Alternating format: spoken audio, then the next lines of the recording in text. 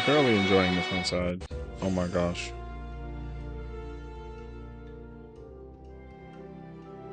I'm watching a fellow homie. Oh, wow, perfect timing. Oh my gosh. Watching a homie, like, they're doing Criterion without a healer, and it's kind of funny. Oh, good though. Happy Monday.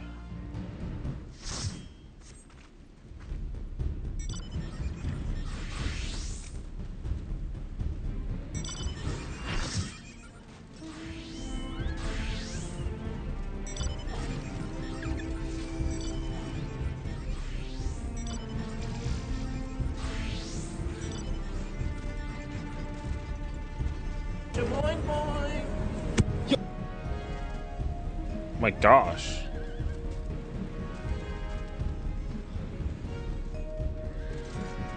Listen, it is what it is.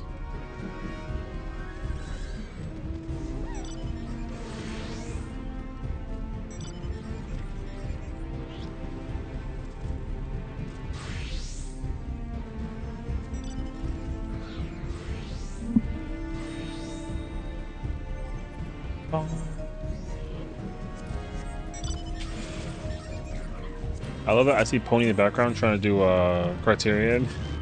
They had 2 tanks and 2 DPS, and then they died at the first mechanic, and they were like, damn. And I was like, well.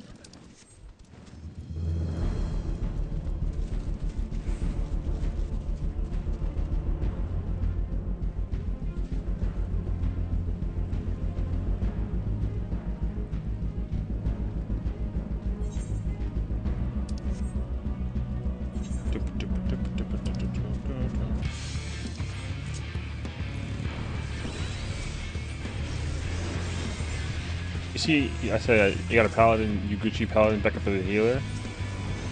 I mean, you're not wrong. I mean, I think that as long as they're having fun, you know, can't really go wrong either way.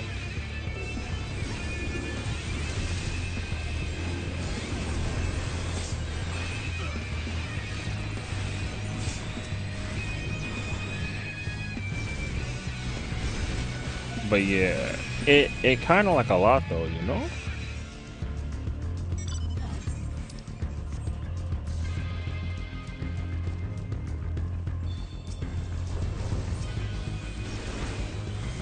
They're getting cleaned up a little bit. Oh my gosh.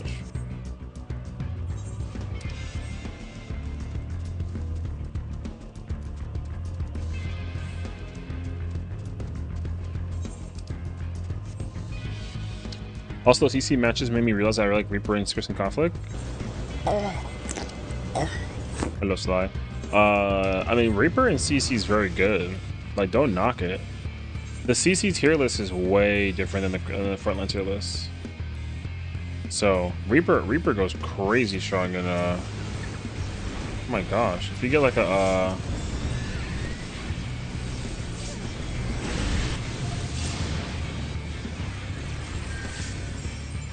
if you can get like a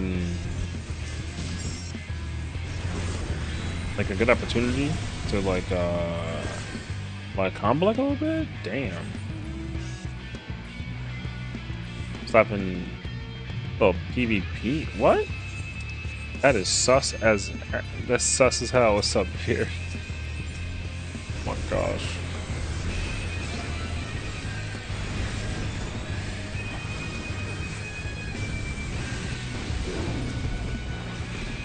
I don't recommend it. I don't recommend it.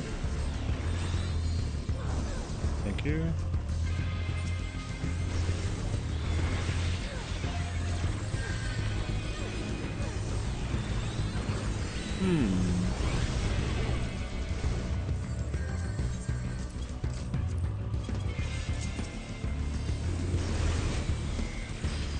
Got through 6.4 and 900 alliance raids. Just really requesting 6% stuff. Oh, okay, that's cool. There you go, making some progress, you know?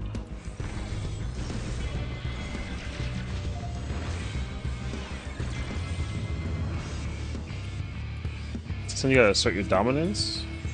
You're not gonna assert dominance like that, though. That's crazy.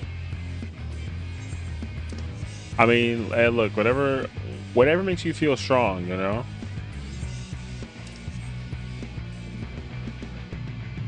I'm not going not good.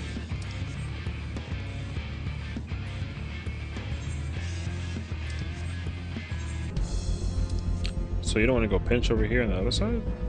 Not at all?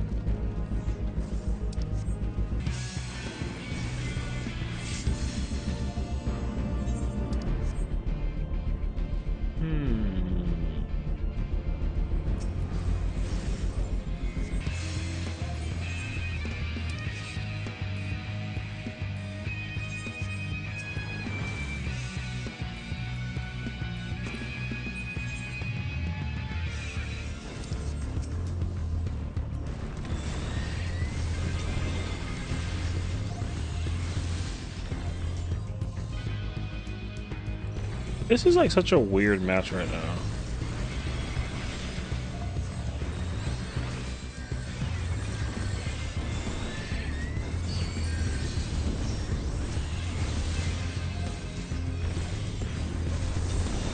That didn't work, unfortunately. However, though, I'm not safe.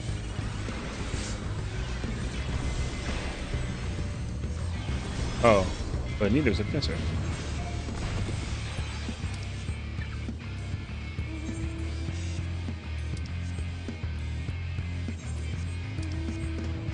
This is my favorite frontline map, but RNG do kind of do some games.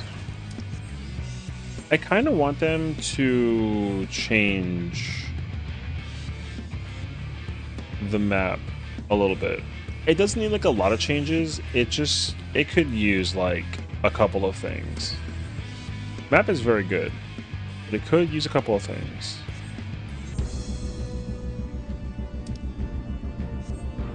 The changes don't need to be drastic though. This is a great map, but it's also a little uneventful now in comparison to like Secure and like Record, you know? Since it's raining, I kind of want this mode to include like weather effects somehow.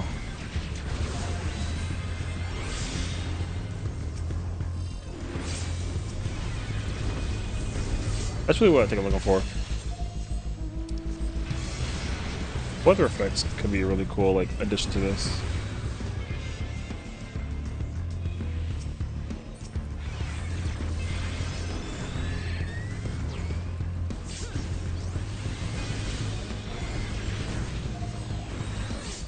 That was really cool to see. Oh my gosh. Because I also feel the same way about Shatter. Is it Shatter? It's Shatter. Yeah. Shatter, same thing. Shatter needs to be updated to some degree.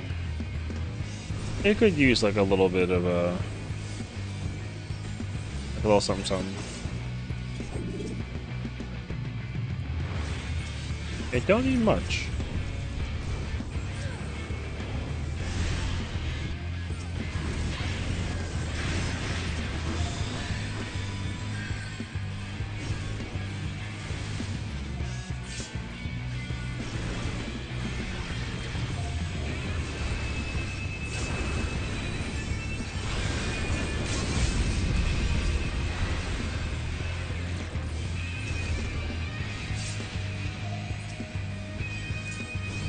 Oh, wait.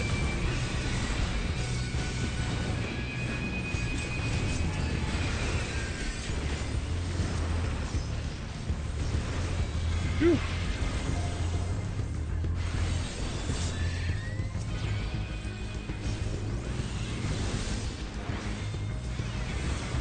Yeah, the only thing that they need is just like, they just need to be able to, like, be more chaotic. Like, this mode and Shadow are not chaotic enough in comparison.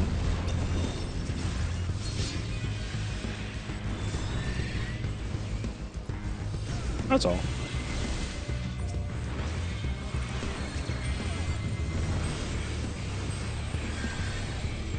Bro, the double spread was like a bad idea. Hello?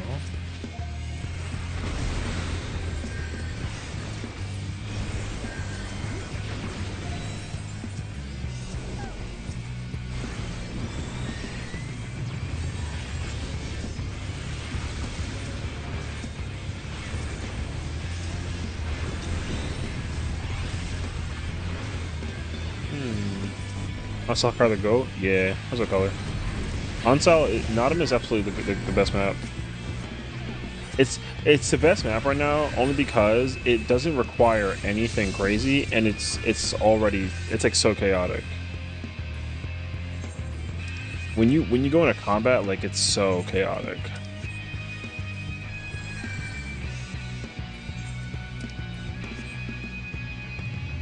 Also, I'm looking forward to when they make another game mode that just like is like a King of the Hill, you know? People that are inside the base, you just basically get points while you're in there, basically. My gosh. What's up, Jet?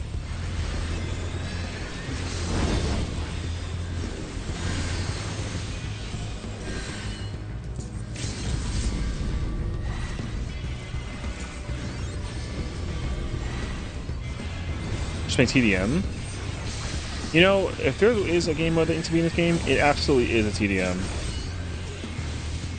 TDM would be wonderful, actually.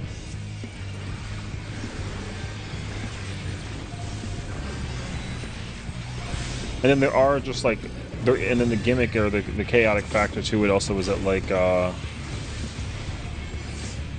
you know, you get like a big defense up, speed up, attack up, something.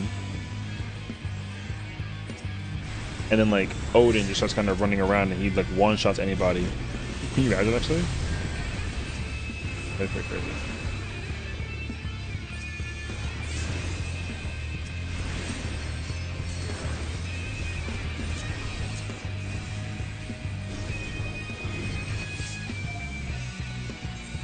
We gotta fight blue, though.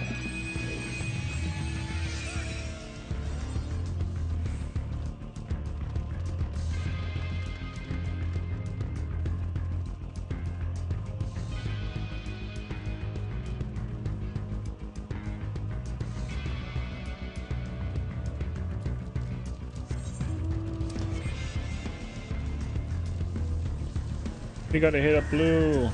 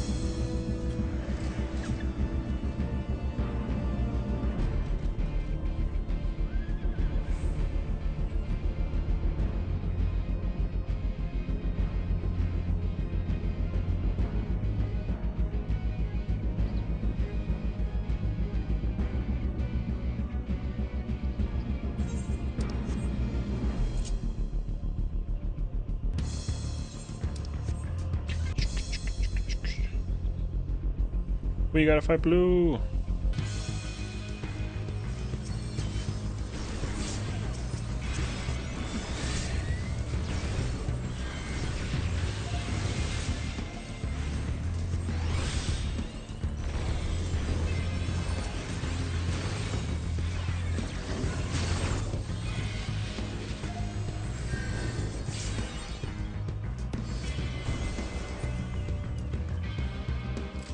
Oh man, that's an S rank. Oh shoot.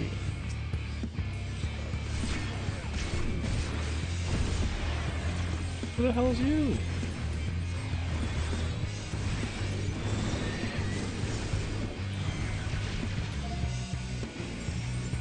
Gotta go.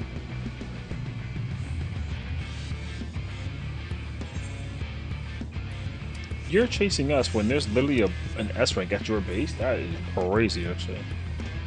They are mad.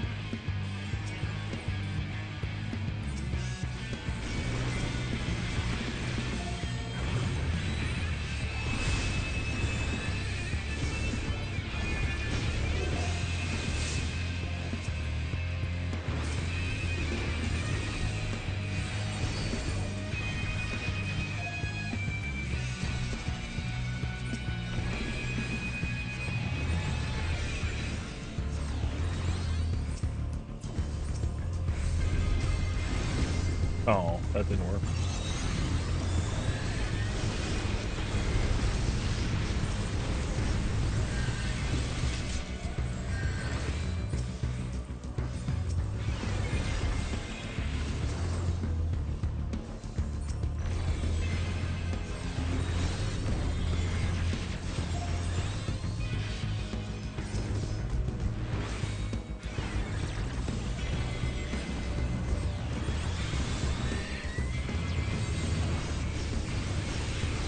Oh, not the chase right now. Oh, we're getting farmed. We're getting farmed.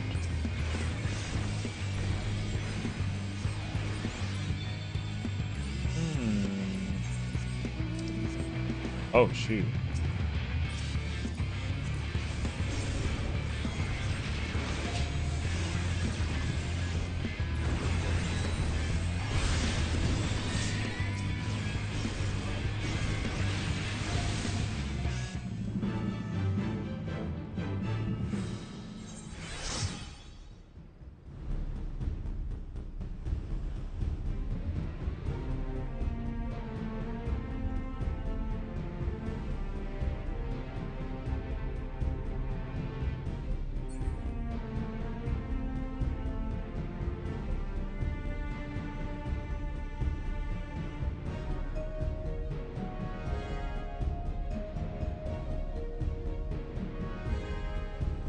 T. Oh, you know, 1 million damage, no deaths. I'm cool.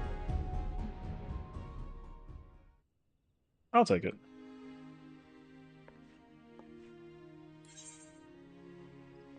These dudes just found out that a Criterion Savage is not like a Savage fight, and that Criterion is like just like a RIP, bro. They were like, oh, Aloe Island Criterion? It's probably like Advanced Merchant's Tale. You know, yeah. Totally.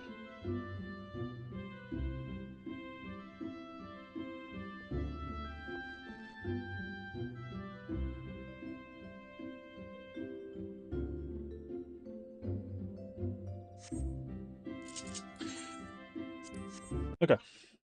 We got Kefka at 9. But we might as well just get like a little started.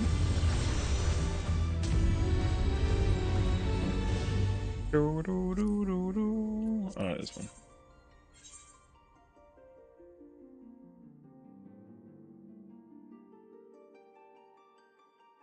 Okay.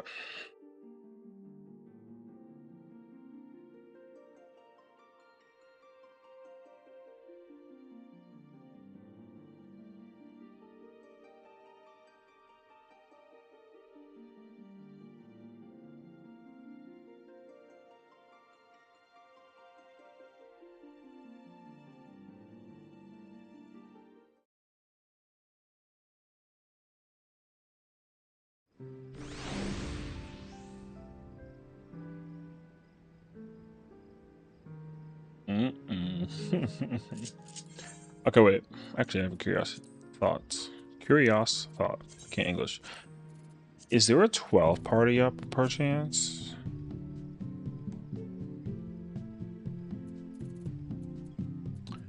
Not technically.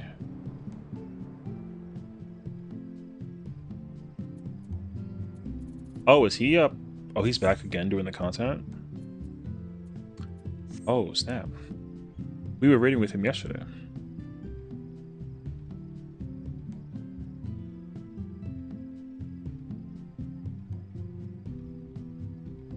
They were trying to do phase 2.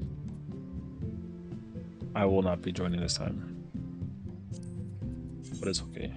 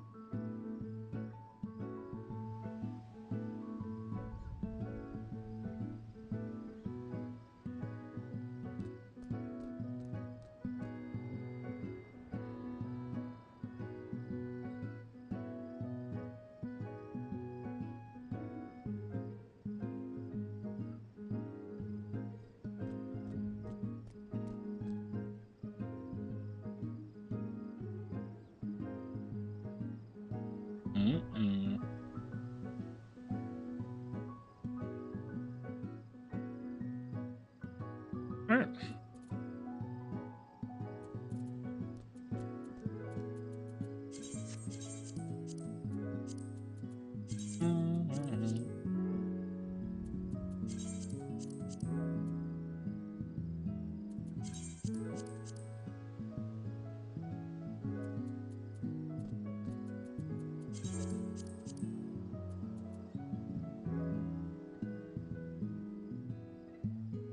Bro, where's killing it when I need him?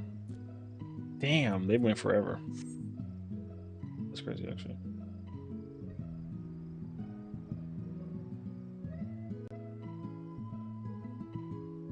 Wait, I gotta like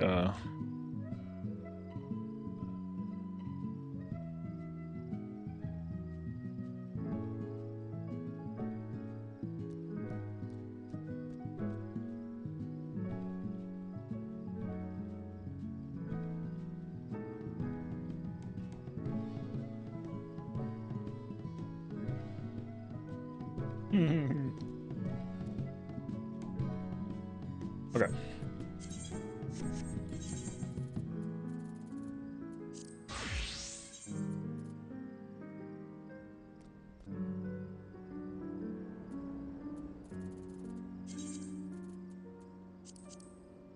Is Kafka Kafka is Cloud? Nope. Okay, I mean, I was wondering.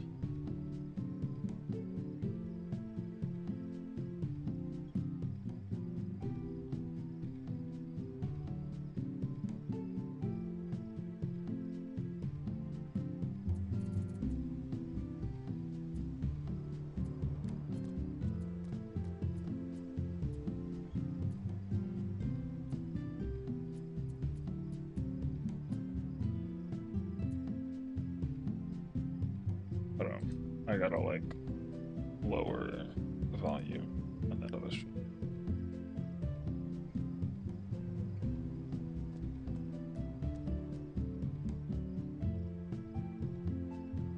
Okay.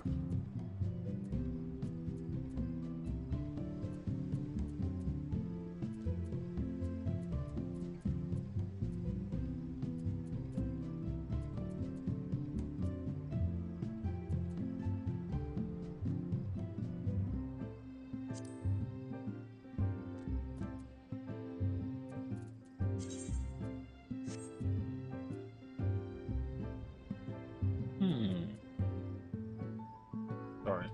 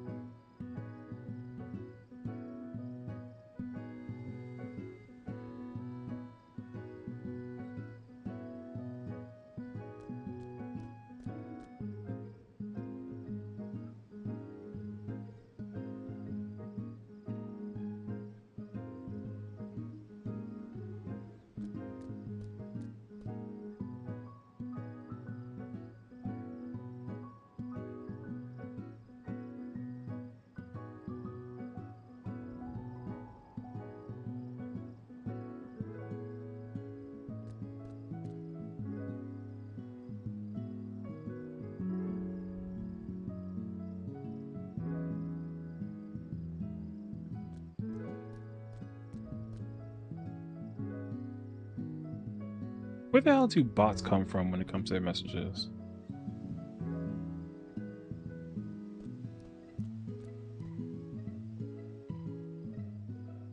Okay.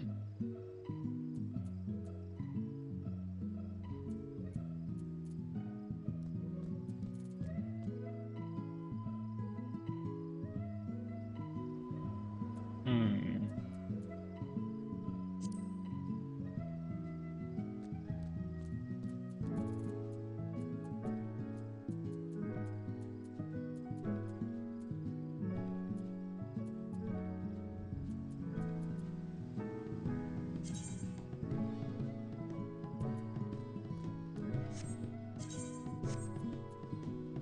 Man,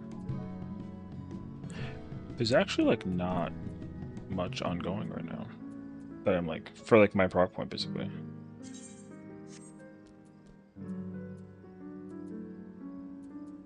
Okay, wait. Actually, I got a better idea. Yeah, kill an hour.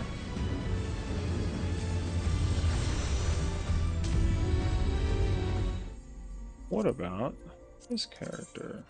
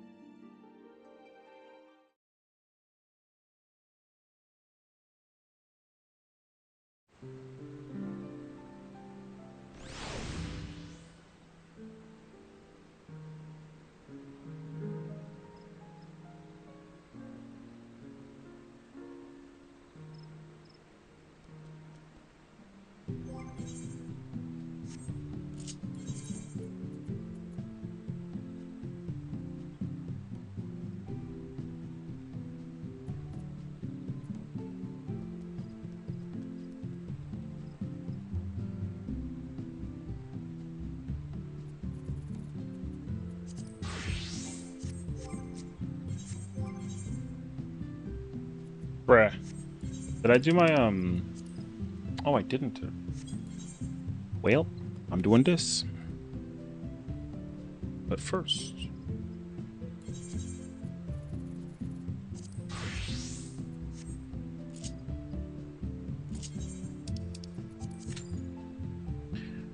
I may need the coin.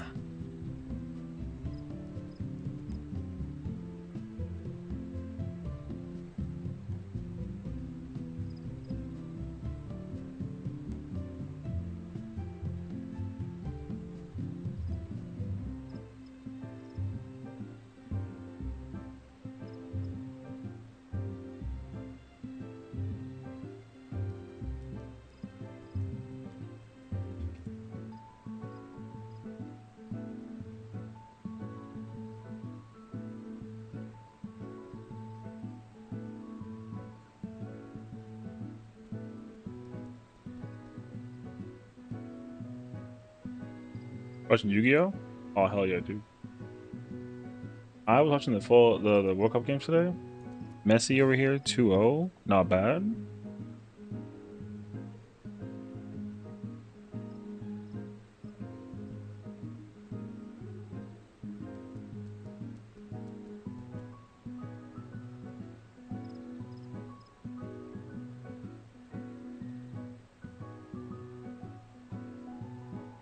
Oh.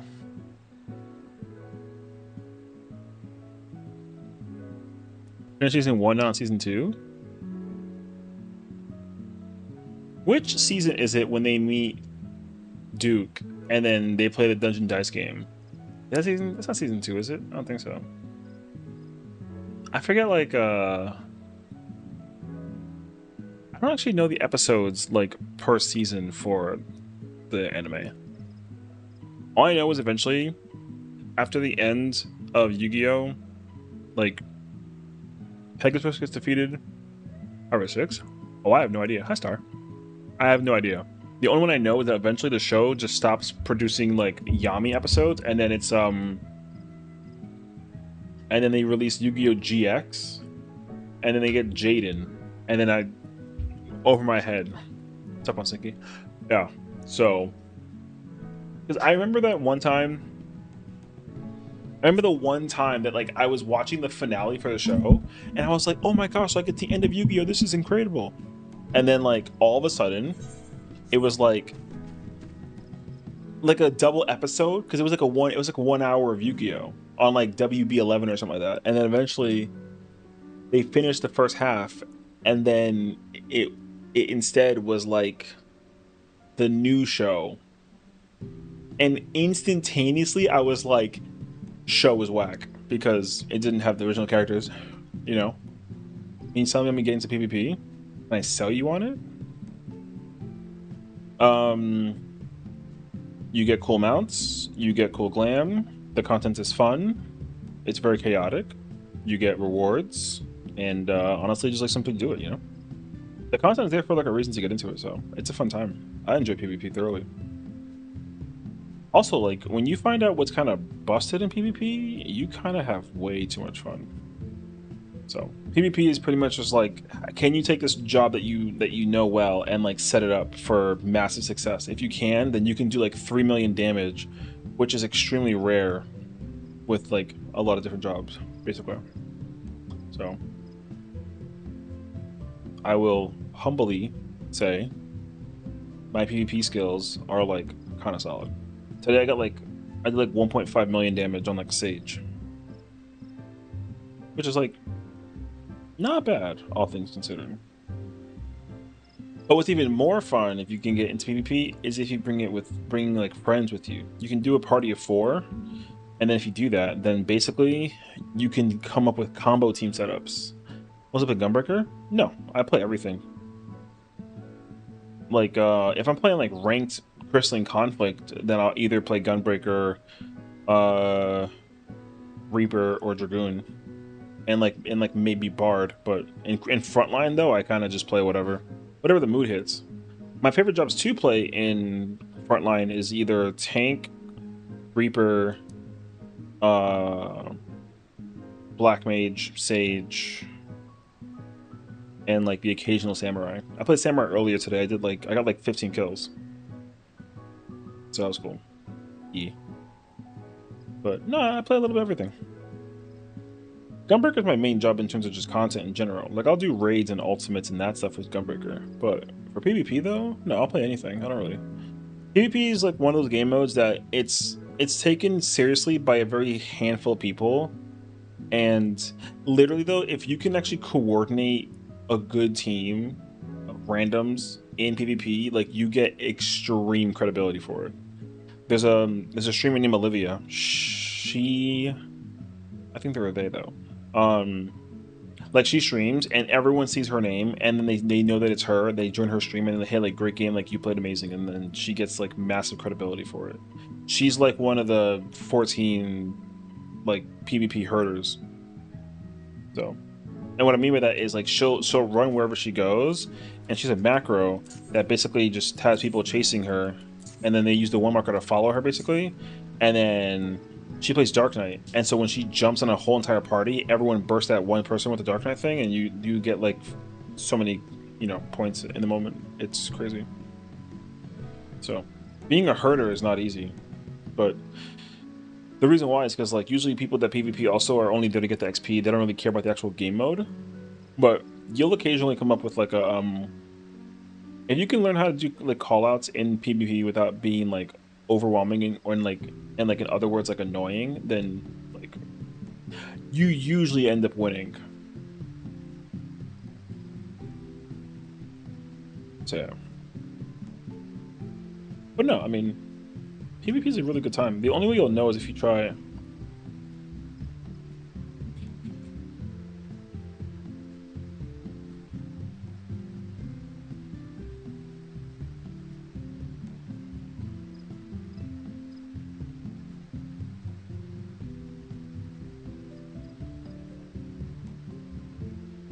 This is true. Good call outs in frontline top tier. Yeah.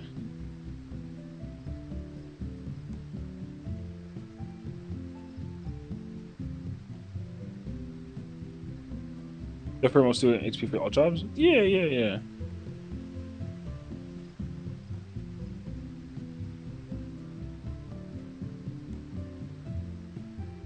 Which ain't a bad thing. Oh no, listen, I mean, like I said, PvP is a really great way to like level up jobs too. I mean, it's one of the best methods in the game. Like you don't farm it, you just do it, you do the daily once. Doing the daily every single day for the frontline is like so stellar. And then also like there were series passes. This is limited time content. That's the other thing too. You gotta wait months, if not even like years before you can even acquire these rewards. So, because what came out recently, the we're 7.5 and we're entering the I think We're on series what? What is it? Is it 11? Series 12 starts in the September. Basically, they're always like 5 patches late. So you gotta wait 5 more patches to get the current reward, basically. So like this chess piece, for example, does not come out until like a year or so later. So you gotta wait a year and a half before you can even acquire this chess piece. This chess piece is from the PvP, the current PvP like season pass, basically. Yeah, the pass is why I do it. And to be fair, they give months so it's completed. Yeah. You have like so much time to do it as well. Like you literally have until September to finish it. So, but what's hilarious though is that even until September, like it's not that far away. September kind of sort of low key close by.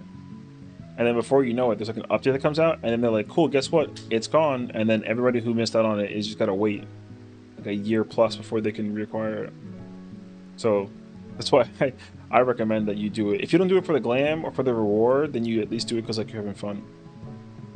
So yeah, this is taking forever. I didn't realize that it was gonna do that actually.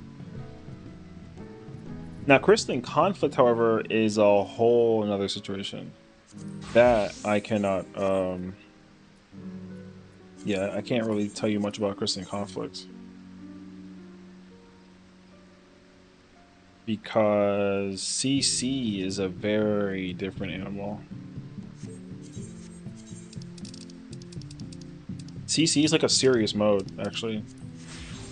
It's actually so serious now that like there's tournaments. You can actually get paid for like forming a team, and there's like a literal championship. I mean, you don't make like millions of dollars. It's not like the same size as like you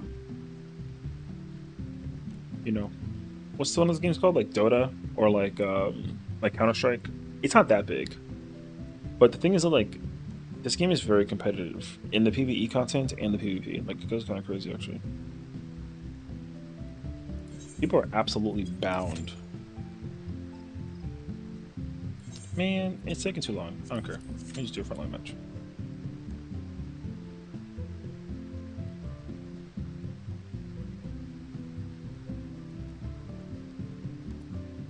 It is, but for quick grinds for the pass, not too bad. But you gotta lock in the casuals sometimes. Oh yeah. I mean, a casual match is usually like a, you know, it's just like, oh hey, you know, people are just playing the content, doing the thing. It is what it is. I don't like the concept of casual versus ranked matches having like a comparison differentiation. I'm not a fan of that anymore. I used to be okay with it, but then the thing is that like in casual games, like matches of competitive games, like even in a casual lobby, people are playing as if like it's the major leagues, and I kind of hate that.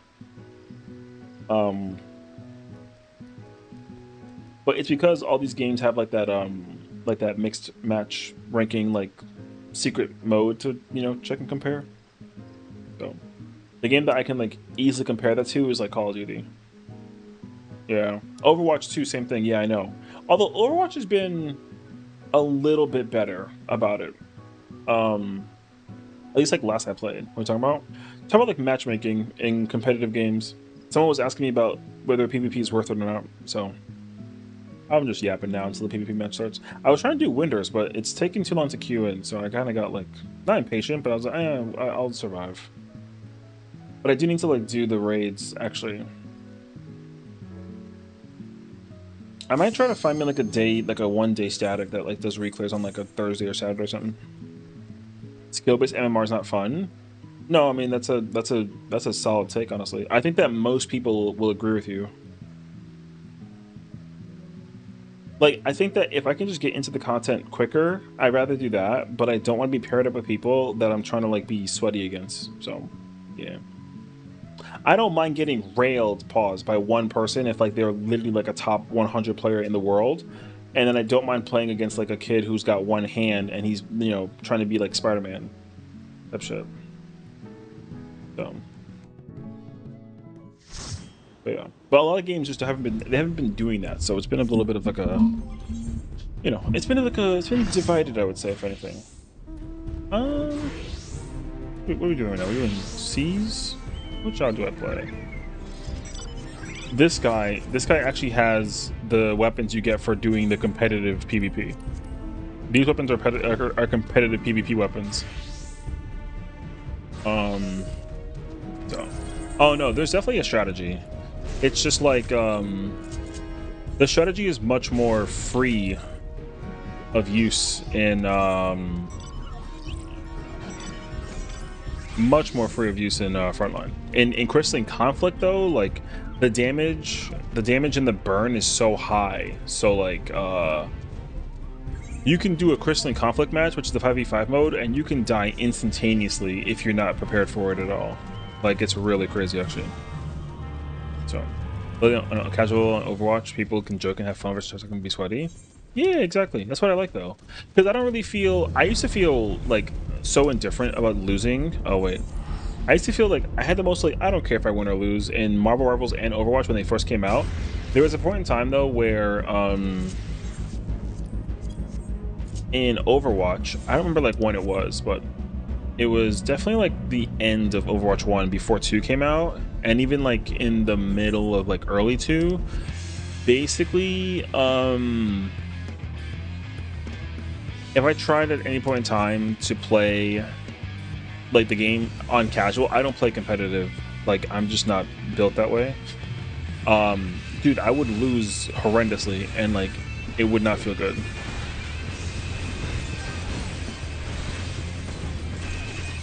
So, yeah. Do a game as a KSU? I mean, yeah. That's the thing I've also learned, too, because in my mind, and I could be wrong, but I feel like Marvel Rivals wanted to cater to the casuals, because you know, like it's Marvel, like it's a game that's gonna be absolutely played by kids, you know. So kids are gonna obviously play Marvel Rivals, but all they want to do is play Spider-Man and like swing around or like play their favorite characters and like it's whatever. But the thing is, like, Marvel Rivals has been going down like the Overwatch path, where they update and nerf and buff every character on a constant basis, which I get. It's for the competitive. But that makes sense too, because like casual players don't really care about what gets changed with their characters, right? So, which I've understood that too. So yeah, so someone plays Apex right. I don't mind my rank lobbies. I see a diamond player in the lobby, keeps the game fun, but I got to learn. Yeah, I think this is also kind of like how you perceive it, because like for me, I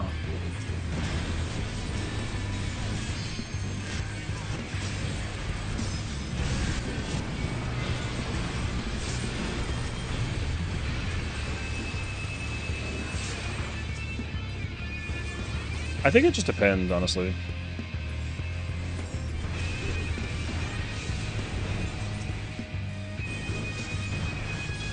Because I definitely don't like playing like a very competitive lobby. I just like having the most like, hey, like I'm just here to press the buttons and do the thing, and then, you know, die a bunch, kill a bunch.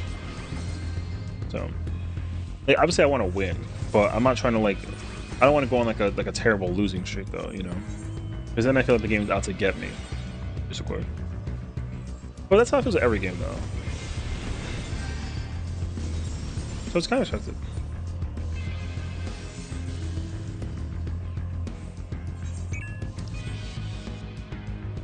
My boy chasing with a the hell are you doing chasing with a friggin' jolly weapon? But yeah, Rivals, Fortnite, Overwatch, in my opinion, are more casual friendly.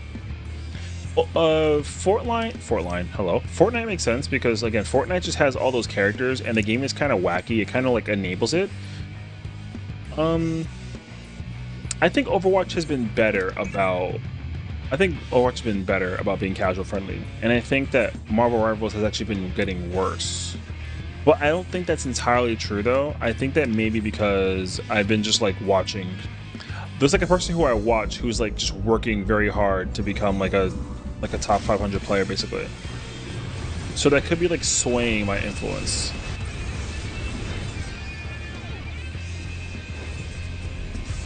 I can't save that guy.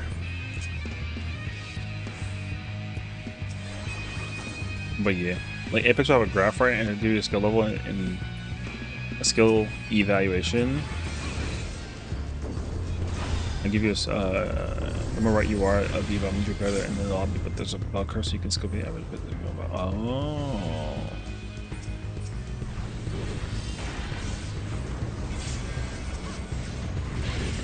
Yeah, see, this is where you, like, lose me, honestly.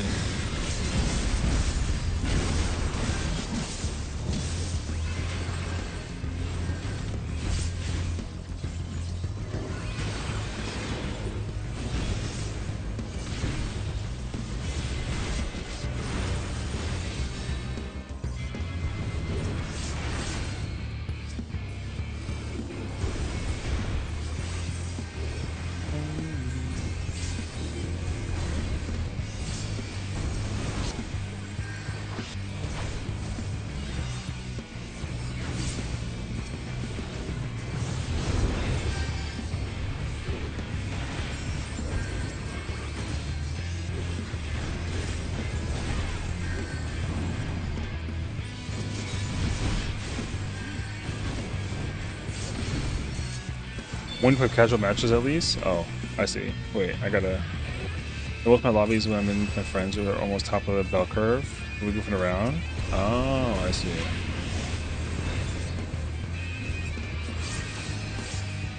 Yeah, no, but that makes sense though. Like also it's a casual match, right? So it's not usually like super critical of like your rating or your score.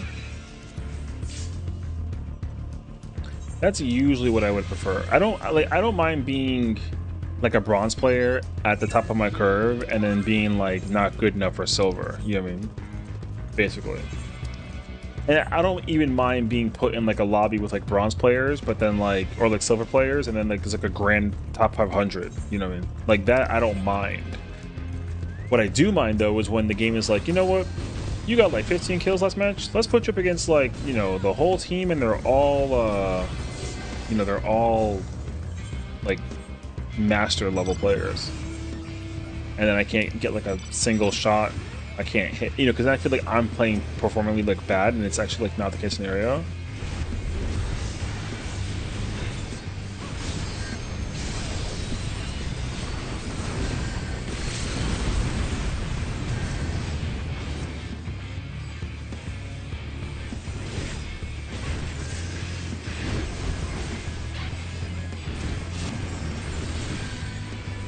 Wait.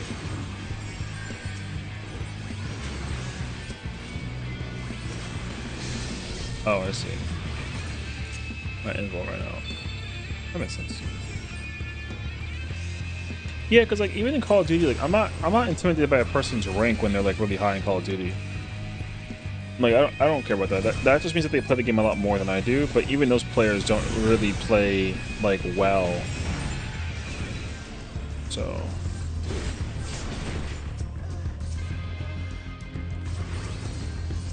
But yeah.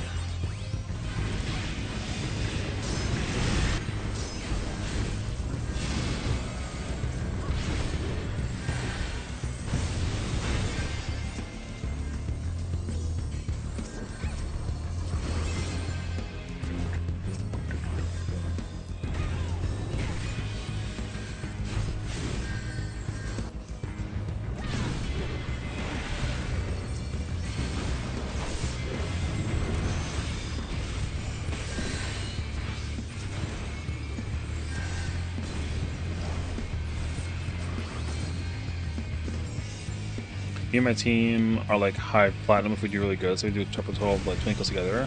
Going for the lobby. The game probably it's a recalls match thing. What's it called? Will be like this. You can see if you can handle it total damage in the lobby. See, yeah, that's where I'm like, I might be in danger, and then I have no idea, you know. Yeah, but that makes sense though, so I get it. You do also have to be like, okay, your rank is this way, either get A out of here or B, keep your MMR range. I see. Yeah, I mean, I kind of understand that games will try to deliberately do that. Like, that's cool. I don't mind if it tries to like, but also I feel like if there is like a game mode where it's like, hey, you just get in there and play the game. Like, we don't care what the rank, whatever that it is. You know what I mean? At that point, it's like, yeah, I don't really care what I play. I just want to play the game. So, oh,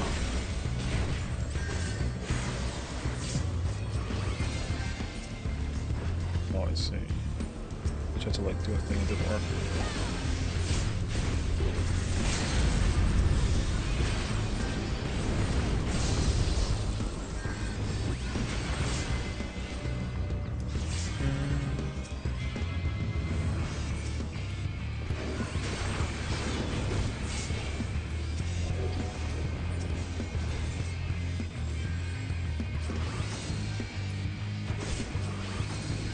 I'm gonna get you.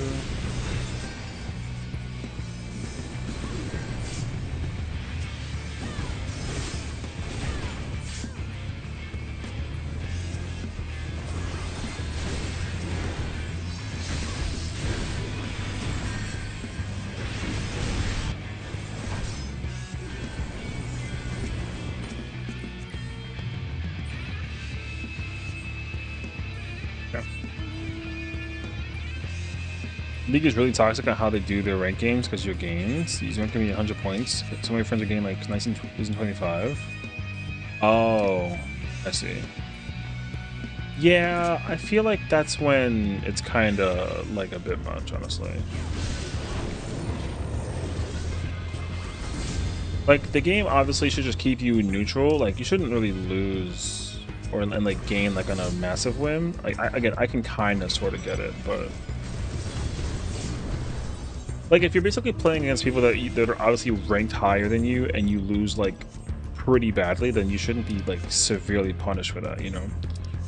Losing, losing, like, 5 points would be like, okay, like, you know, I was literally at, like, a disadvantage sort of thing.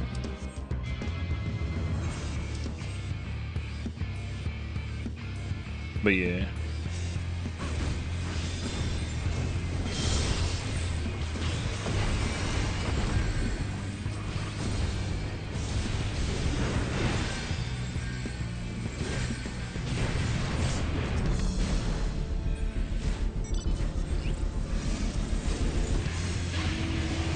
No! I don't want to waste my thing.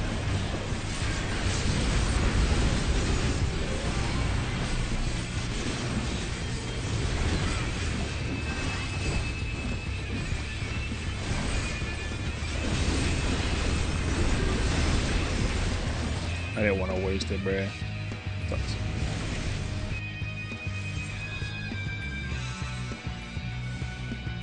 Just leave this as BS where you have a visual rating and then there's like a hidden rating. Oh. That does sound kind of toxic, actually. Yeah, that seems a bit much, honestly.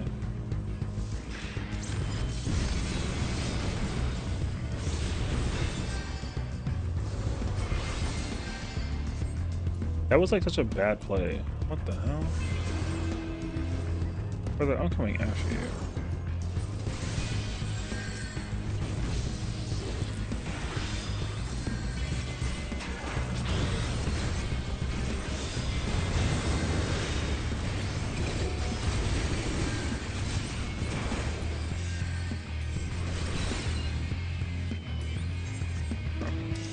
So toxic that the third-party tool does zero if you're in that range.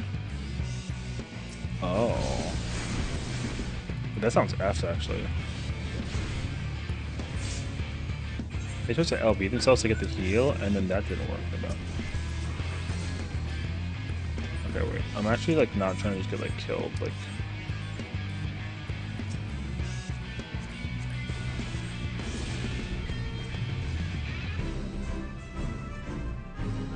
there we go. Oh, look at that, you know.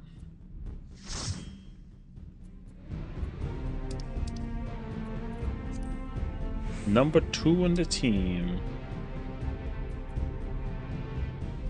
What?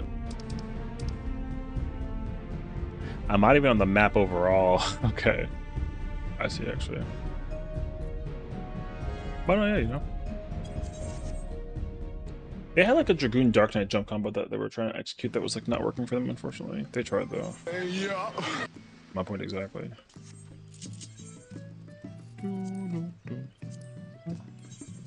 Do you think if I do mentor, it'll give me like a Ifrit normal?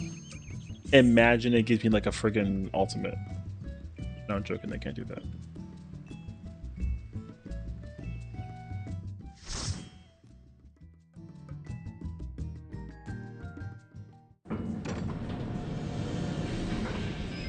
Oh my god, it's freaking Stone Vigil Hard or whatever it's called.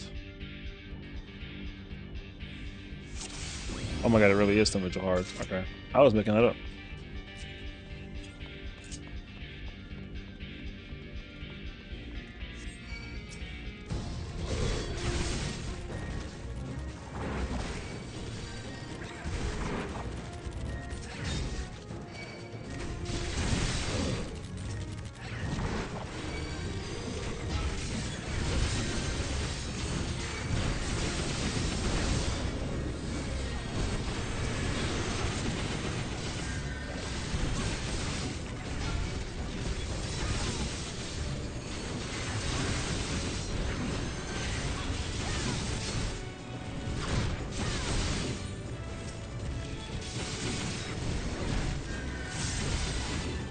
Oh. Okay. I gotta be careful. This person's heal is, gear-wise, is... Never mind. Welcome back. It's up there, but like, that... Their physic did like no damage.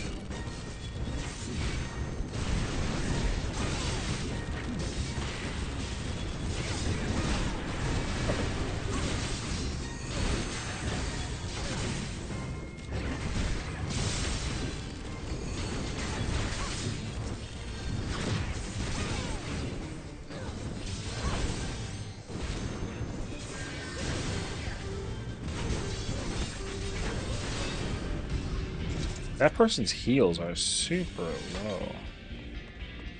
Oh, I actually understand why.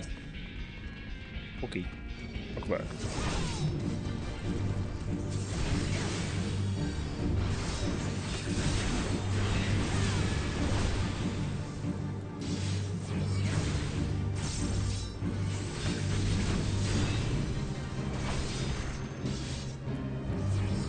That person's heal is very low.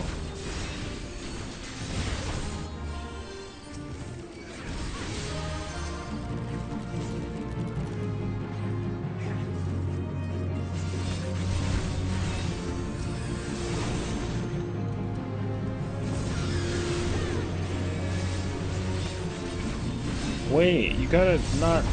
You have a... Okay. The air needs to be killed away from the boss so that it doesn't get like a damage up, basically. Okay.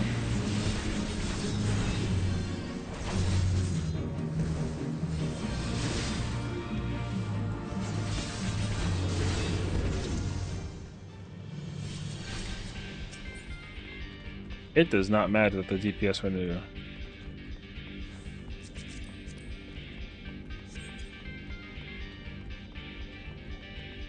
That healer's HP is very small.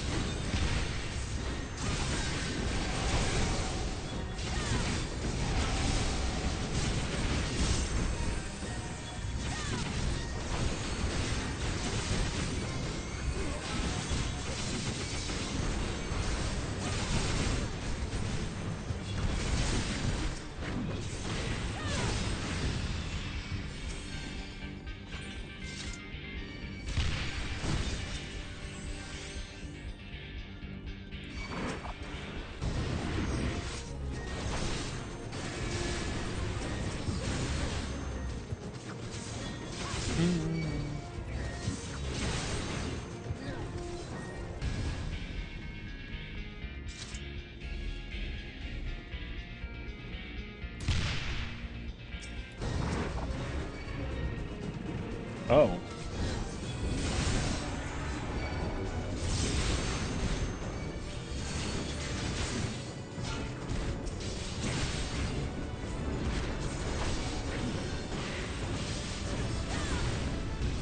Man, I'm gonna miss when this dungeon gets redone.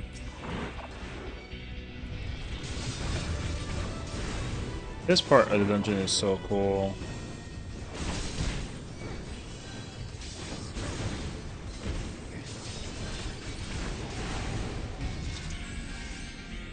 Thank you.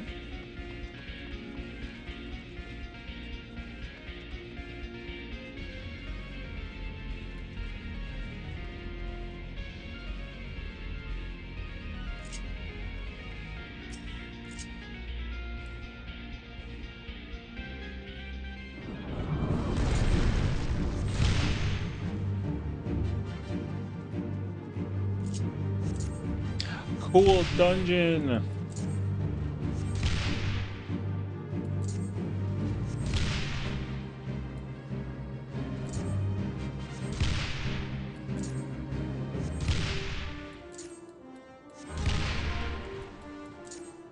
The problem though is you kind of sort of can't tell who's attacking it or not.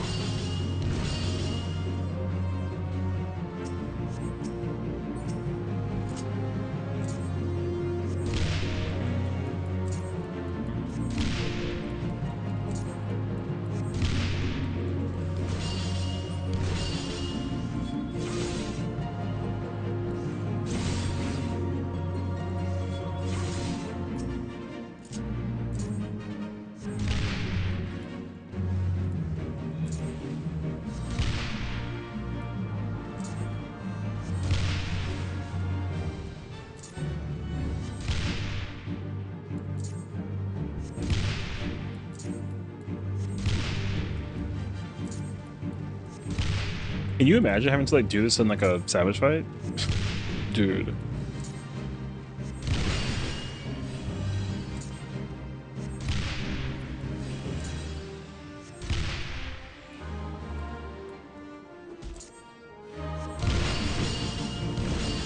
Oh.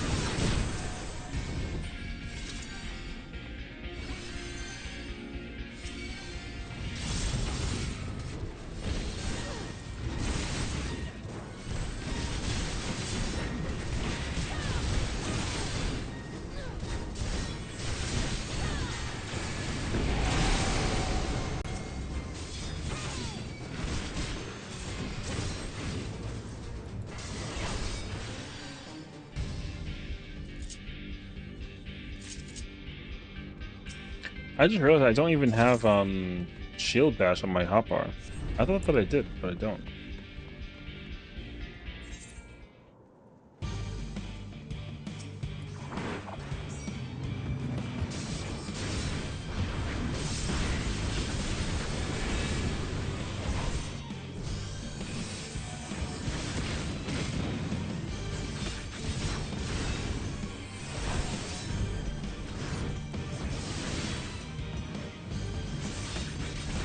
This boss is also amazing. I just wish that there were more bosses like this one.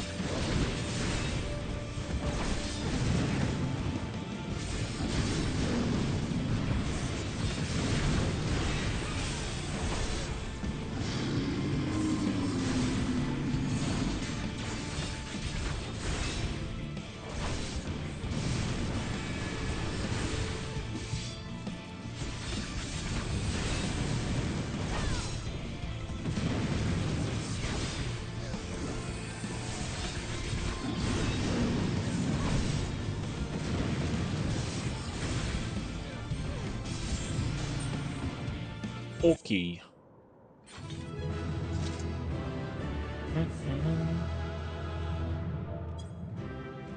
GG.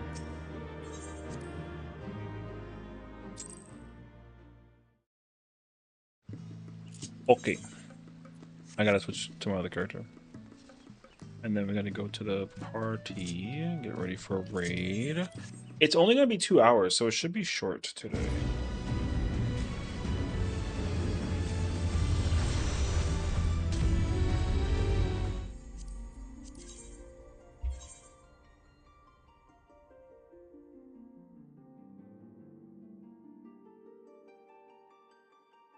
Oh, I gotta close this. I was playing Resident Evil earlier.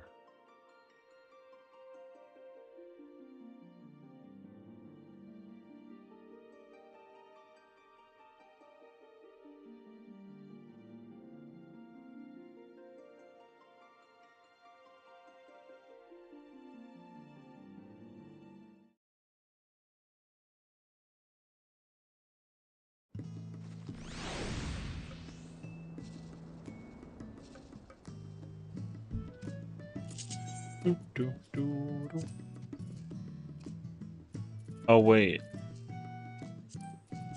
I'm on Primal Feed, but I'm still on Ether. I already forgot.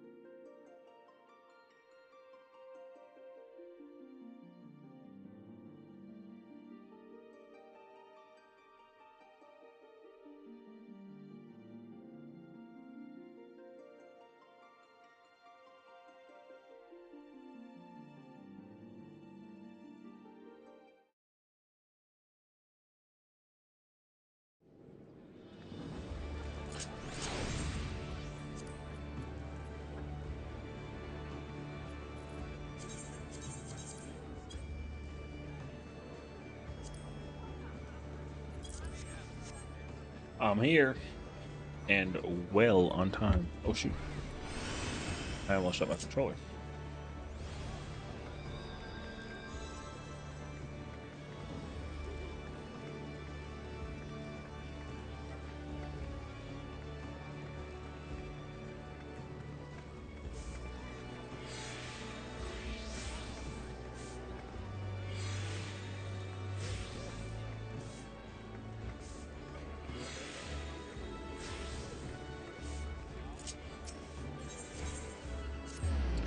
Okay.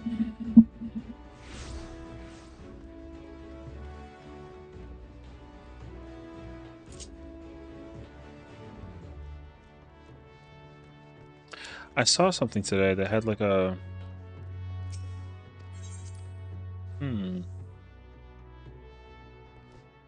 I forgot what glam I had in my head. First order of business, whenever you do any kind of content, gotta get dressed. Always gotta get dressed.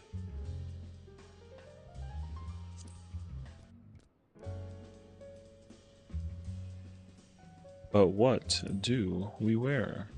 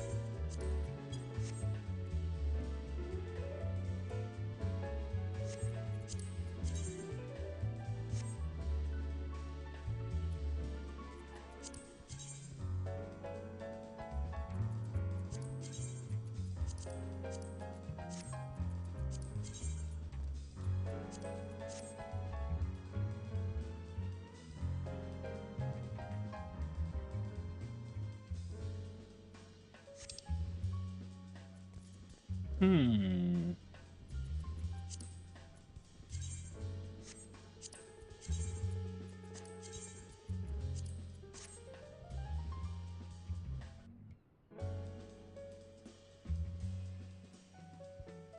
Hmm.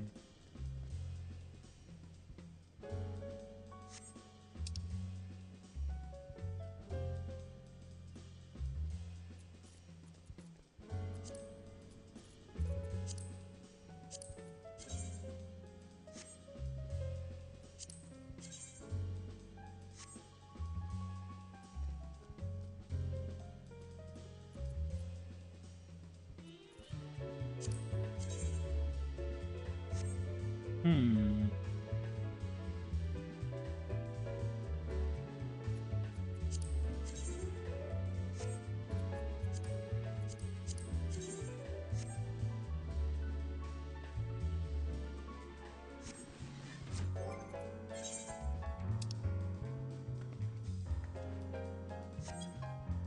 I never have any dye that I want because it's always in my retainer. I had an idea for a color and I lost it.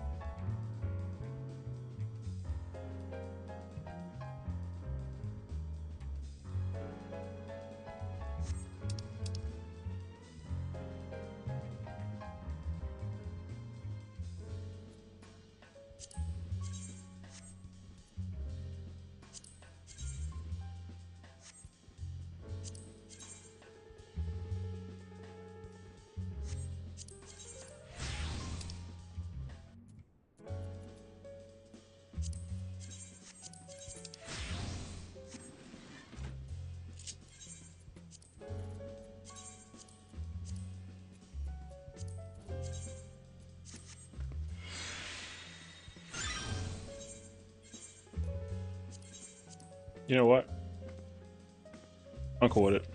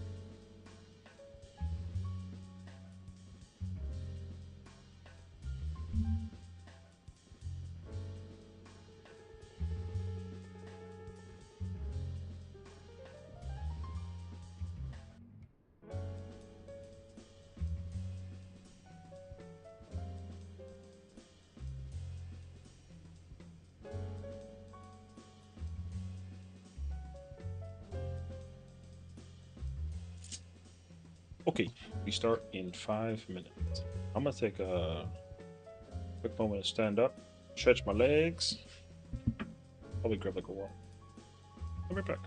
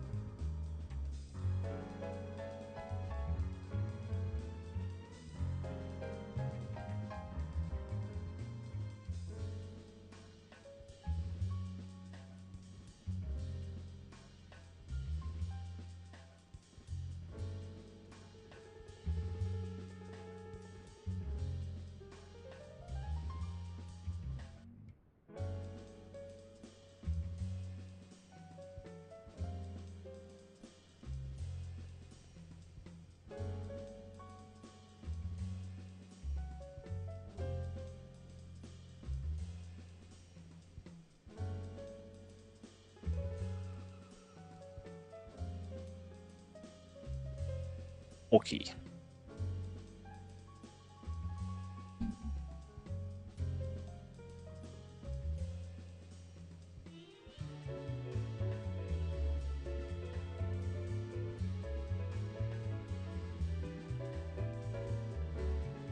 Wait, what?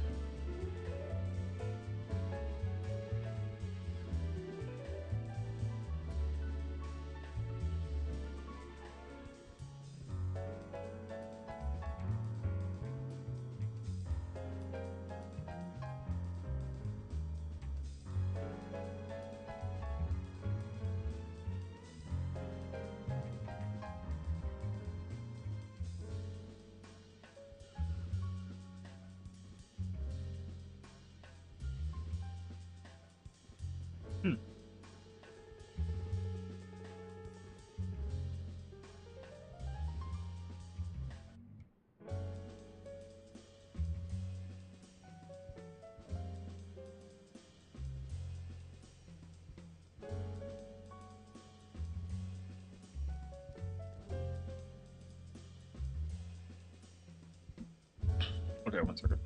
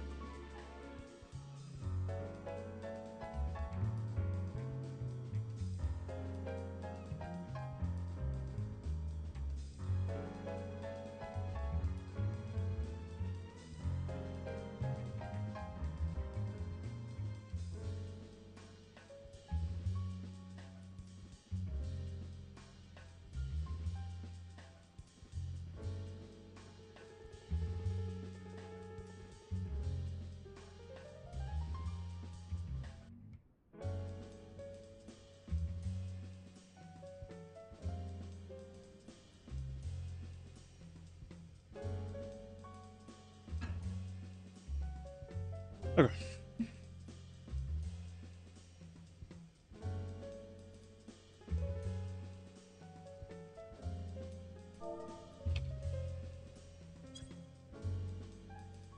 What the f...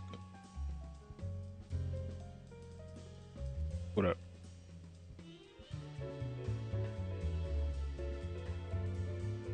Bruh.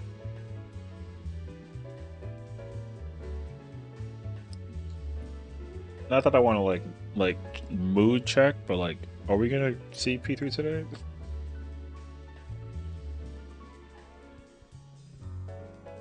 Okay, okay.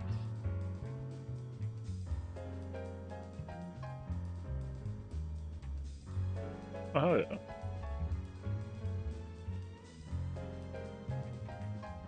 That's... Yeah, the snort at the last one is like crazy actually.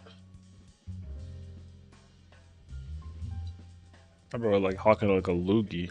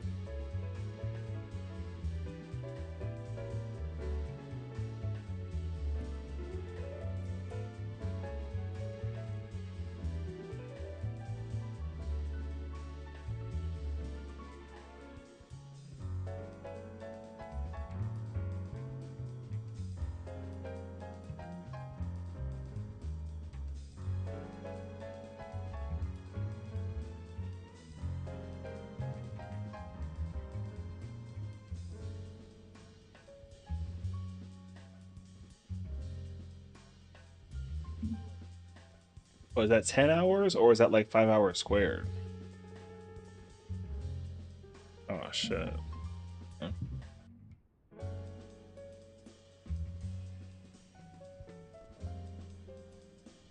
I haven't had coffee or matcha. I haven't had coffee or matcha in like 2 days. I don't know how I'm alive.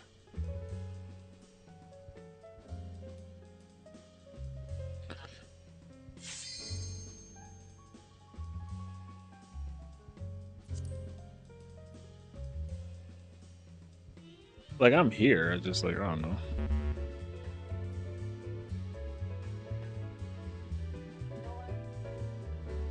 I just want to see like P4 now at this point. But yeah.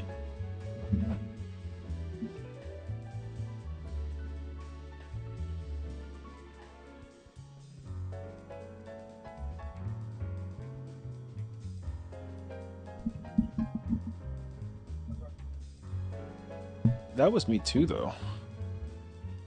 Honestly, like same. Once I get like too comfortable, like I just start getting cozy. I want to like nap.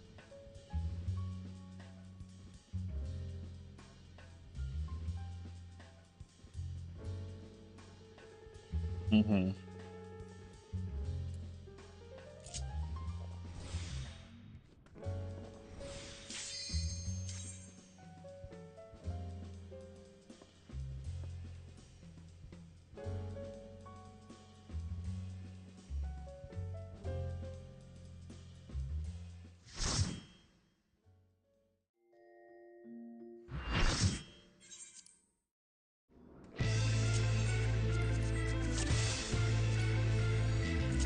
What are you cooking P4? I have no idea.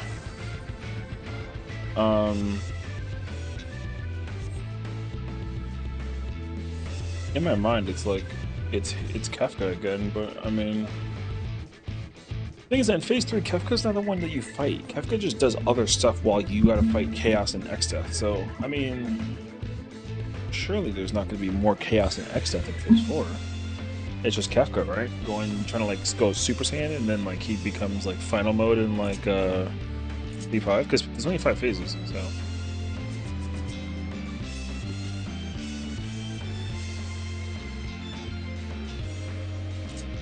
But apparently P4 is like the one phase that everyone hates. It's apparently like confusing and like annoying and like a lot. I don't know. Oh yeah, I have no idea.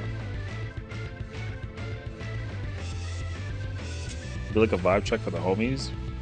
I'm not saying that we're not gonna see it today, but like we might not see it today. So we'll see. I mean, get like a get a.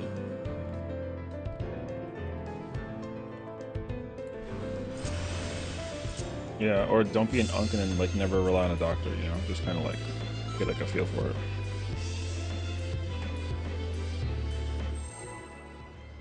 I feel that same.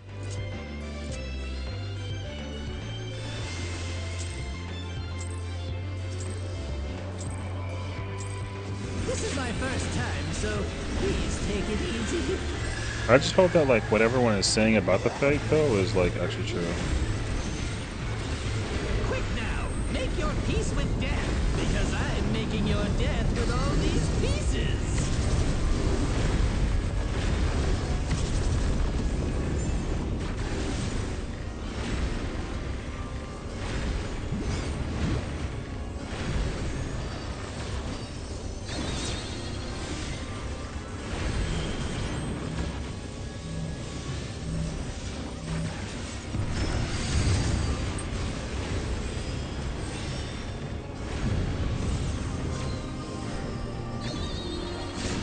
It's supposed to be the hardest part of the fight.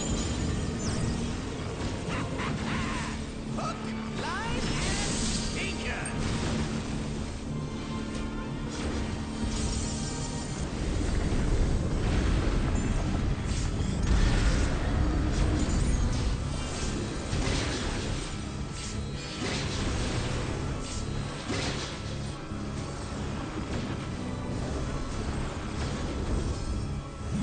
Did you think you'd won?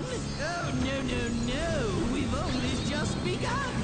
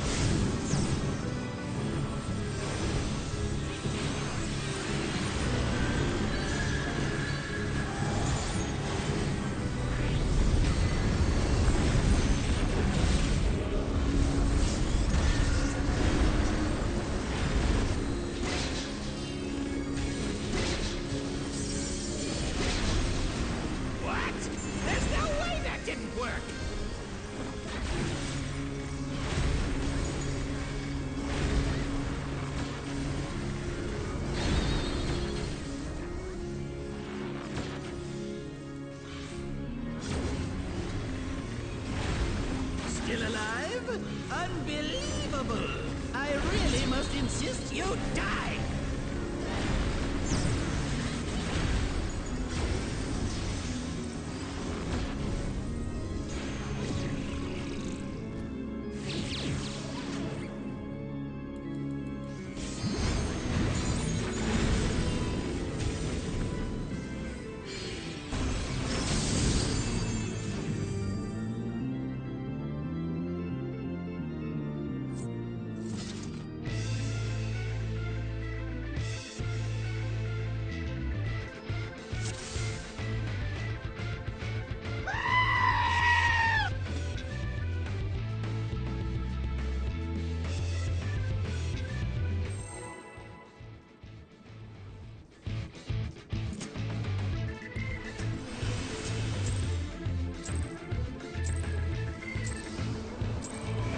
This is my first time, so please take it easy.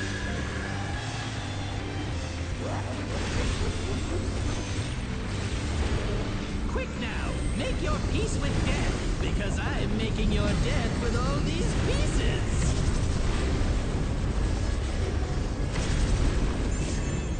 This is not good though.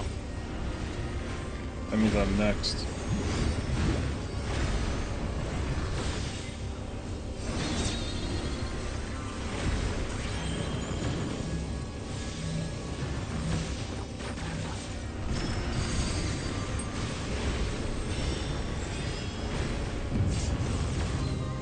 No, that's fine. That's not hard.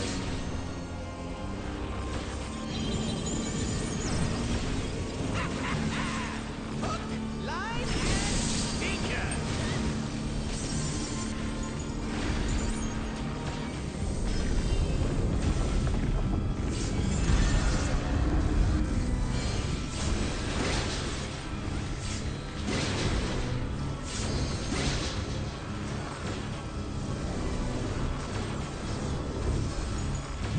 Did you think you'd won?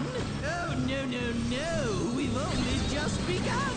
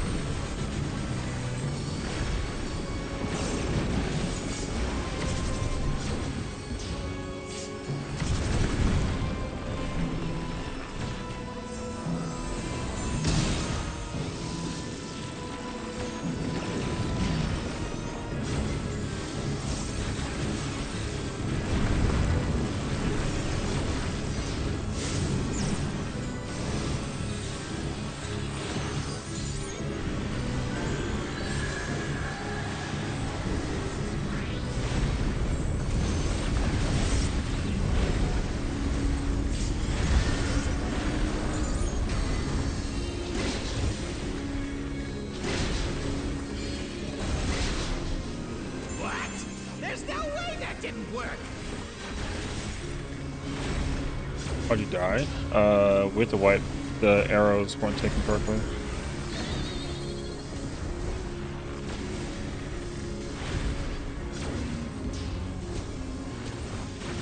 Still alive? Unbelievable! I really must insist you die!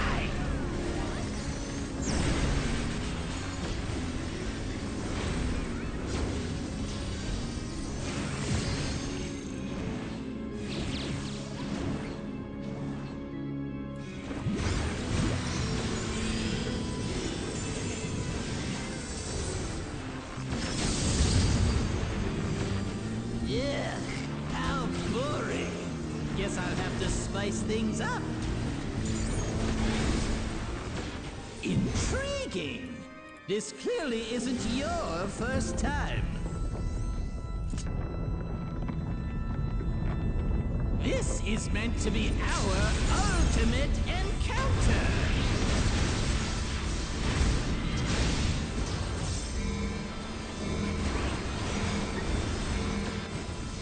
Crafty little bastards, aren't you?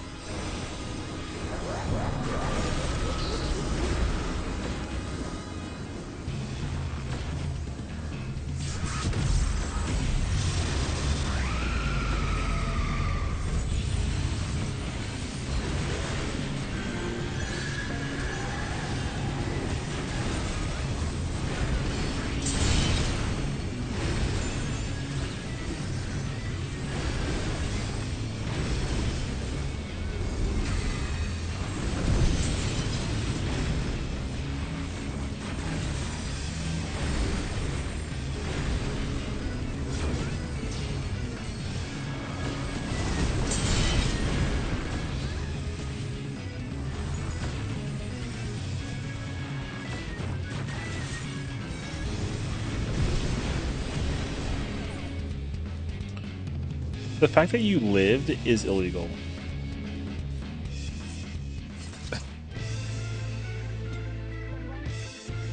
My god, what kind of wild charge is this?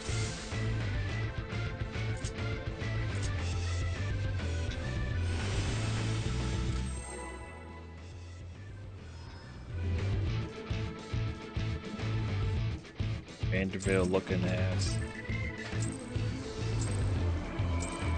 This is my first time, so please take it easy.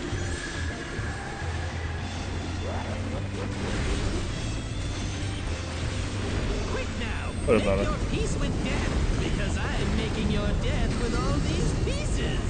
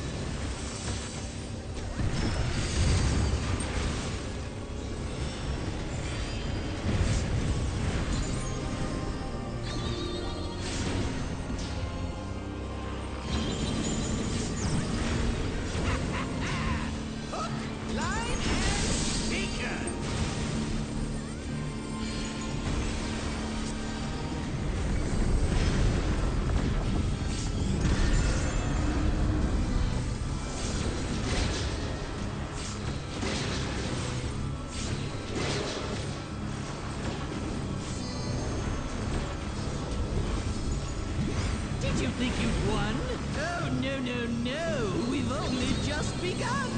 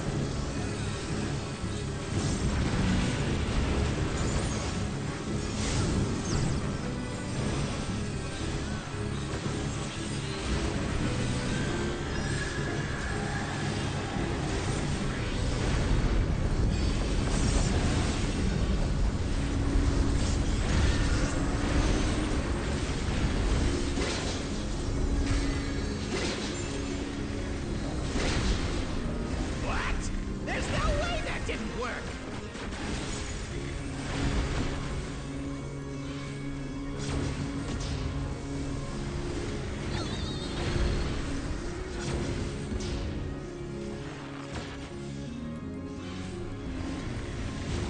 Still alive? Unbelievable! I really must insist you die!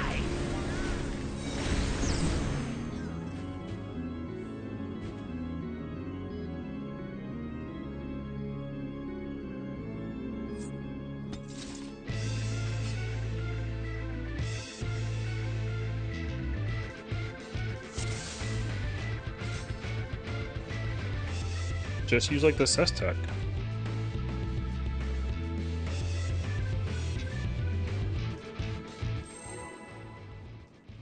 Never fails me.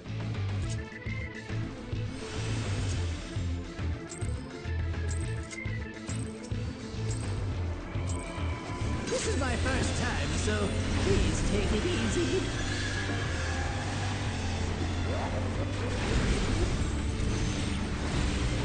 Quick now! Make your peace with death, because I'm making your death with all these pieces!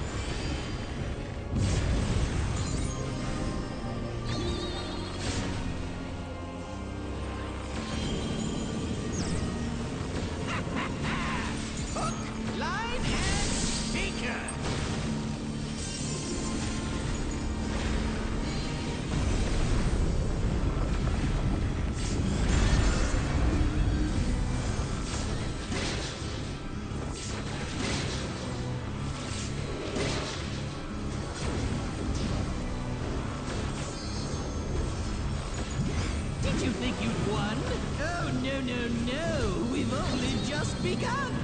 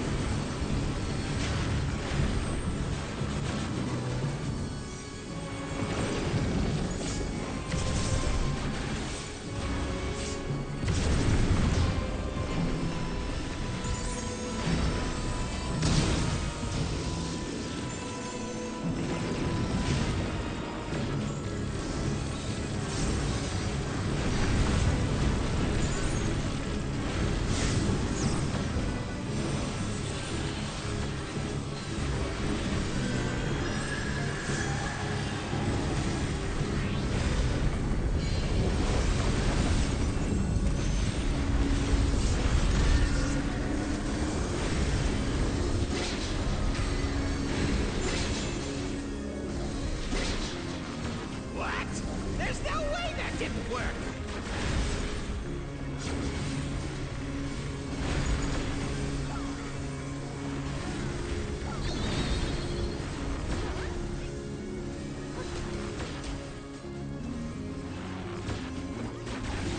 Still alive?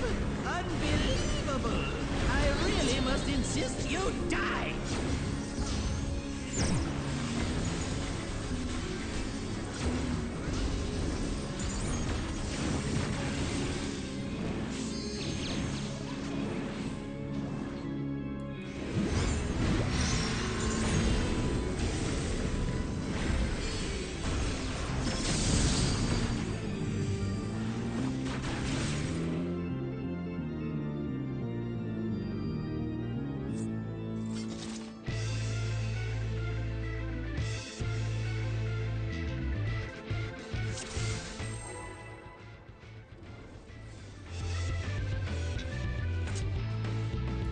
I'm falling asleep already. This is my first time, so please take it easy.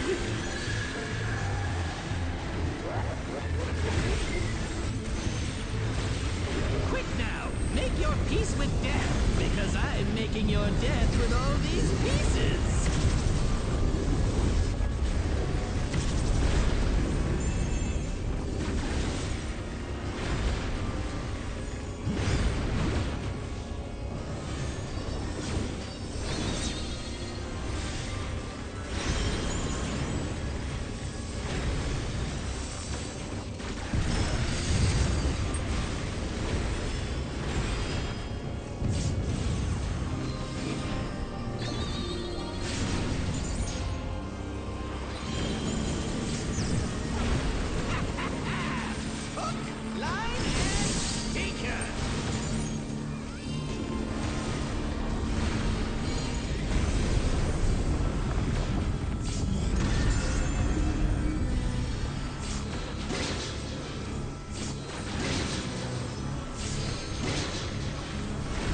You need Starbucks? Bro, I haven't had coffee in 2 days.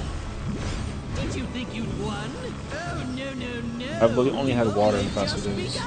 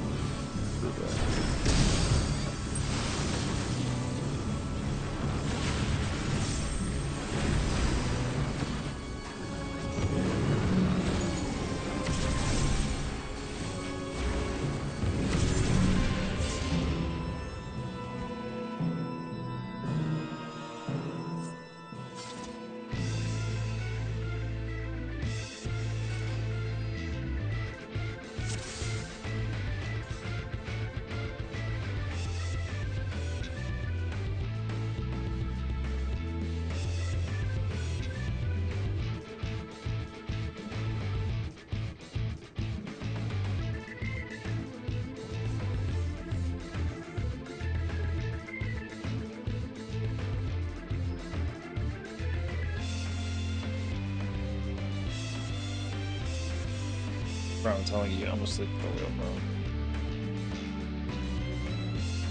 At least, like, let me tickle my brain somehow.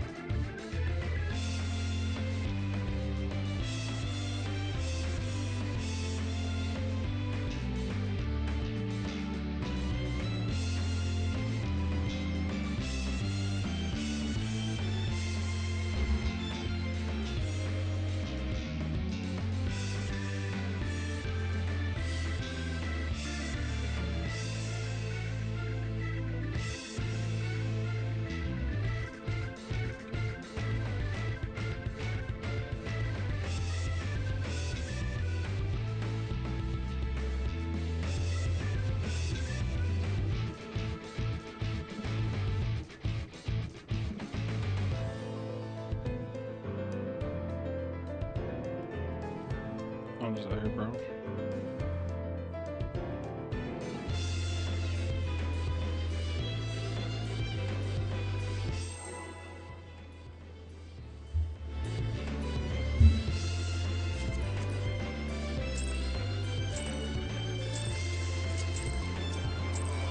This is my first time, so please take it easy.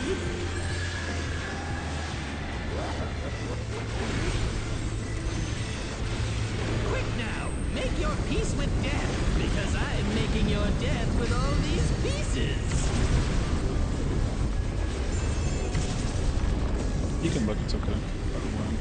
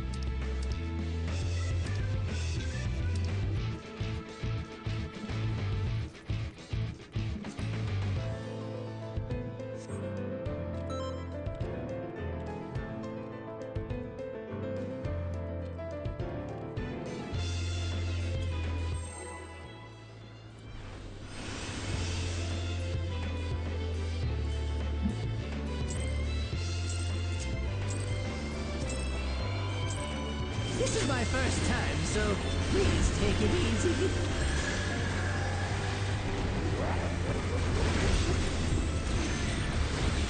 Quick now, make your peace with death, because I'm making your death with all these pieces.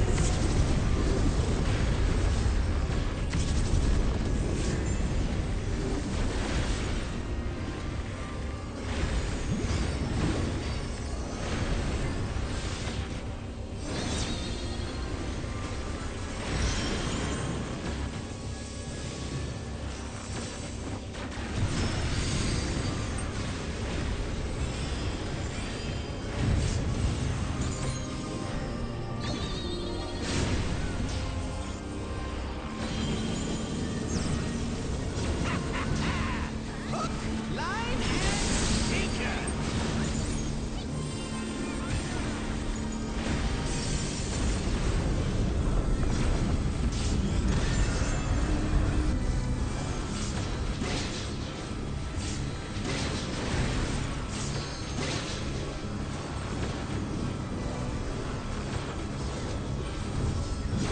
Did you think you'd won?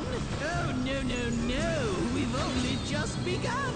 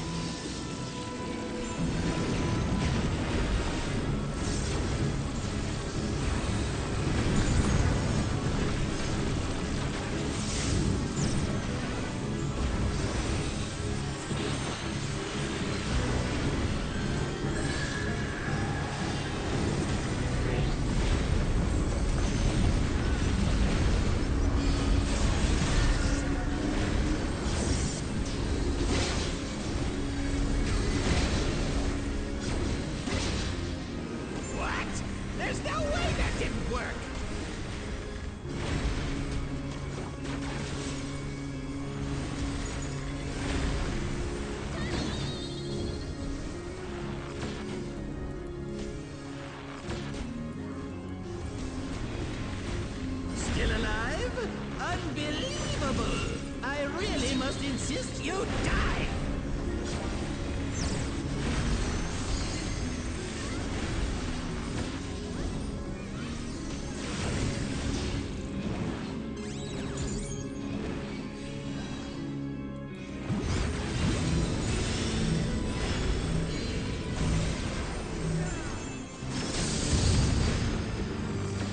Yeah, how boring. Guess I'll have to spice things up. Intriguing. This clearly isn't your first time. This is meant to be our ultimate encounter.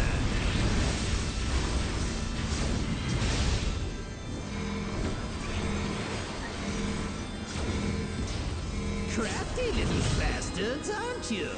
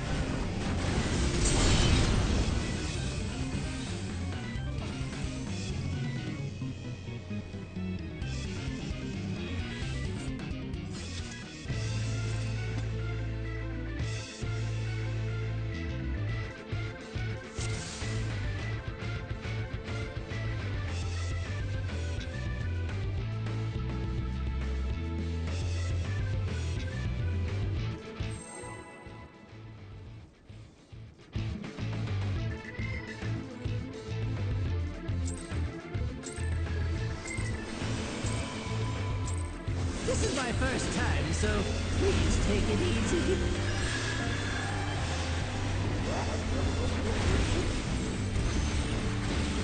Quick now, make your peace with death, because I'm making your death with all these pieces.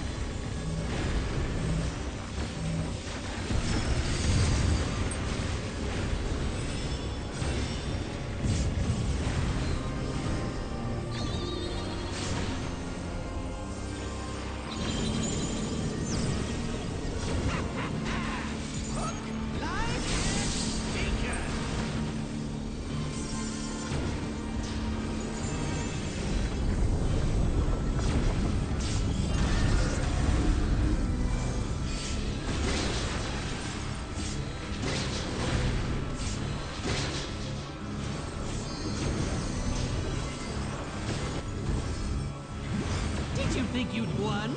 Oh, no, no, no. We've only just begun.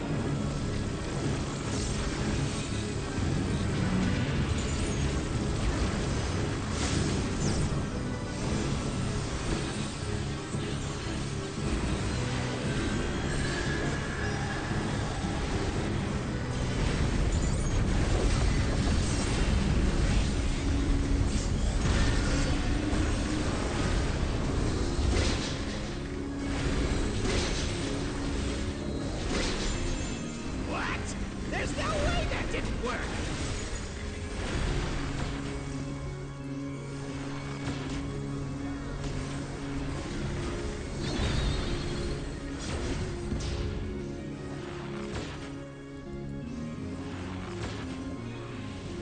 Still alive? Unbelievable! I really must insist you die!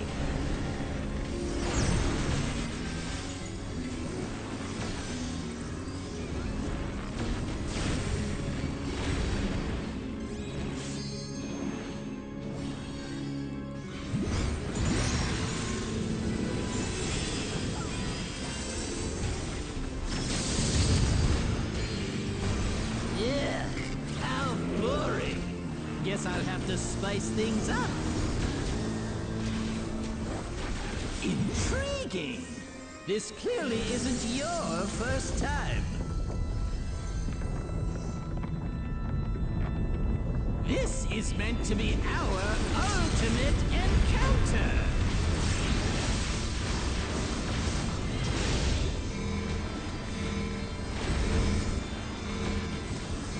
Crafty little bastards, aren't you?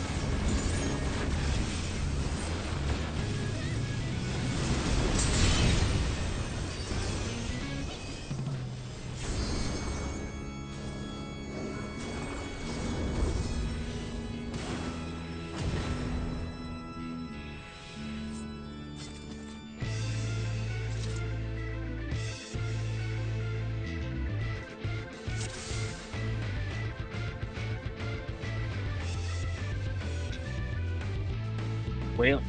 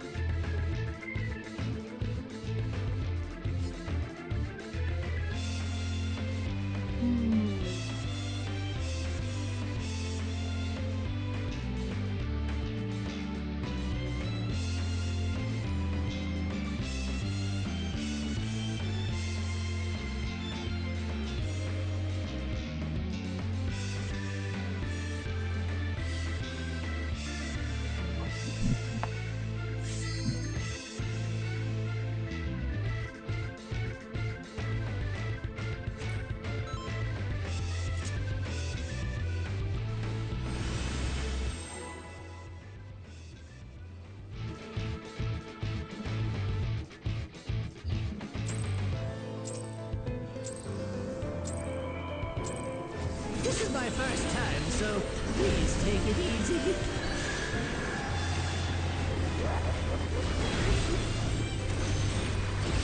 Quick now, make your peace with death, because I'm making your death with all these pieces.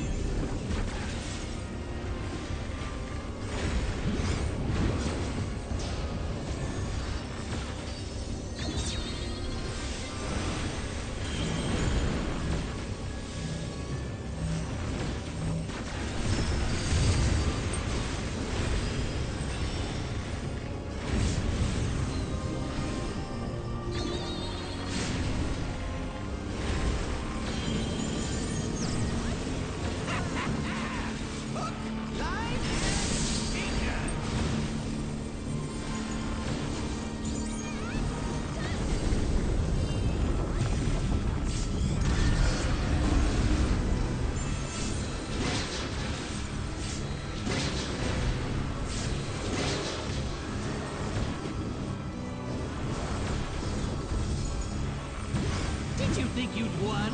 Oh, no, no, no. We've only just begun.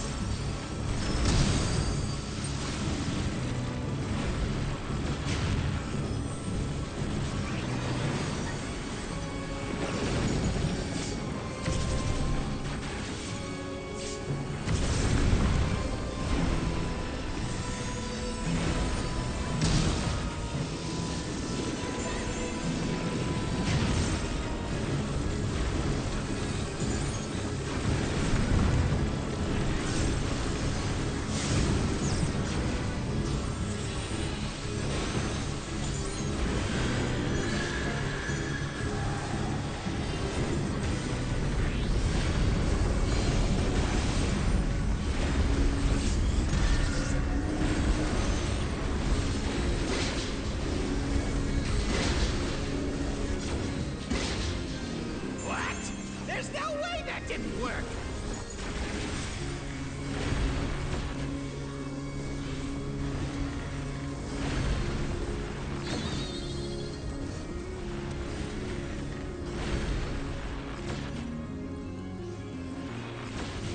Still alive?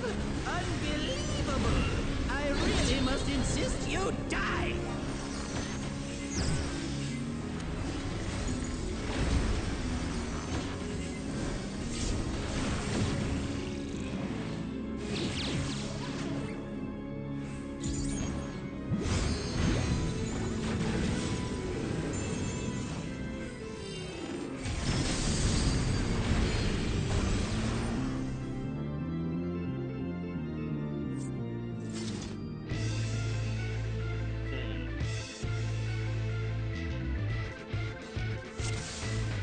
I'm falling asleep, yo.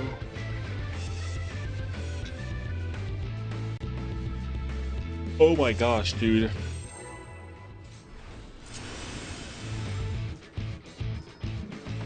I want to see P3. P3. This is my first time, so please take it easy.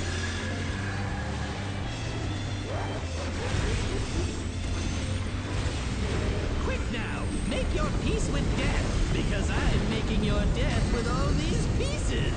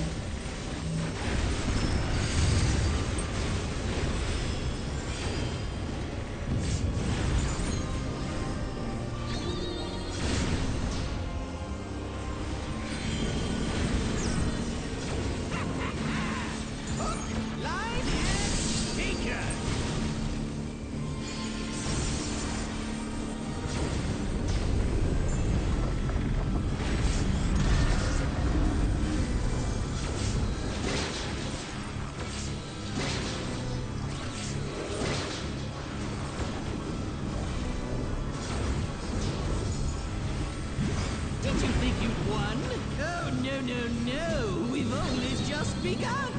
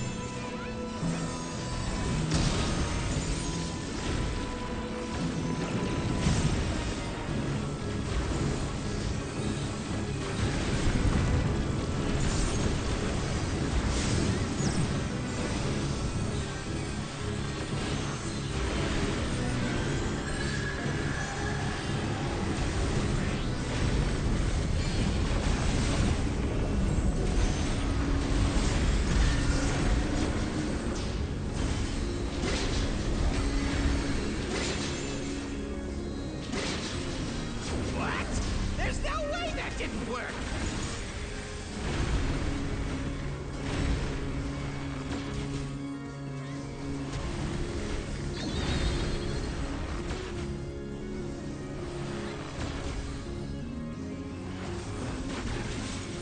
Still alive?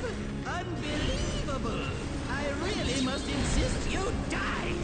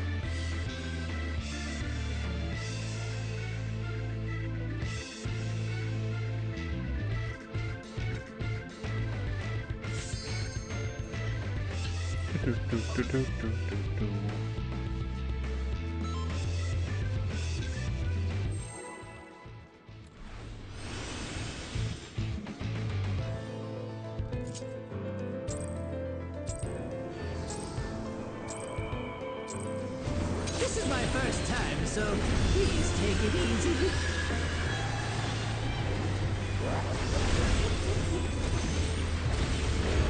Quick now! Make your peace with death, because I'm making your death with all these pieces!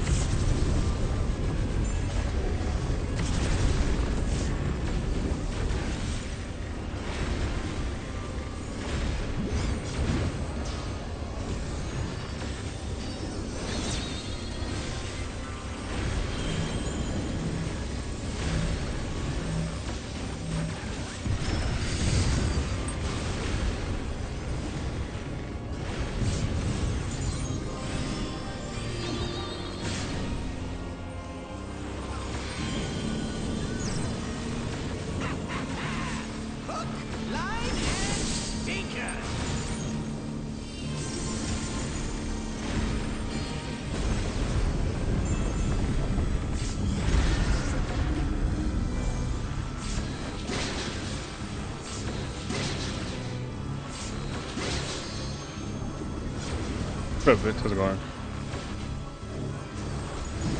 Did you think you'd won? That's a free. Nice. Congrats. We've Congrats. only just begun.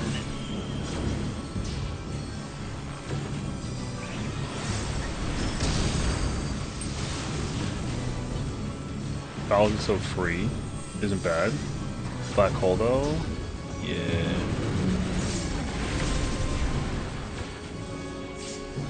I understand.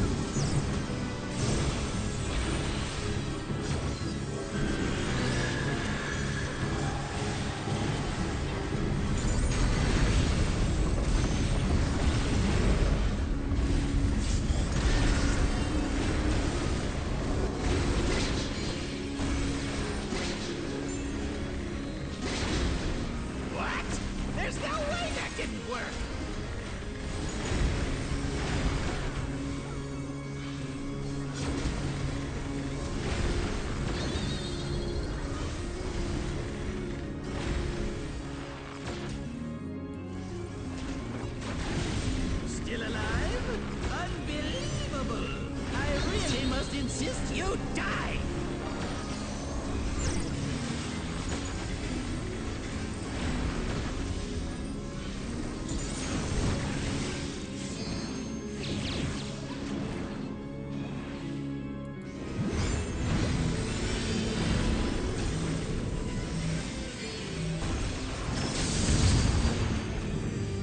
Yeah, how boring.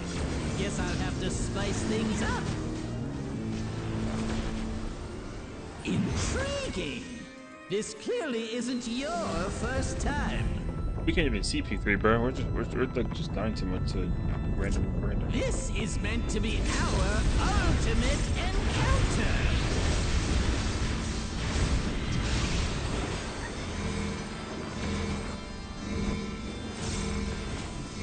Crafty little bastards, aren't you?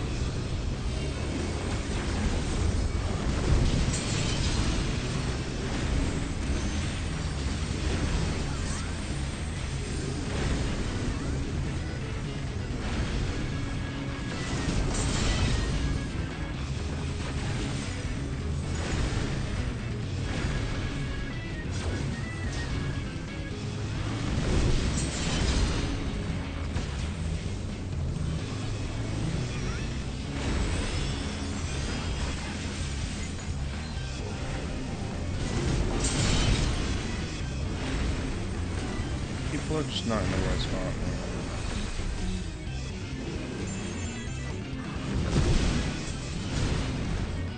Like, this is so boring, dude.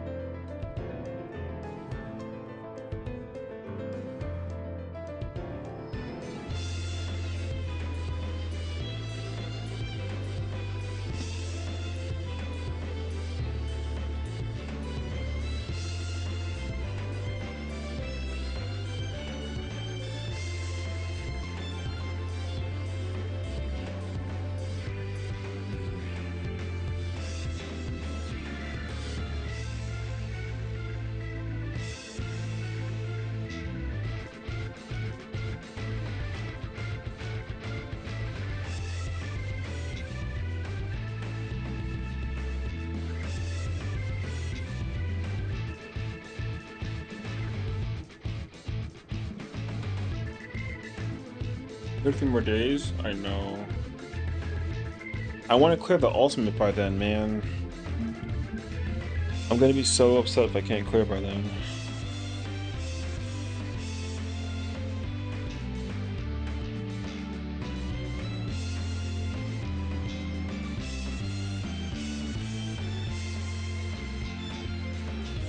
I can't wait. It's gonna be so good. PAL block. Oh, it's a Mario Kart arena.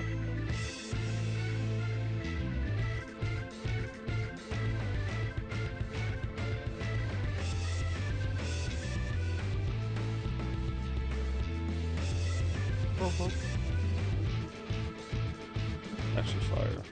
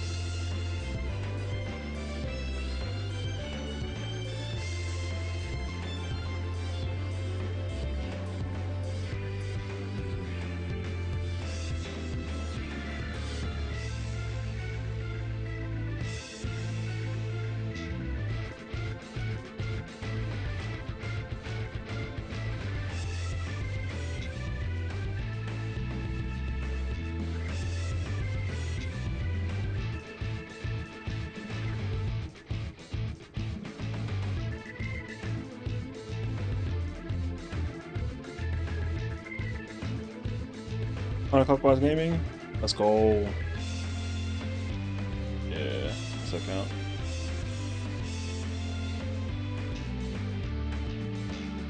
I love intercardinal boxes strat.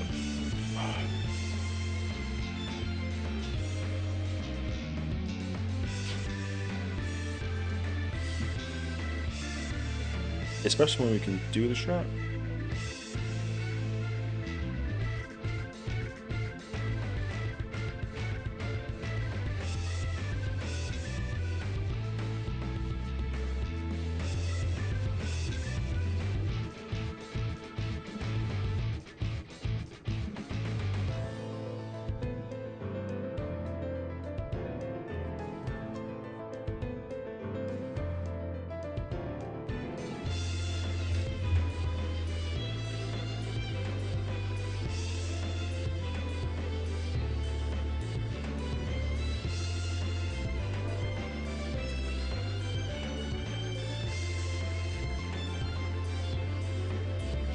Clown's hair clockwise is crazy. Black hole is just P2 in the sense that you need lots of representing. I mean, basically, like I said, it's just for safety, bro. Black hole isn't like that crazy. It just needs reps. And reps means that you simply just sim.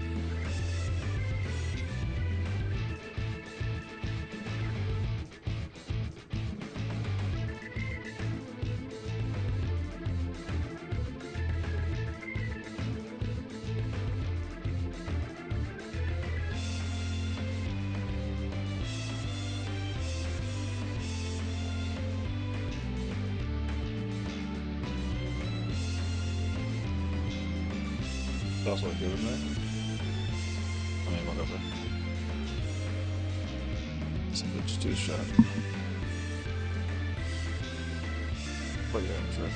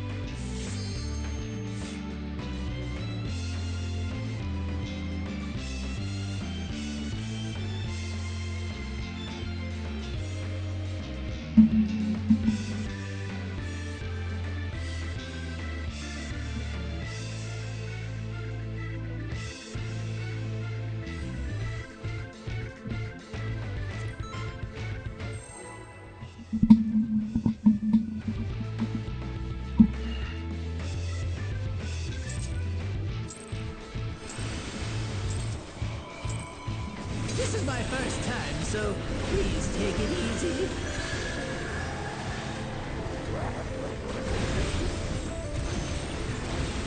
Quick now! Make your peace with death, because I am making your death with all these pieces!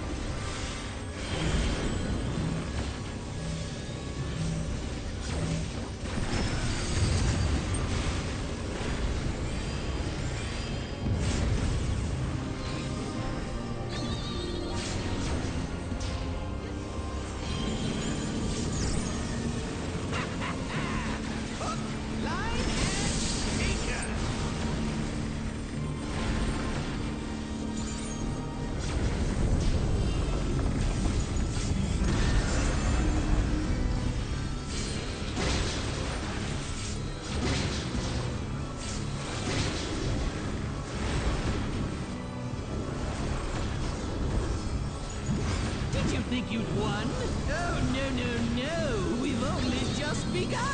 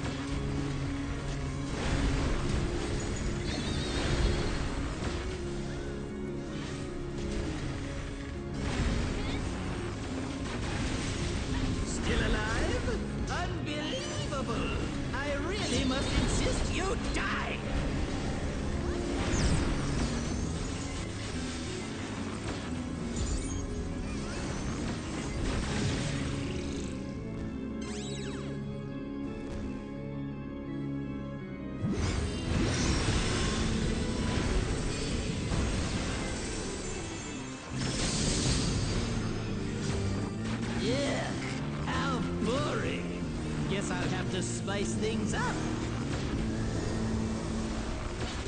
Intriguing! This clearly isn't your first time. This is meant to be our ultimate encounter!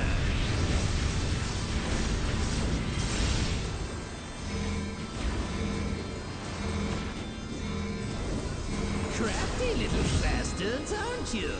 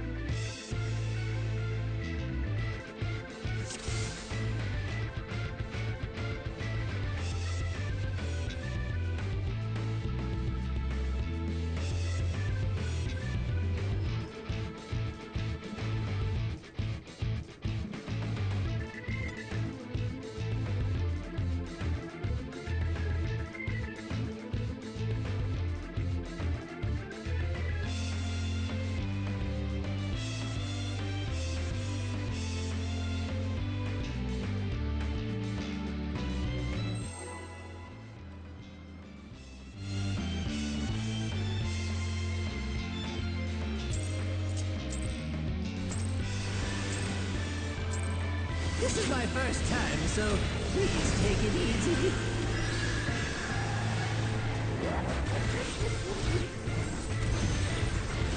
Quick now! Make your peace with death, because I'm making your death with all these pieces!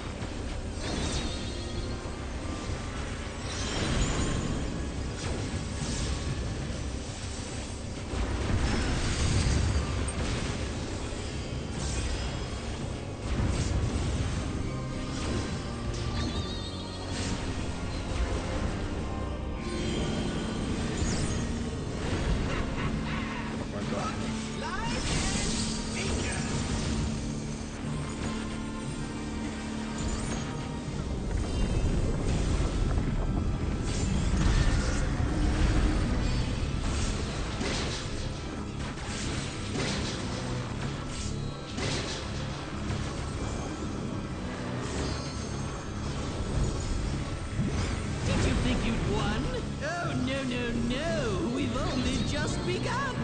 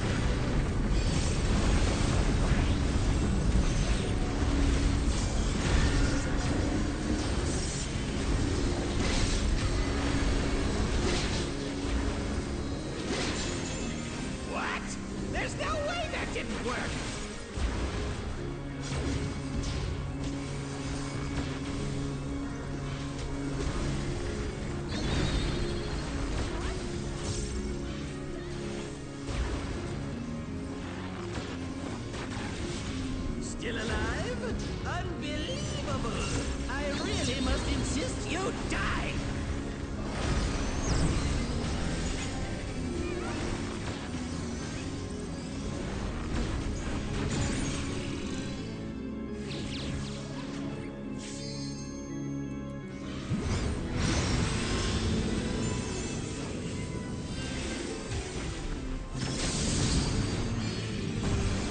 Yeah, how boring. Guess I'll have to spice things up. Intriguing. This clearly isn't your first time. My whole rotation's backwards. This is meant to be our ultimate encounter.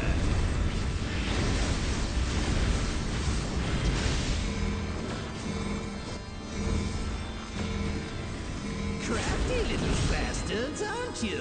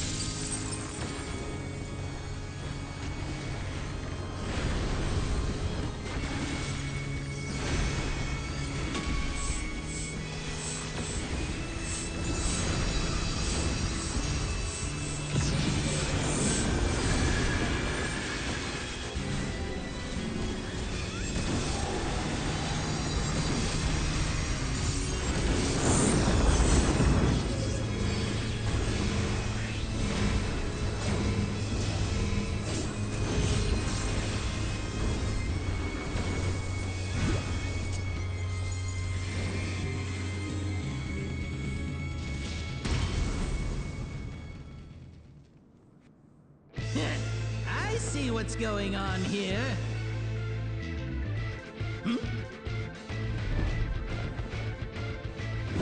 Why is it when I do the rotation wrong? We get You're in for it also, what's now. crazy too is I'm doing more damage.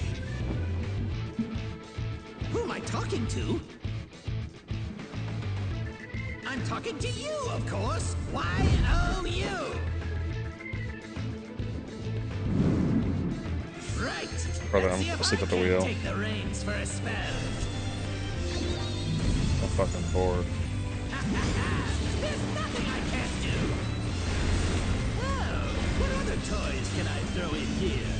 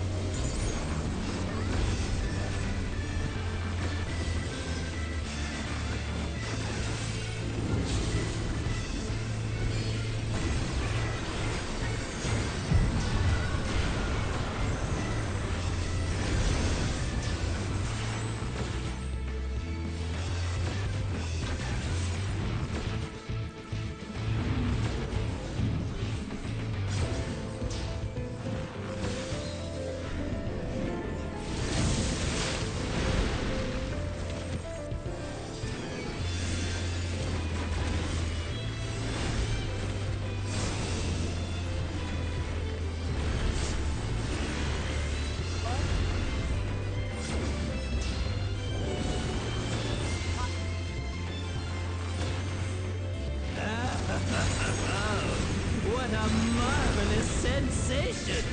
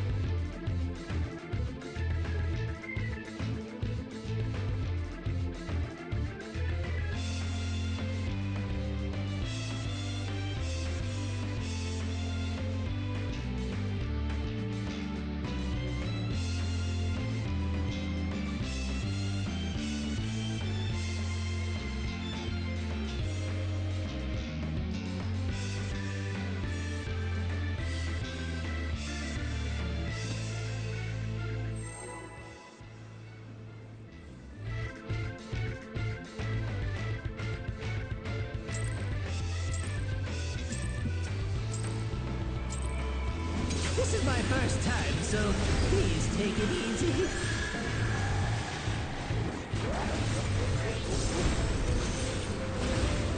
Quick now, make your peace with death, because I'm making your death with all these pieces.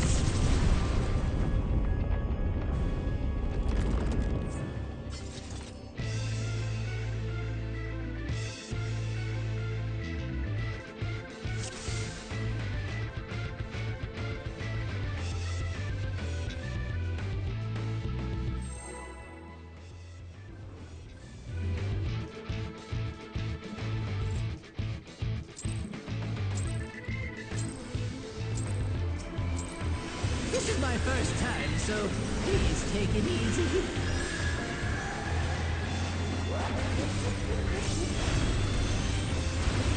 Quick now, make your peace with death, because I'm making your death with all these pieces.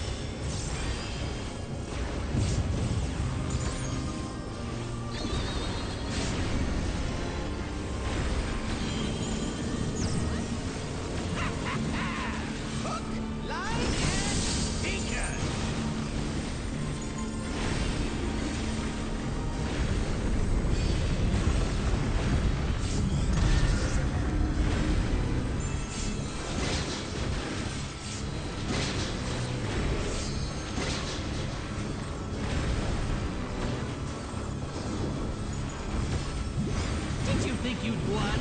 Oh, no, no, no! We've only just begun!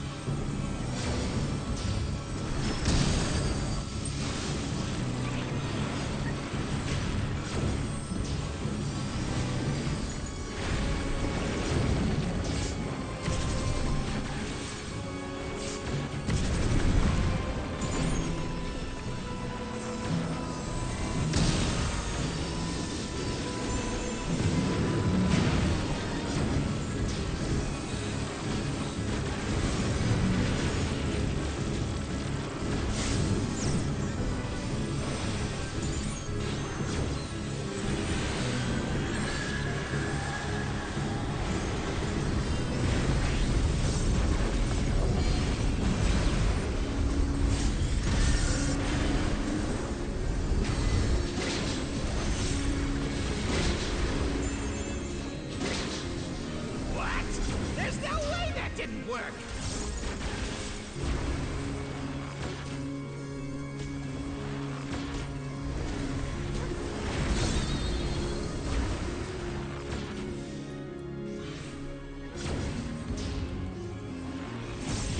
Still alive? Unbelievable! I really must insist you die!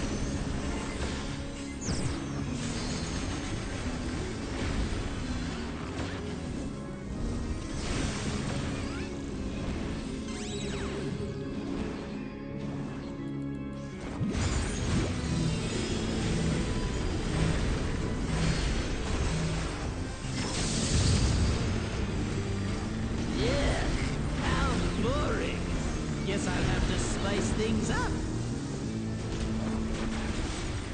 Intriguing! This clearly isn't your first time. This is meant to be our ultimate encounter!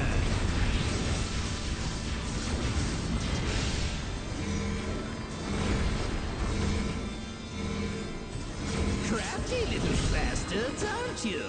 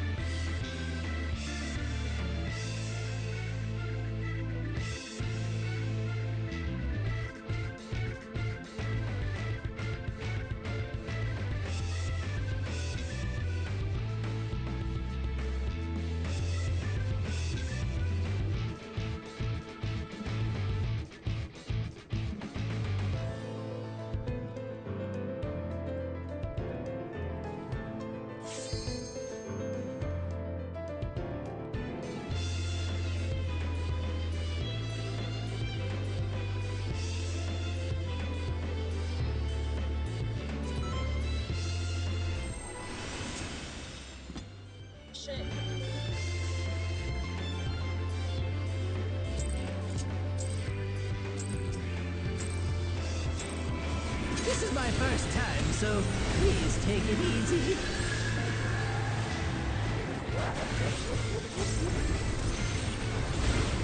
Quick now, make your peace with death, because I'm making your death with all these pieces.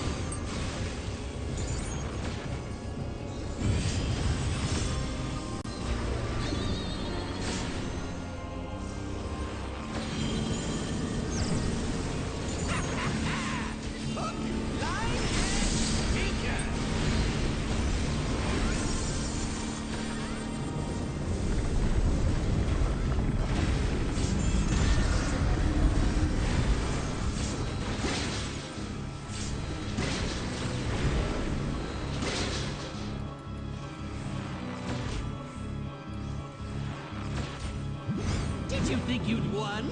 Oh, no, no, no. We've only just begun.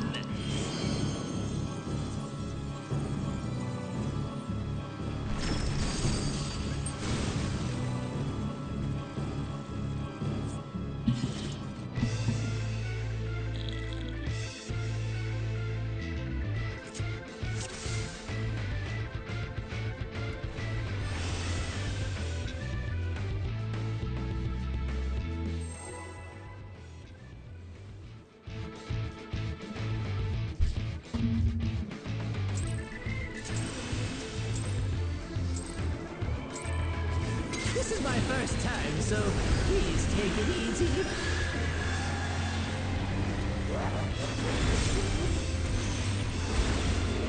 Quick now, make your peace with death, because I'm making your death with all these pieces.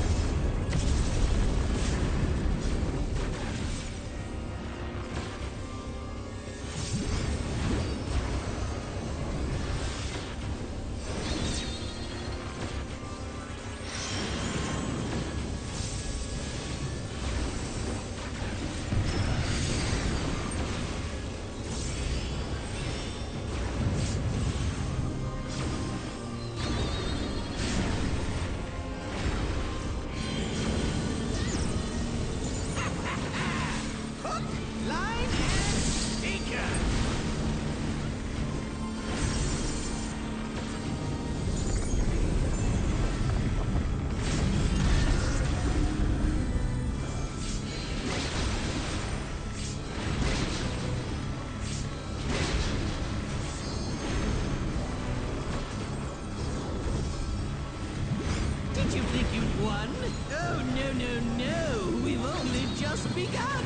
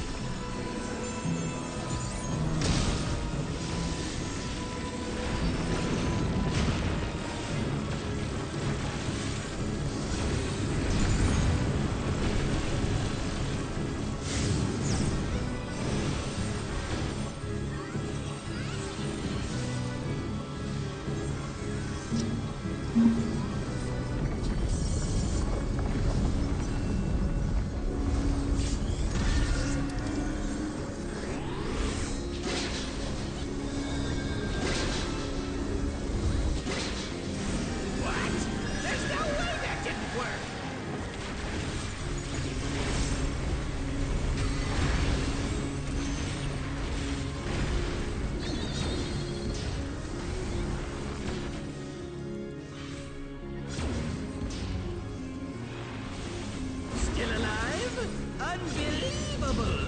I really must insist you die!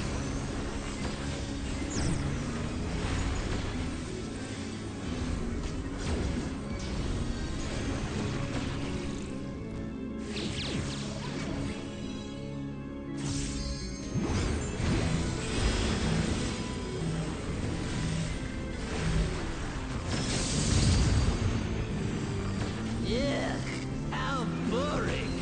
Guess I'll have to spice things up. Intriguing! This clearly isn't your first time. This is meant to be our ultimate encounter!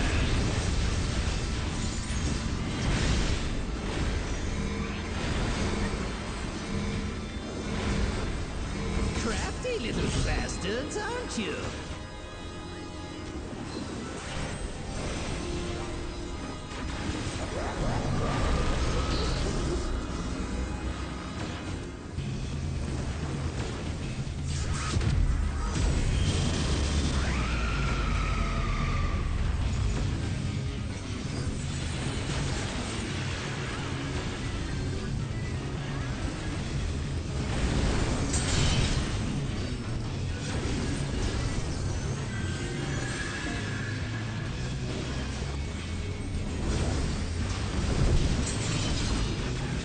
Oh my god, my shit is so fucking late, man. Fuck this shit, dude. Come on. God, man.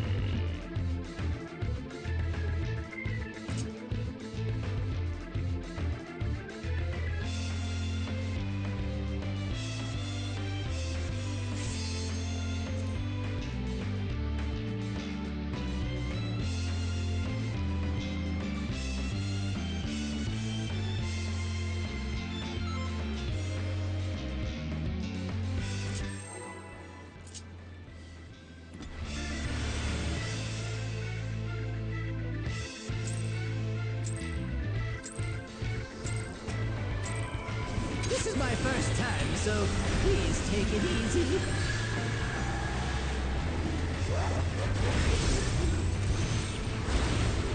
Quick now, make your peace with death, because I'm making your death with all these pieces.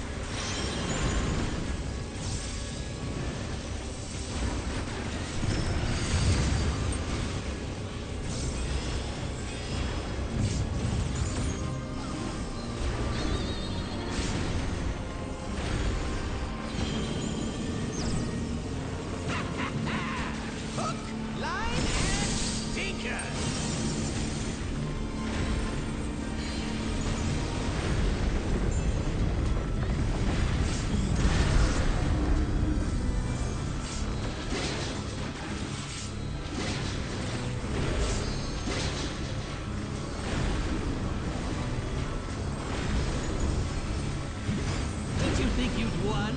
Oh, no, no, no! We've only just begun!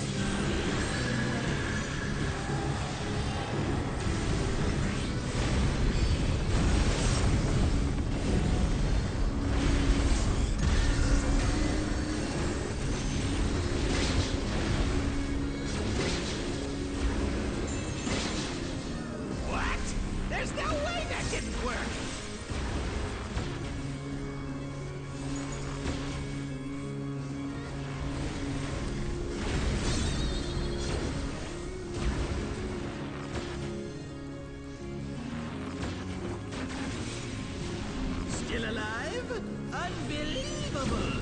I really must insist you die!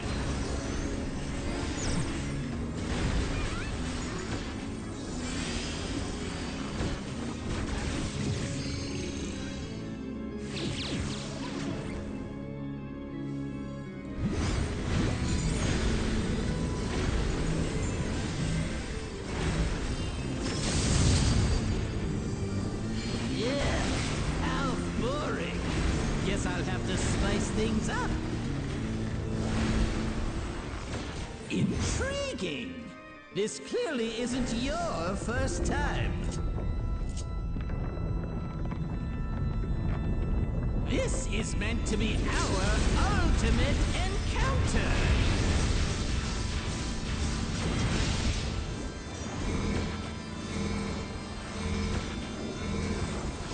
Crafty little bastards, aren't you?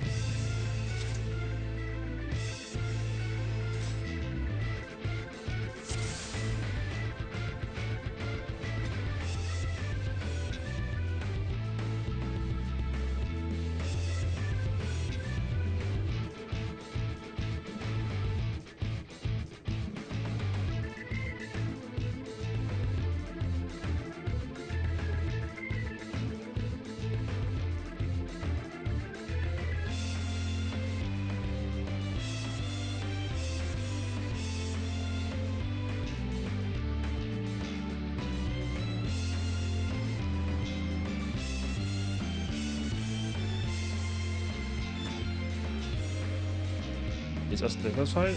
Not really. It's just very particular for whatever role you're playing. Every single job is like a cross rotation for this fight, so not really though.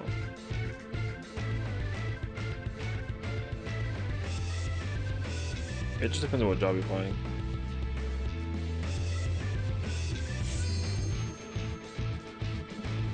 There's definitely like there are moments of downtime, like even during the uptime. Like melees are going to have an annoyance during the end of P2 and like during P3. The bosses just kind of go in places they have to go, and because you gotta fight certain ones at certain points in time, like there's just nothing you can do. There's also like a limit cut in P3 that you have to go to the walls towards, and the bosses can be like anywhere. So you gotta just kind of deal with it. Otherwise, though, not entirely. Certain jobs can handle uptime better than others, but yeah.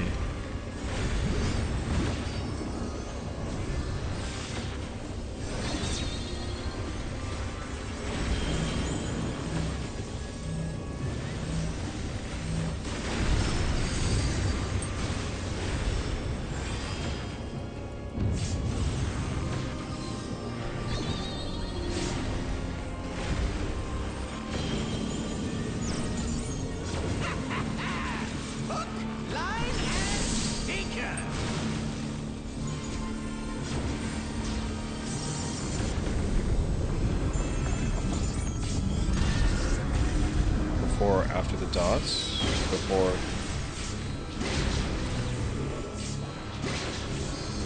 But the dot pod timing thing doesn't matter. You do it for the iron jaws. Did you think you'd won? Oh, no. We've only just begun.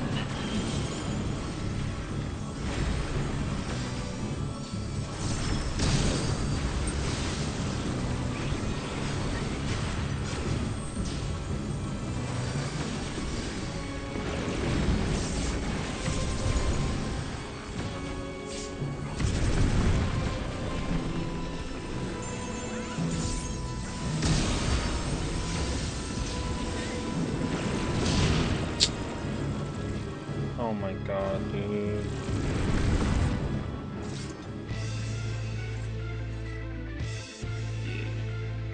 There's the iron jaw takes a picture of every buff and debuff, including potions on your thingy when you do the button, so. Yeah.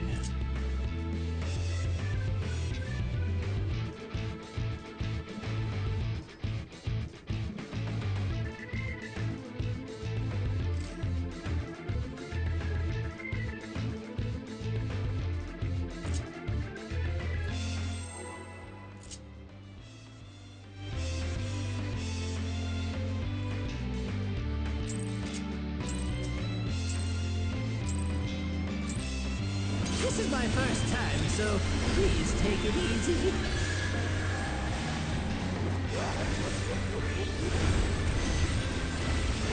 Quick now, make your peace with death, because I'm making your death with all these pieces.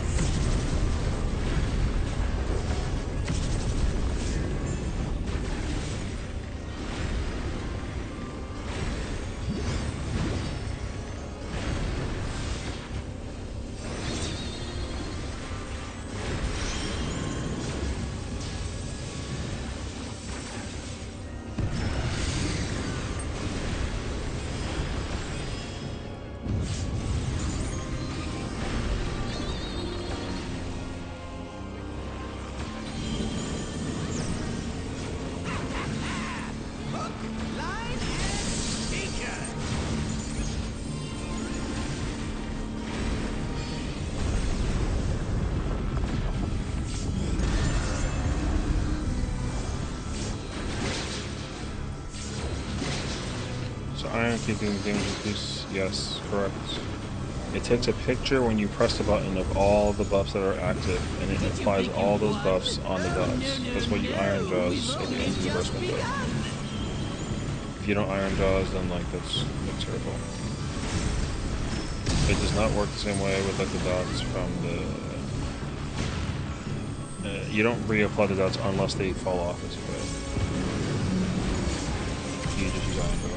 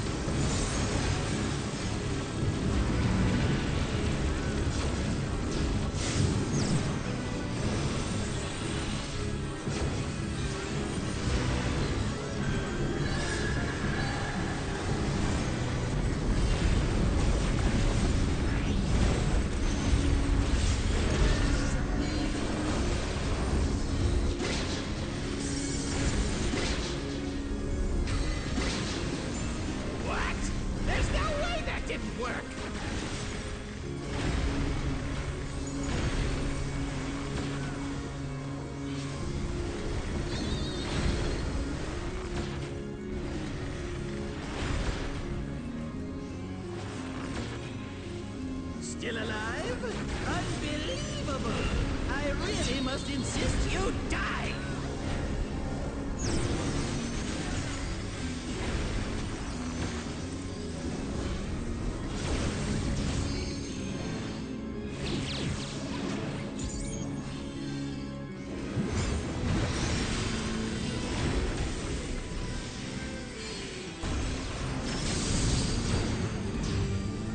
Ugh, how boring. Guess I'll have to spice things up. Intriguing! This clearly isn't your first time.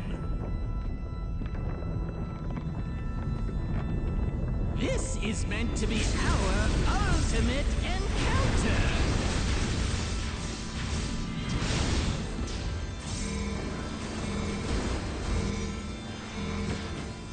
Crafty little bastards, aren't you?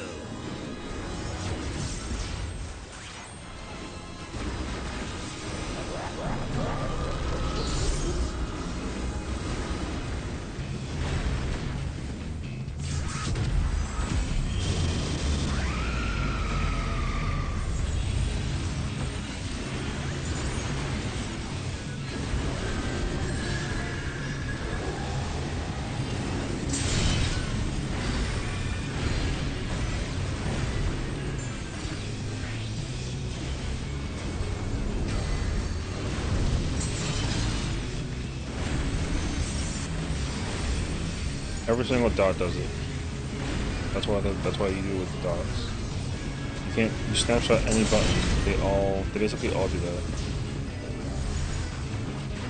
Like every single dot, including healers, do the same exact effect.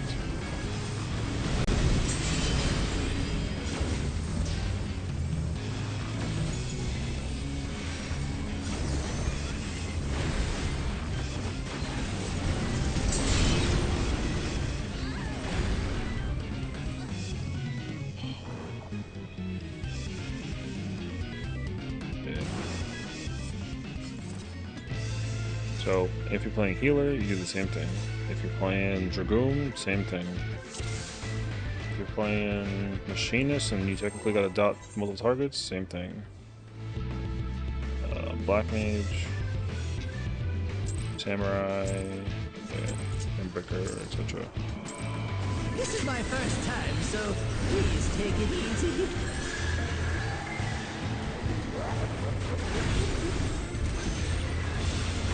Quick now, make your peace with death, because I'm making your death with all these pieces.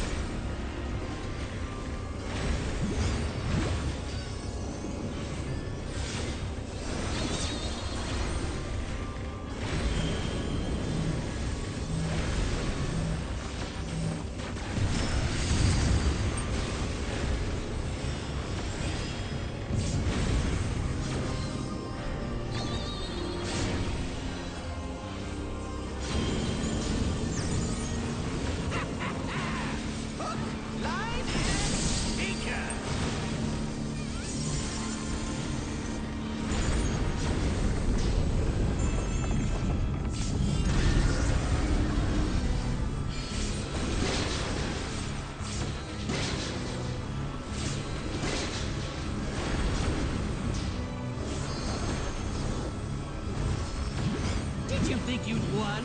Oh, no, no, no! We've only just begun!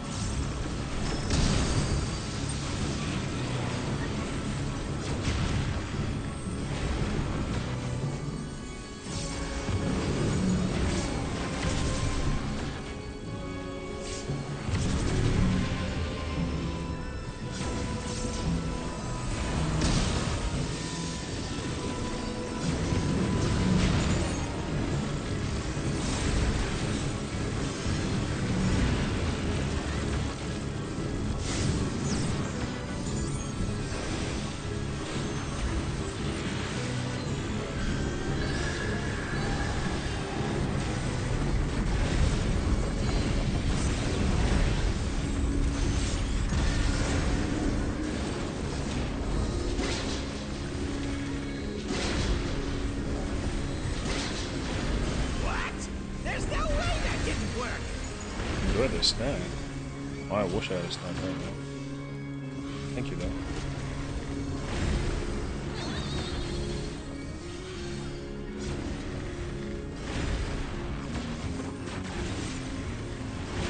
Still alive?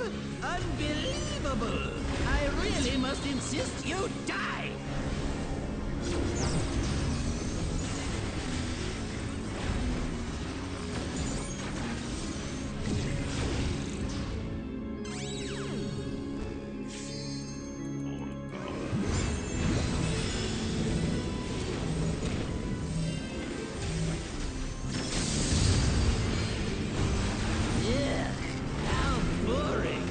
Guess I'll have to spice things up.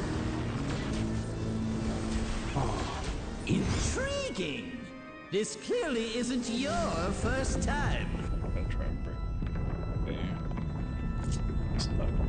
This is meant to be our ultimate encounter!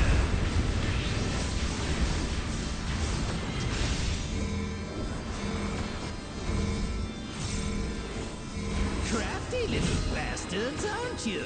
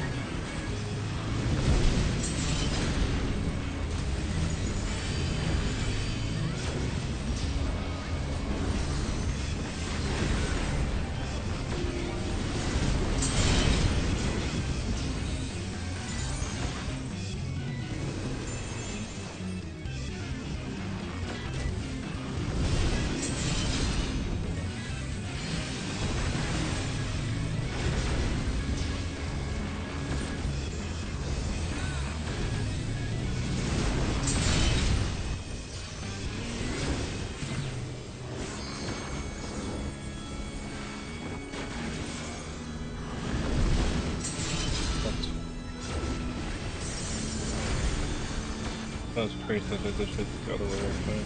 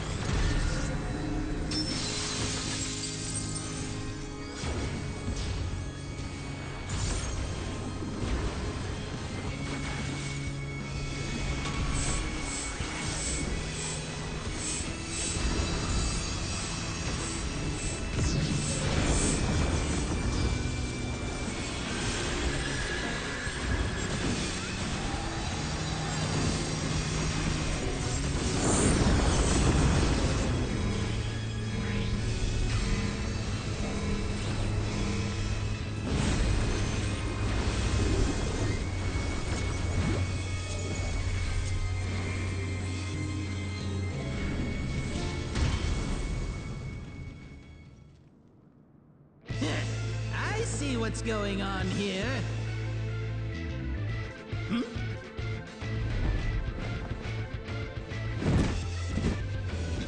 Oh, you're in for it now. Who am I talking to? I'm talking to you, of course. Y-O-U. Right. Let's see if I can't take the reins for a spell.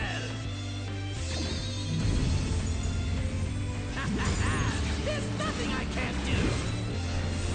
Oh, what other toys can I throw in here?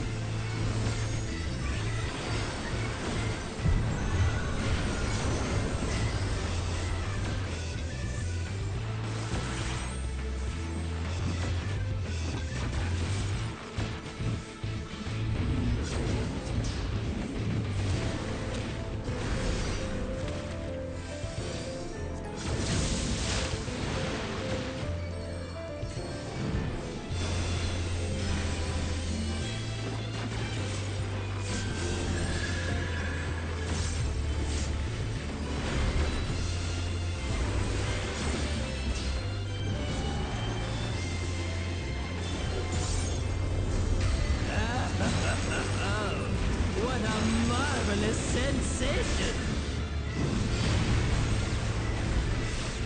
Jealous? Enthralled?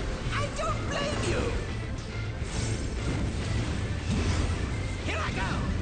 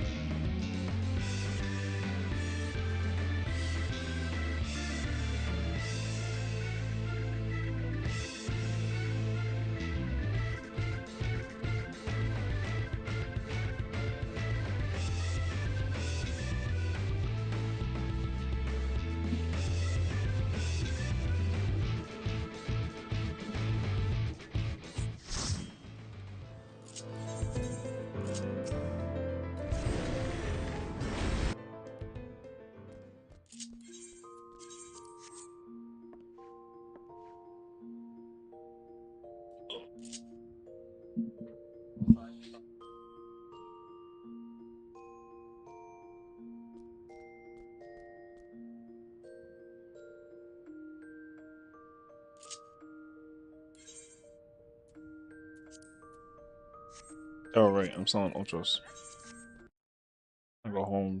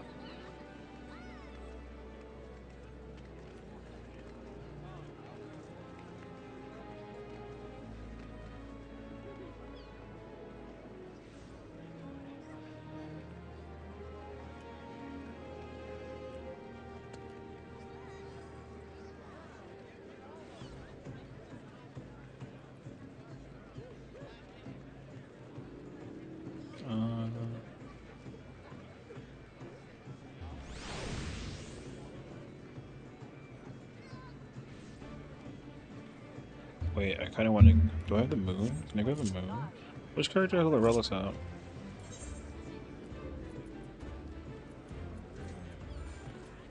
Oh, it's not.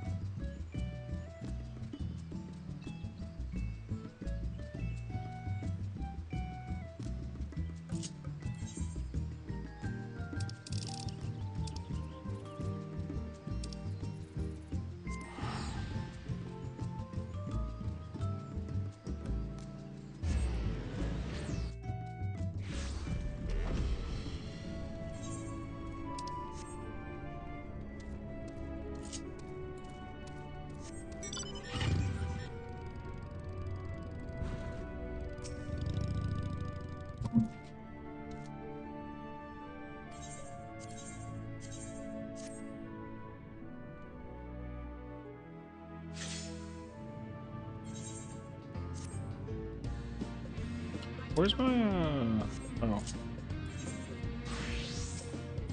Oh, I acquired it on the other character. Right.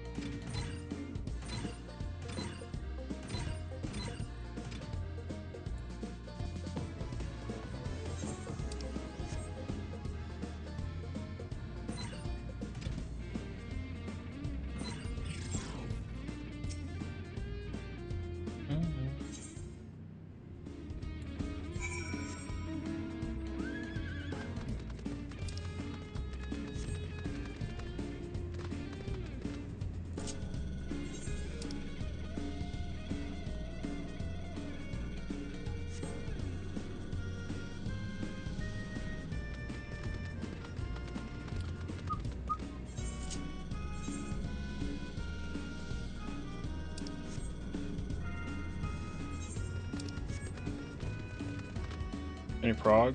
No. I mean, sorta. The last pull was like the knockback, but the thing is like we should already be getting there. So I'm gonna say no. It was. I mean, we're gonna just call it like a warm-up day, so people will be at more full force tomorrow. Static or PO? Static. Yeah, it was static. Unfortunately, I say unfortunate because you know, the party can't make any adjustments. I mean, you gotta just wait for him to do it. What the fuck, Richard? So, oh, wait, I got it. This is not like a teleporter. Here, Yeah, I gotta like wait for them to like, you know, the brain juices got to be flowing for them to like content and that sort of thing, and then when they can do it, then like cool. But like I said, like we're still cleaning up for Sessiion, which is cool, but also it's like, you know, it's always the the thing about statics. Everyone always, so there's at least like a moment in time where like people will, you know, mechanically do the thing, but it happens to everybody too. So it's like, okay, like my only mistakes was my rotation, never like my mechanics. So yeah, throne alerts. I don't think so. I don't actually know. You know what though? Chances are no, because I don't expect there to ever be throwing anything. So I could look into that, but I don't know how to like set that up. So I can do that homework tomorrow.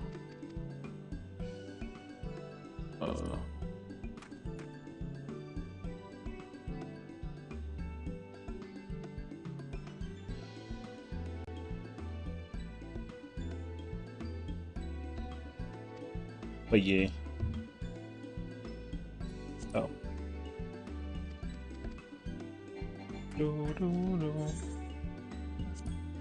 I joined Xenos' stream for 2 seconds and I heard some weird sounds and insta closed the tab.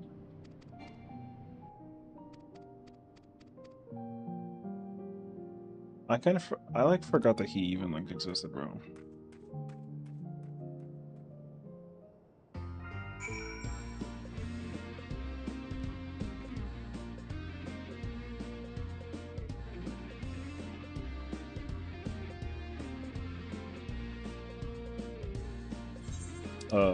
But yeah. No, man. I mean, you know, I just think that everyone's always gonna meme and die in Forsaken in Phase 1.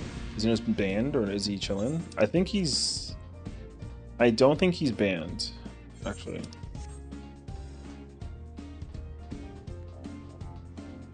I don't think so. But here's the one thing I want to understand, because I'm kind of confused by it. Actually, wait, you were watching his stream earlier today, right? Was he playing 14 or like not at all? Because I have like a curiosity.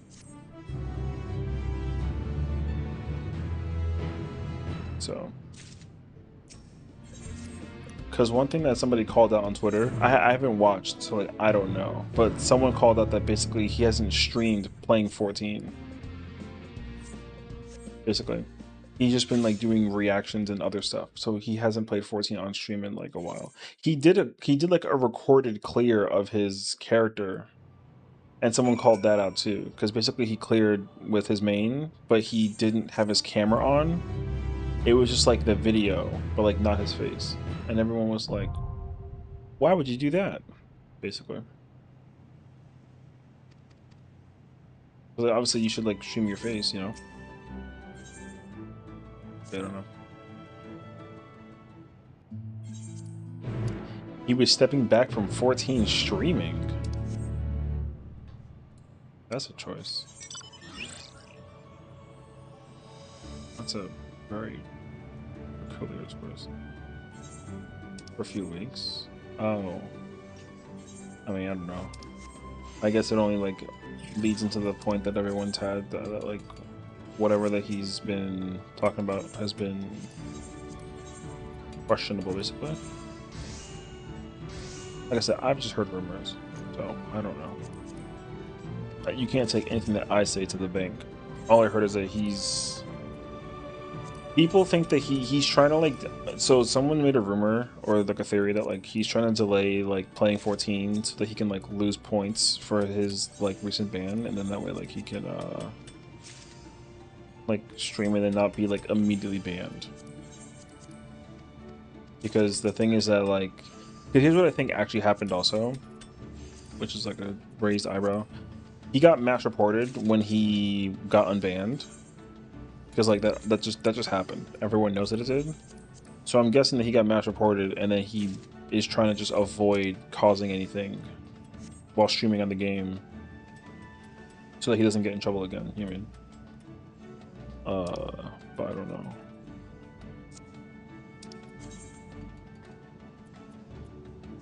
Yeah, we got 6s. Do we get 7s? Oh, we're definitely getting 7s, I think. Actually, yep. Oh, 7. I never finished my Fisher. I mean, if bro's innocent, why does it matter? Well, I mean, that's the problem. You're not wrong. If he's so innocent, then why doesn't he just stream? That's what the point is. Like, everyone's trying to play. Everyone's trying to like call his bluff. So, I guess that's the problem. But obviously, like let's be honest, right? Like there's no shot though, right? But yeah. I'm on the side of like, hey, look, like, if you know, you know. And I think everyone knows. But again, like, there's no quote-unquote proof.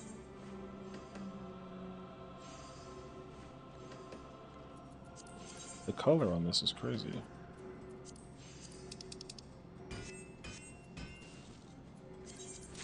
I don't know. Like I said, I just hope that he like understands that like he's really like causing a stir. People obviously don't like him. That's been like well known and understood for like a really long time.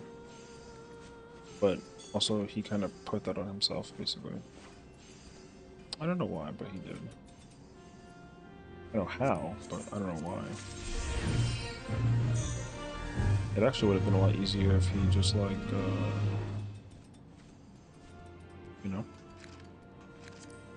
What do I stand for this?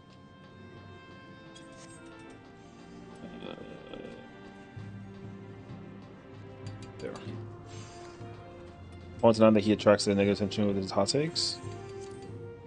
See, I don't even think it's like a hot take thing though. I just think that bro like literally likes to cause like a stir. You know? I don't know. Cause like I watched his video before, and like he literally said that he was the biggest streamer on the what is it, on the platform, and that's like not true. He's definitely the loudest, but he's not the biggest, and everyone kind of knows it too. So, well, not everyone knows it, but yeah, you don't really realize that he's actually like a much larger streamer. Or sorry, there are much larger streamers by comparison, if anything. But yeah. Again, though, I'm not trying to like take his credibility away, but bro is definitely not like the biggest streamer. There are definitely moments where like I understand where he's like coming from too, so I understand that like sometimes he has like his takes and everything too. Like that's fine. But yeah.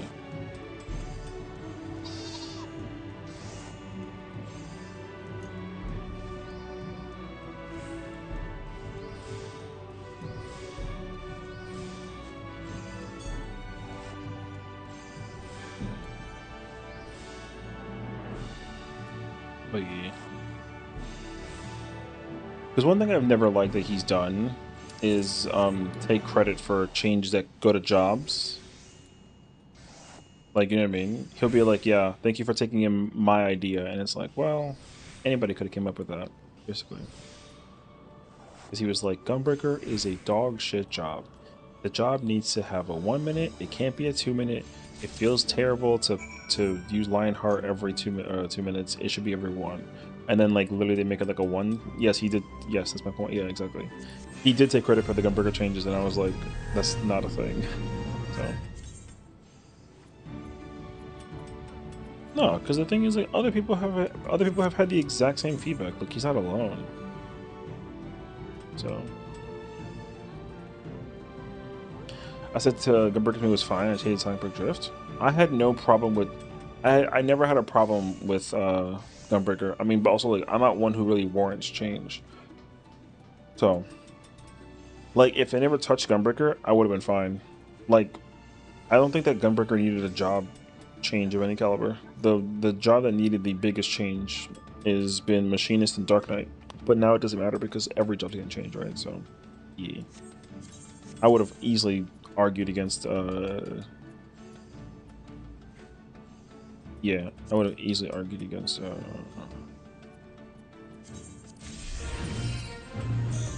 didn't I get this because of the I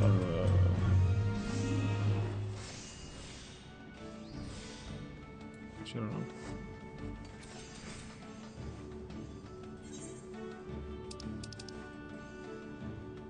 Where's groundwork? 16. That's good.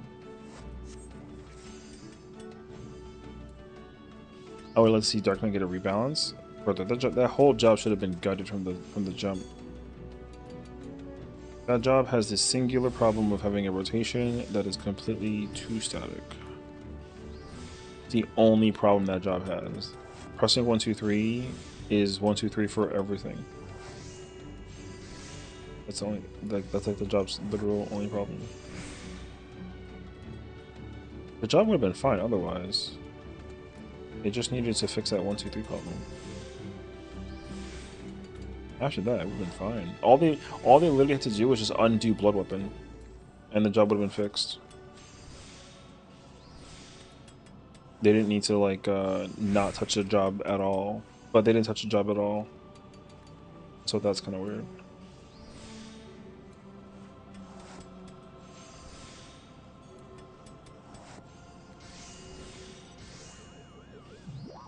So, oh yeah, everyone knows that like everyone knows the #1 problem with Dark Knight was that they simply just took away Blood Weapon and they combined it into Delirium. That was a terrible idea. But it's funny because like when the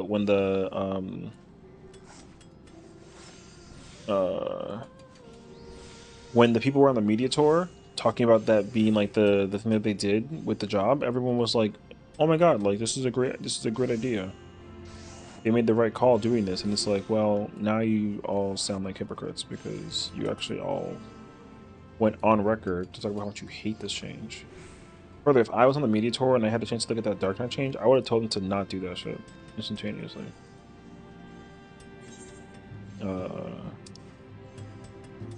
But also, like, my take is that no job should be easy to be played by any job or by any player. The way how the content is designed, the jobs should be designed the same exact way. Every job should offer like a very complex way to play it. Oh, I pressed the wrong button. That was like a waste. Because like casual players don't care about how to play jobs. They just want to play jobs because like jobs are cool. So simply just make jobs look cool, and then like you have yourself people that are going to be obsessed with jobs. Like it's just that simple. No casual player like walks around about how they're like a main for a job, and because like they know how to do the burst window. So, yeah, no, casual players don't give a crap. And if they do, they're lying. And like, yo, like that's fine. It's okay to be a casual player and then like not know how to play a job. The whole point is that you know how to just like enjoy the game. You know? Okay. That's all. And I get that because I was the same exact way. I didn't really care about how jobs play when I was a casual kid. I just like to play jobs that I liked. But then once I got exposed to the horrible thing that's called the balance, and then everyone was like looking at my raid parsing, and then they were like, "Oh, like you have, you know, 7s," and I'm like, I don't know what that means, but like I can do the content. And they were like, "Well, yeah, but you can't do good damage." And I was like, "You can't measure my damage. How would you know?" And they were like, hey, by the way. And I was like, "What?" Then I found out that actually, no, JK, there is a way to check, and that sent me through the moon. No pun intended. Okay. The thing is, like, I understand the casual players want to be able to like have a like if something doesn't feel good though, like I can advocate for that. Like I'm in full support. If something doesn't feel good, then like that makes total sense. But also like I don't think that casual players would respectfully understand what does and what doesn't feel good. So I think it's fine for them to like, with lack of a better word, be clueless, but then just understand that like people that they're like watching play the game that know how to play their jobs would just sit there the whole time and like ask questions on how to play the job. Because that's what happens to like me all the time now. And like that's fine. You don't like need You don't need someone to teach you. The thing is that the other thing too though is that casual players don't want to learn either. That's the real thing too. They don't want to be taught how to play the job. They want to like figure it out for themselves. So sometimes too, like whenever somebody like asks you a question on like, oh, like, you know, how do you do the Dragoon opener? And then you tell them, they'll be like, cool, I got it, thanks. And then you're like, okay, well, I mean, you asked, so, you know what I mean? But then also what happens is too, sometimes a player will listen to like they'll ask you like a question, listen to your advice, and then like it doesn't stick. You know? So sometimes you get that situation too. You understand I told you because of press this, but you do X into it because of Y? Yeah, yeah. Well, the thing is like, yeah, go ahead. Sounds good. Like I said, there's nothing wrong with casual players not knowing how to play the game correctly. The only thing that matters is that they have fun playing the game. Because like even a casual player can like eventually go into an ultimate, clear an ultimate, even if they don't know what they're doing. Like that's totally fine. Like that, yeah. Aesthetic. Like that's fine. You can be very bad at the game. Just literally just do not have an ego. It's the only thing I would ever ask. You can be the worst player on human's existence. I don't care. Just don't have an ego. And like you can do whatever the hell yeah you want. Oh, I feel that actually. No, exactly. So, yeah. One more. I mean, that was that. Hold on, I got you actually.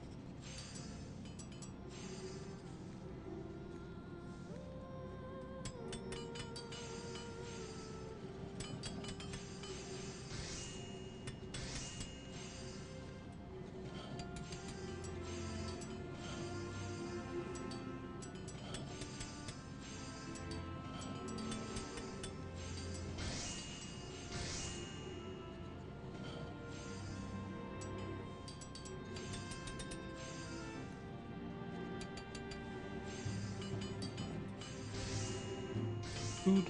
Where am I at?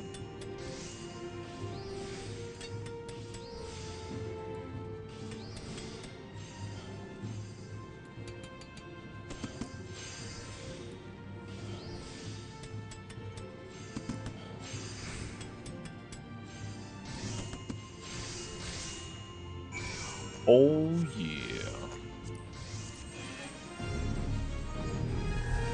Oh my gosh, finally gold. It's gold. Got a gold, baby. Okay, I need 1 through 5 now. 1 through 5.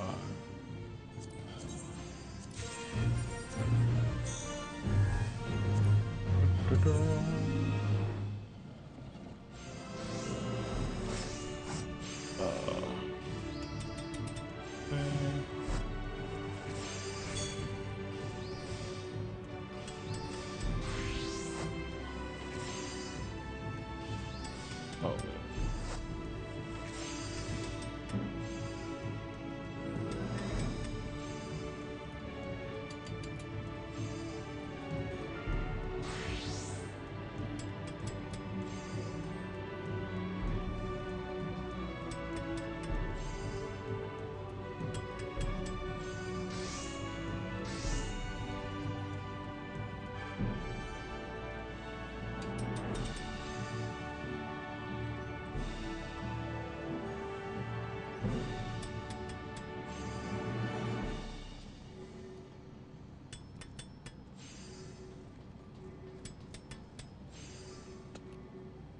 oh wait.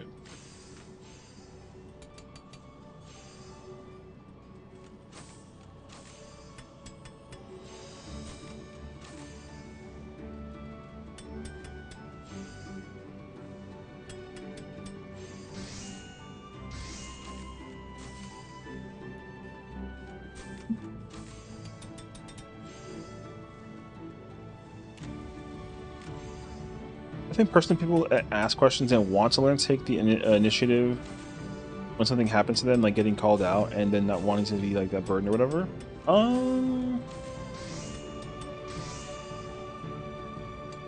I mean, the thing is, like, usually when it comes to like when it comes to doing mechs though, like asking questions about a mechanic when you die is cool. That's like fine usually. The only time that becomes like a problem is when you're like, for example, let's say like with Kafka, like the group is supposed to study phase 3, right? And then like they don't study phase 3. So then we start dying in phase 3. And then we get into the party and the people are like, okay, let me like study phase 3. And you're like, you literally had like a weekend to figure that out. You know what I mean? That's, yeah, it's wasted time, 100%. And the problem is that like people do that all the time.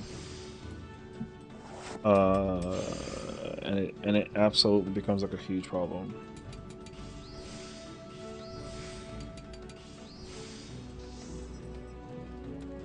Yeah, so the thing is like, you know, when is like that threshold where you feel like you gotta just be like straight up to their face like, hey, like I'm not gonna do this right if you guys don't study, you know, or whatever that it is. I think it's worse that like, I think it's worse though when you're like in a group, and then realistically, it's like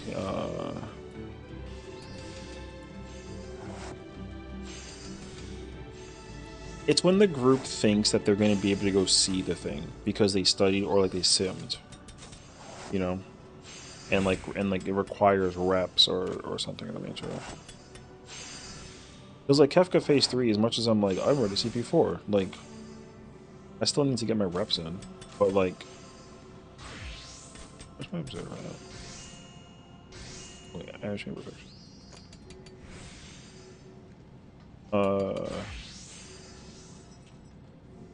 But like if I wasn't just sitting there doing like nothing, then I would have been able to like I can do it. I would just have to be like mentally like awake in the process though. Get those reps. I mean, like I shouldn't even be getting reps. I should just literally go do the sim. You know? That's the thing too though. Like you can just literally go do the sim.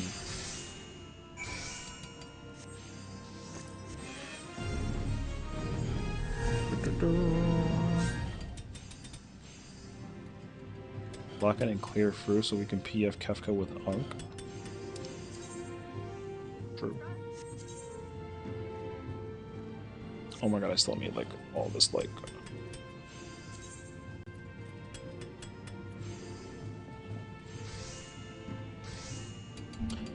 yeah.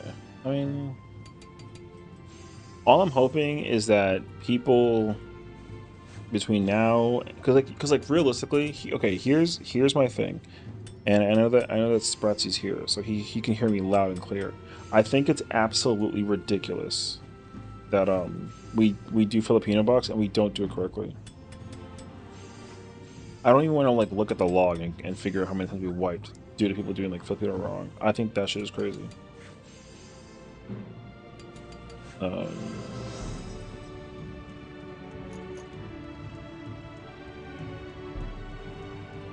I think we died. I think how many polls did we do today? Like 20 something?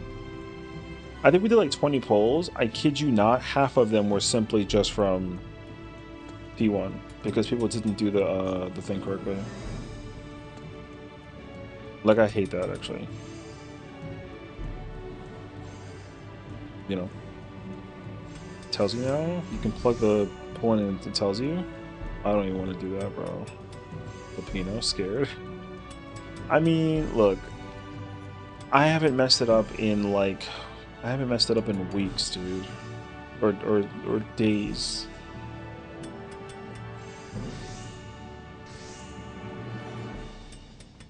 The tech that was provided over the thing is like really nice actually. You go cardinal. That way you have more space between the with the server tick for the teleport to the north one and then or the south one or whatever one you were going to next. The going if the arrow is here, instead of going into cardinal in the box and then out, you just go side to the next arrow or whatever, and then literally you just simply maintain uptime, and then the range person doesn't have to do anything, and then you just if whoever gets taken in, at least the gap of space puts you more likely in the middle of the arrow, so you don't mess that part up.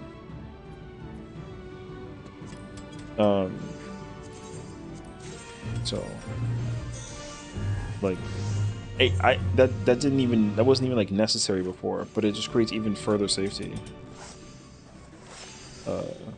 Damn. That's pretty crazy that I can like tell you who fucked up where. I mean, like I said, I don't want to go look it up. I think if I go look it up, I'm gonna be like upset. But like I said, no one should be messing up that mechanic because like it's pretty free, all things considered. But that's just me. Oh wait, I messed up. I need to do what's that?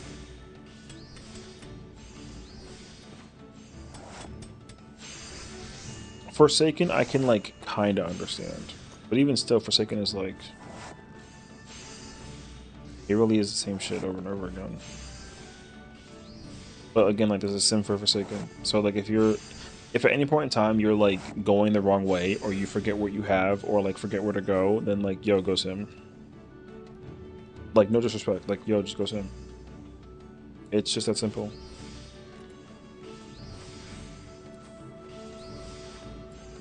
Yeah. Like, I'm not trying to come up to anybody's neck. I just really think that you should just do sim.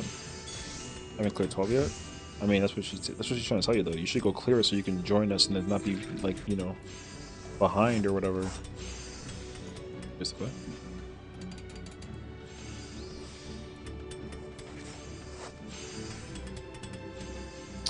But also, like, I'm just not trying to over-expect, because I do this all the time, bro. I did this with M12, I did this with Cruiserweight, I did this with Heavyweight, or Light Heavy, I did this with Fru. I always just expect too much, so I can't do that. It's like fine. Where am I at? Oh.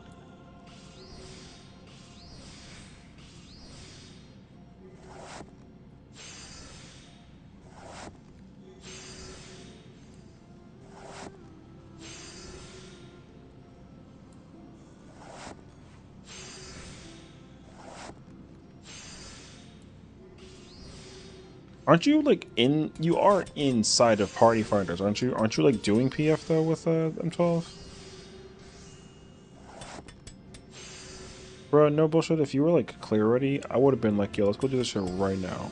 I have the taxi right now. And I was helping out that one streamer.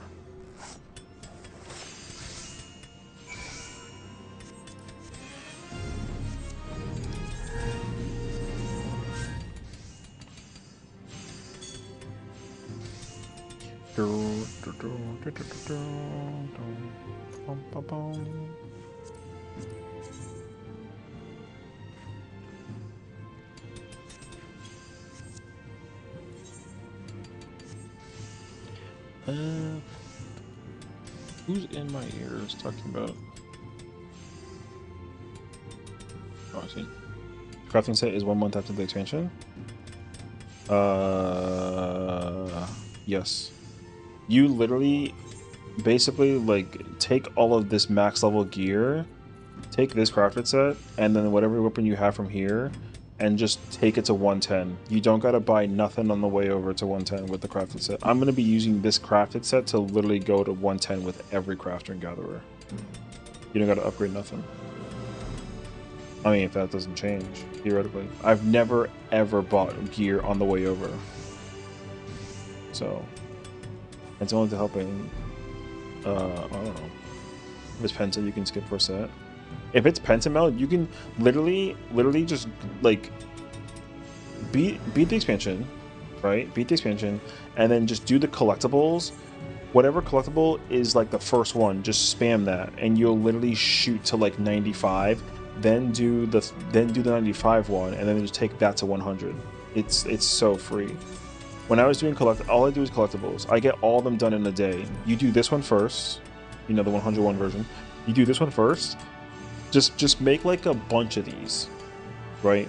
And then whatever the new one is, and then you'll go to 105. Then just do this one, and then just take this one, and then go to 110.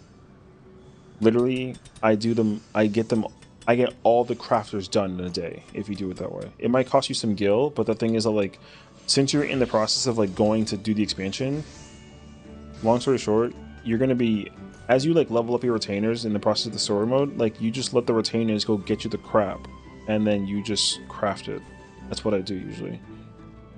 I never ever had to like acquire the mats.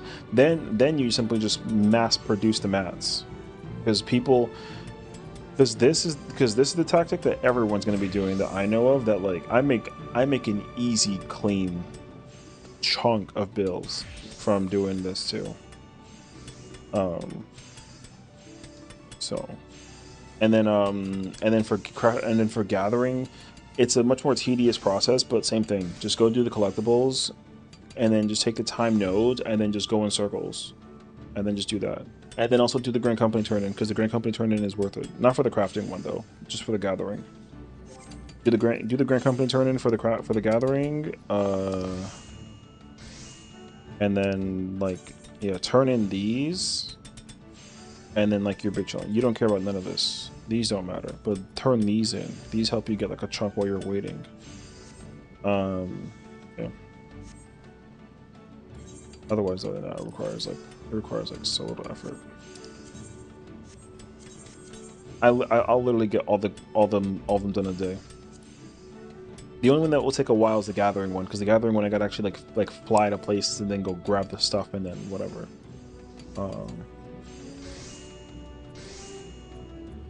What I have learned though, for sure, that like helps out like a ton is whatever the mats are needed to make like the potions and the food and that sort of thing, like you can even start like preparing that too, because I'm pretty sure the cycle of the stuff you need food and pot wise is the same between both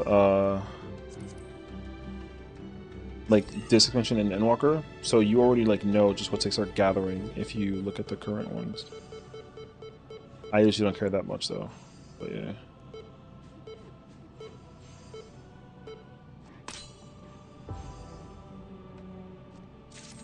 Nice.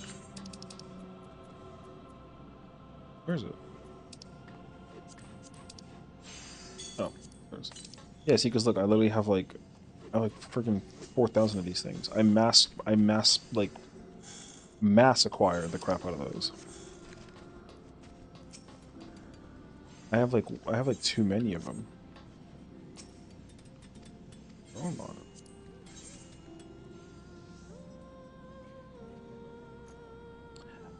Oh.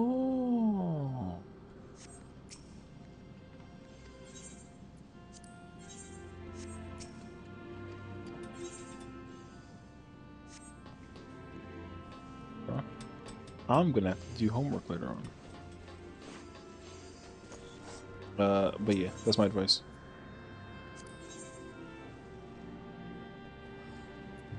No one wants to sit there for hours on end crafting and leveling up. No one. Not even I want to do that. I don't even care. All I want to do is just be done. The simplest thing I want to do is just get it out of the way. And the fastest way that I do that is with collectibles. I pull out like 2 mil. Actually, I pull out like, it's the beginning of the expansion, I pull out like 4 mil. Pull out like 4 mil. And literally just market board, and just send it. I'll even travel between servers too and just do it that way as well.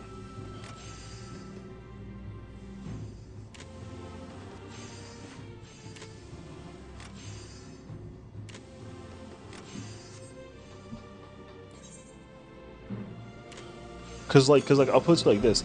Dontro came out with the thing in in July, right? I had all 4 of my characters max 100 by September. I was done in 2 months. Every single character, or all 4 characters, max leveled everything 100. I had all this done for 4 characters in like 2 months. 2 months in like a week. So it took me 5 weeks to get all of this done for 4 characters, and then also like all of these 2. So when you divide that up, and I finished like each character basically in the average time of like a week and a half. Now, mind you, though, like I did dailies for 4 characters, and then I would just sit there and then just craft like crazy, and then get 1 character done, boom, then go gather, and then get the other character done while I'm waiting, and then just like boom, and then just rinse and repeat. Yeah. So, and then eventually I started working on other ones. I am not going to be able to get as many characters completed by the end of Dawn Trail than I wanted to, but I'm still making headway. Where's my crafting like thingy for the? Oh, I don't. I'm smart. Okay, 1, 2. We need a 1, 2.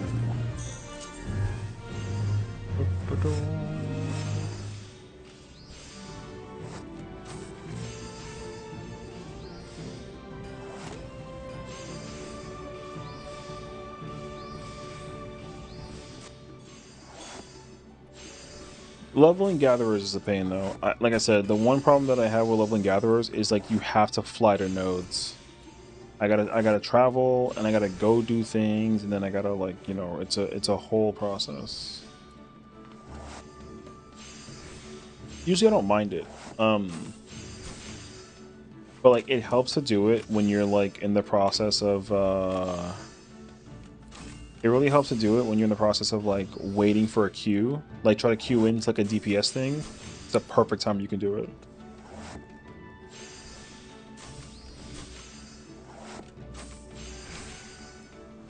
They had the thing that would finally to the node. Well, the thing is, like I think they mentioned that actually. Well, not like flying to nodes, but if you don't know, the mobile version of the game actually has like an autopilot thing. You know how like the chocobo can like they just take you to a spot, whatever. The mobile game just has that in general, so you don't even gotta like manually press forward to do that. It's already in the game on the mobile version. So like, I don't remember where I saw it, but I did see an article that said that they would consider putting it in this game, like the base game, because it doesn't really help with automation and like that. It just like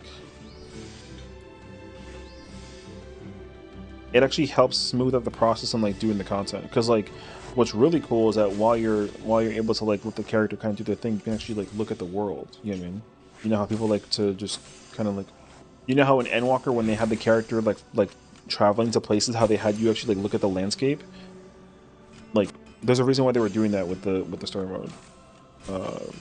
So I'm pretty sure they're like considering putting it in the game as like at like a base level, because people really love that feature. And it's not because it's like doing it, it's not traveling for you, it's because people like to be able to like, you know, look while they can like read and everything too.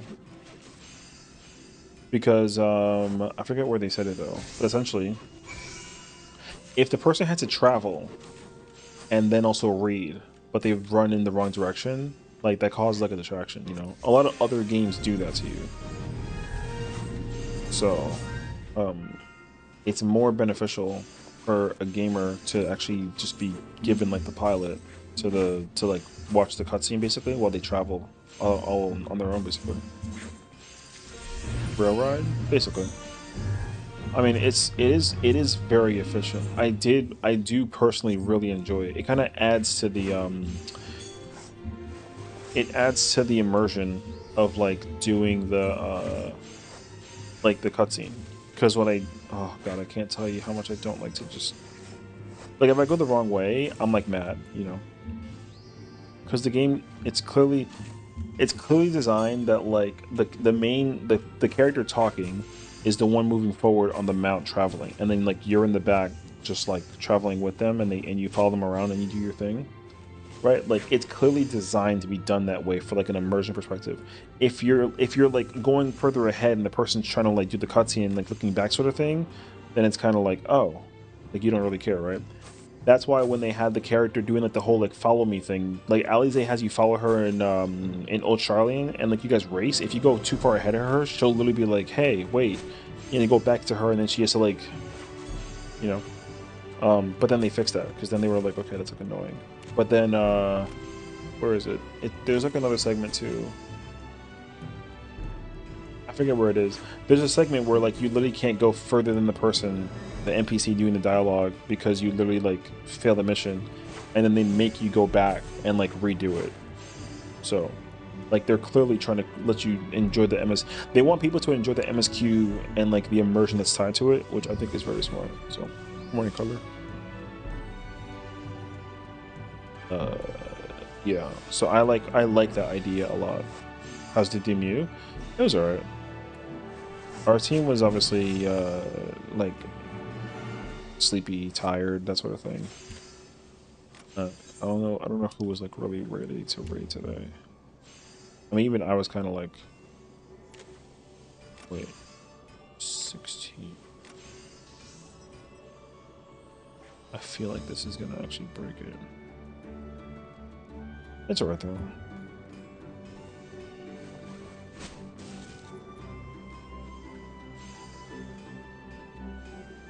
It should barely do it. It should be like close.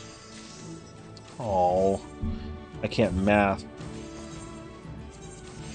Okay. Can't math, bro.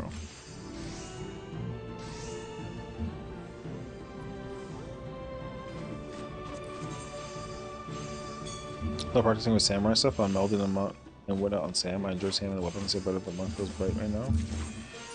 But just play, like literally just play fucking just play Monk. Don't play both. Literally just play Monk and like just play Monk. Like just play Monk. You don't like who gives a fuck about Samurai? Just play Monk. Like you're fine. You're literally fine just playing Monk.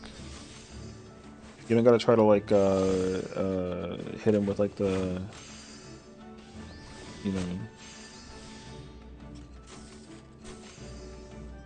I mean, I know you're responding to him. I'm saying that like he doesn't actually care that much.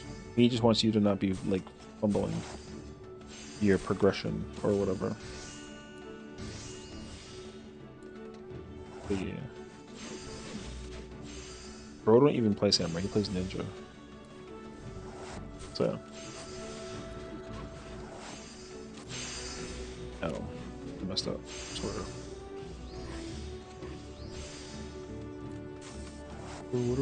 The only time I play Samurai is when it's like in Fru and like we're in Fru. You know what I mean? Wait. I forget. Isn't Refined Touch better?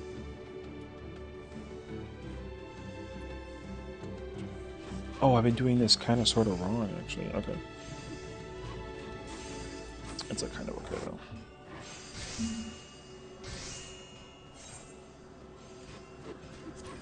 I mean, I'll tell you this much. Whatever job I end up playing in Evercold will dramatically depend on how much fun the job actually is. I could thoroughly be convinced to like, quit playing tanking and then just only play... Wait, maintenance? Oh, maintenance is in like 2 hours. I didn't realize that it was actually that close. No, wait. It's in an hour. Actually, no, JK. Yeah, maintenance is in an hour. I forgot about that, actually. I did. You wouldn't quit playing tank? You don't know that. I could easily quit playing tank. You gotta remember, though, the only reason why I play tank in the first place is because people who play freaking tank are dog shit. I freaking hate other tank players. Basically. It's the only reason why I play tank in the first place. I would happily avoid playing tank if I didn't have, like, shitty-ass tank players. But everybody that plays tank is fucking terrible. So I play tank. I would love to not play tank. I still want like a gunbreaker job though, like a DPS one. So when it was funny, I started playing Dark just to be petty. Bro, like literally the only reason I played tank was because of, I think, where was it? I only played tank because of Asphodelos. In Asphodelos, I hated the tanks in Asphodelos. I truly did. And then also, what was it, Trial at the time?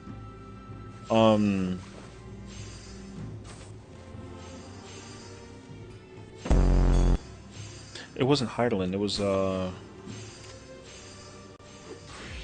it Zodiark? I don't even remember. Yes, this is a maintenance that will shut the game. The game's getting shut down in an hour, so you're not going to be able to like. Yeah, you got an hour. I didn't really look at the time correctly. But yeah. Oh my god, babe, we're roommates. My god, I'm so sorry. So yeah. Oh. What?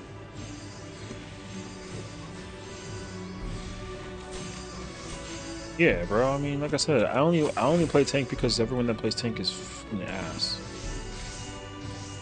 So, I like playing tank though. Like it's grown on me immensely. But like, brother, I'm a Dragoon main at heart, regardless. I like playing Dragoon the most out of any other job in the entire game. Dragoon is just is number one, and then Gunbreaker is like a close second. The other job I like playing now as well is like a Sage. But I don't like playing Sage. But if I had to heal though, like I like playing Sage. So, but I don't want to like actually like actively sit there and like play Sage. I'll only do it if I have to. But that don't mean that I want to.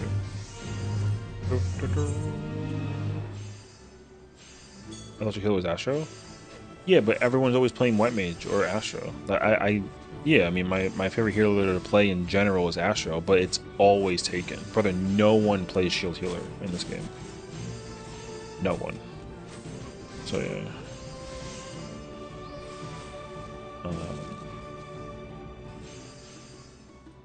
I'm not under the impression.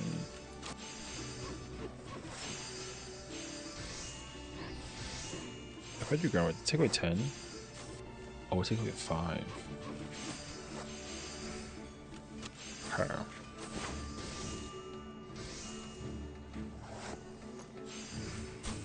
My other problem with Astro Sage or Astro in general is like the job just gets too many changes.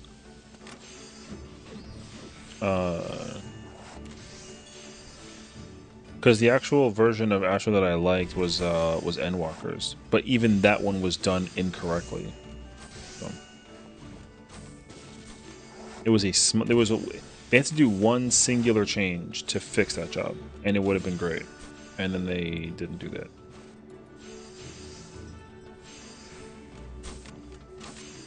So now I don't play. I mean, I guess I would happily play Astro if I could. You know what's crazy though? Like the amount of attention required. The thing is that like if you have the mentality of like doing healing with the thought process that like people will make mistakes, then like you will not enjoy healing. You have to go in there. You have to go in with the mentality that like people just won't make a. If you're progging the mechanic though, that's different. But like, I'll give you like an easy example. Like in like with Kefka, right? The first 3 phases. Sorry, the first 2 phases actually. The first 2 phases. In my mind, no one messes up, so I don't compensate for anybody's whatever when I play healer ever. If someone's wrong, that's on them. It's not my job to help that person out. But if we're progging phase 3, then like that's different. Then it's like, oh shit, like I gotta figure out how to like what to do, where to press, what way, how, and whatever in phase 3. So. There, I don't mind it so much.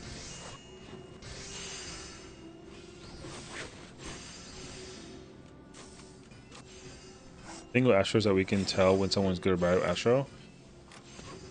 Yeah.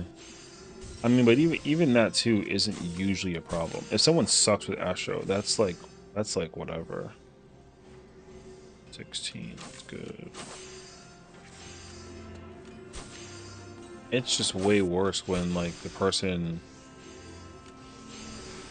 like clearly doesn't play the job, but they want to play the job because like, oh my god, like stars are pretty. You know what I mean? So. But the problem is that like you have to play Astro if you're doing like content because like that job goes crazy. Like no one wants to play White Mage because like or Sage because neither of those jobs have like a buff. You play Astro and Sage or in Scholar because like you like buffs. So the thing that I'm looking forward to the most is that Astro and Scholar just don't get buffs because now there's no bias towards which one you play. You just play whichever one does more damage. And there's still like a law and order between like which ones should do more damage, which is cool. And that should get more solidified. The only difference is that like one healer on the pure side is bursty, and the other one is very like progressive. And then for the shield healer, same thing. One is heavy like yellow shield, and the other one's just heavy mid. And then that's it. Because like you literally don't need a. People get scared. People get scared when they play with a shield healer. People think that like Sage's mitigation is worse than the Scholar's, and like that's just not the case scenario. You just like to see big yellow shields because it makes you feel like safer. But Sage's mitigation it does the exact same thing. It just percentage reduction. So,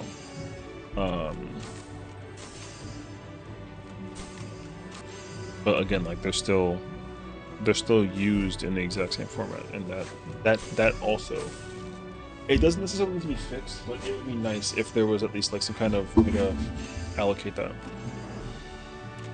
make it more like obvious that okay, cool, like Sage is really good at doing this and Scholar's really good at doing this. Scholar's definitely better. No, it's not.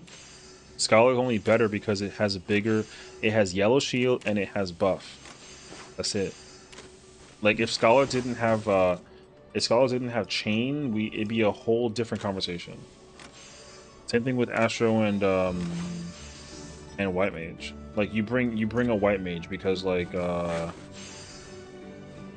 because it's easier to burst heal, and also like whatchamacallit, Scholar's the weakest tank or the weakest healer in Kefka in terms of damage output. It just has the best buff in the game.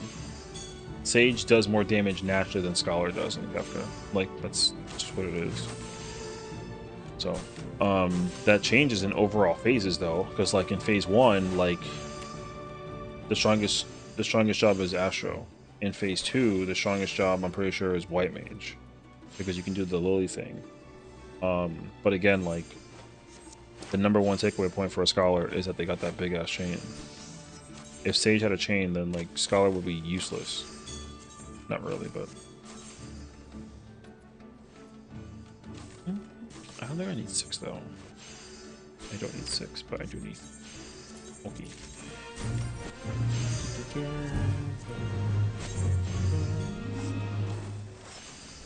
Also, like people sleep on Sage a lot. Sage is very strong.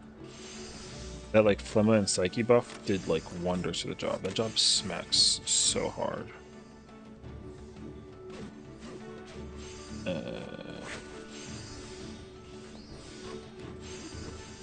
That's gonna cleanse it. I can't do that. Okay, give me this.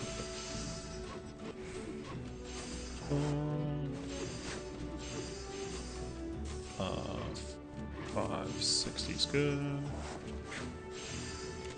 Okay.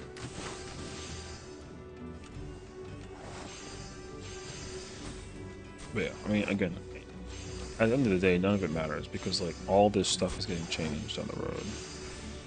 So like, I don't care how strong any job is right now in Kefka. It's all gonna change in like a year, or in less than a year. So it'd be nice if that like wasn't the case scenario. But I'm already pretty sure that like I already expect Black Mage to like be a glass cannon again. It's either going to be really, really good or it's going to be really, really bad. It's going to just depend on the thing. Ultimate teaching all about stuff? Like what?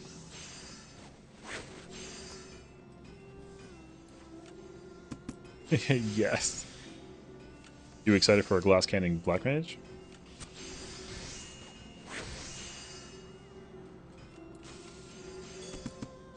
Do I come with a Hidden Shield? I mean, that's just like a weaker spread low though.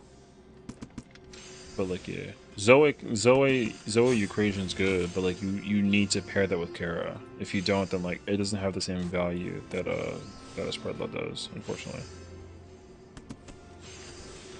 But you're not wrong. Oh, this is like too much. I only need like 4,000. That was hell extra.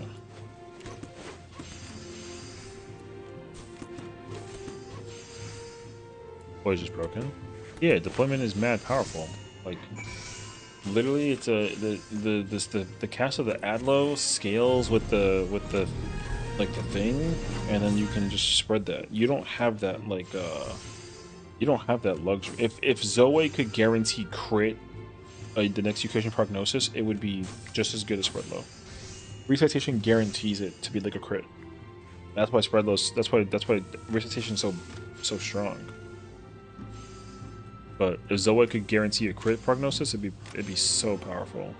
It just can't. It's not a guaranteed crit. That's why you always got to pair it with Kara. Hollow though back in the day used to be a terrible skill. Then they giga buffed it, and thankfully it actually works now. It's a much better button than it used to be. Hollows used to not even give shield.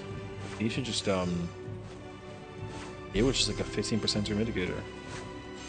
Because you were supposed to be able to, you had to basically treat Kara like and Hollows the same, where like you just press Hollows and then you prognosis.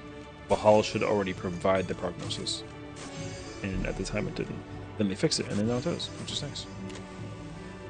4 and 5.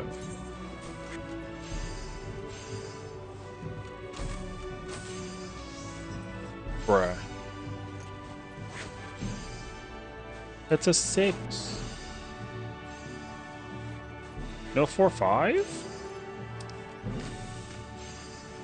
What the? That's a 7.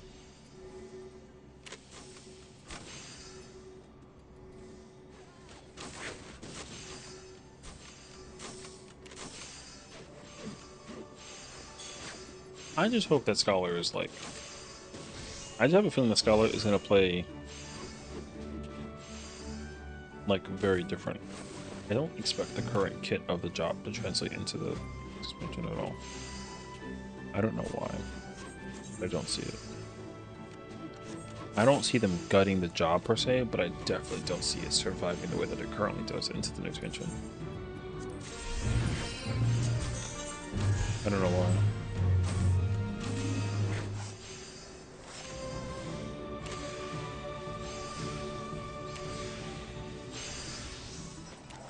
You know, Rims 1 Rezo? I mean, I think you're going to have more than just that, though. I actually kind of expect them to do the black-white magic thing.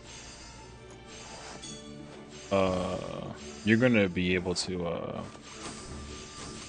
like, mix and match it, essentially. I think so.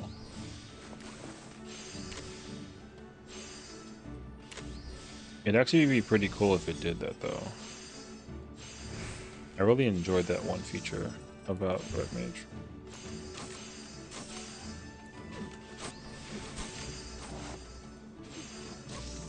But my problem is that every single DPS is going to be a DPS, and they're not going to be a support. Like, no DPS is going to theoretically be a support role that's like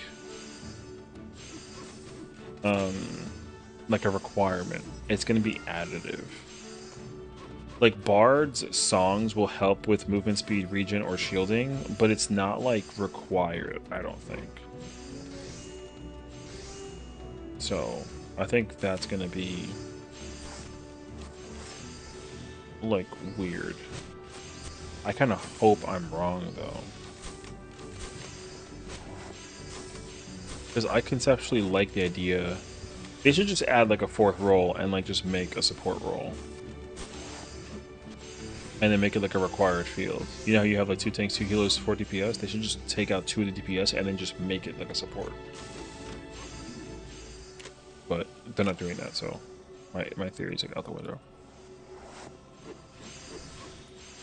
Image finding Kafka, that's good. I know my red mage is also like really happy that the job is like not only very strong in the fight, but also like a lot of fun to play.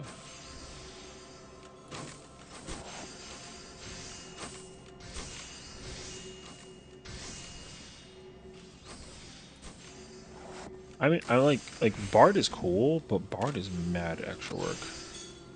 I have to like I have to like compare my numbers because despite this curse rotation, it's actually not doing damage than like a standard.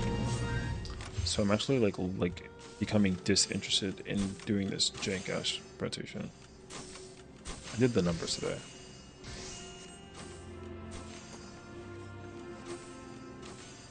I did more damage, like not doing it that way though. Like when super sleeps, I play Fizz range. I mean, I get that. I get that. I feel like Machinist is that way too, but Machinist is actually like vibe. Mech Ops. I kind of want to go do it actually.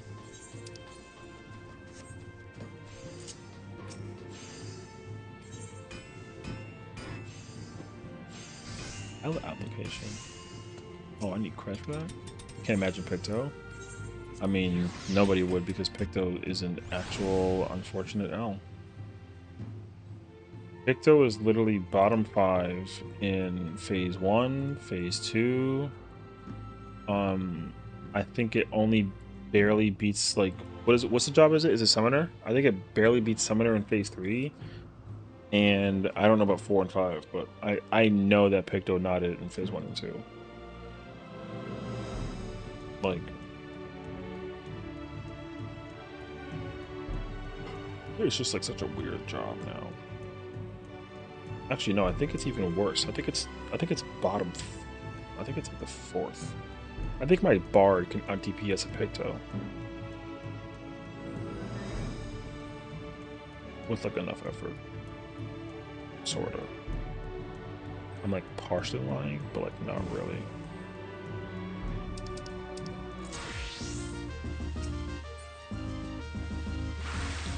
Ooh. What do I do? Energize the dwarf plants with a chrome.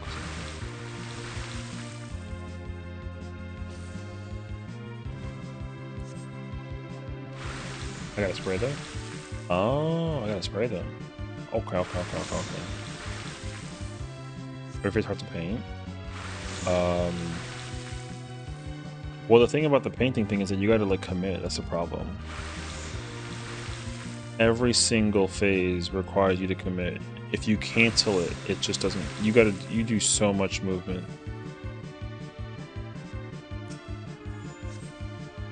You should feel custom format, put it on. I should spray this.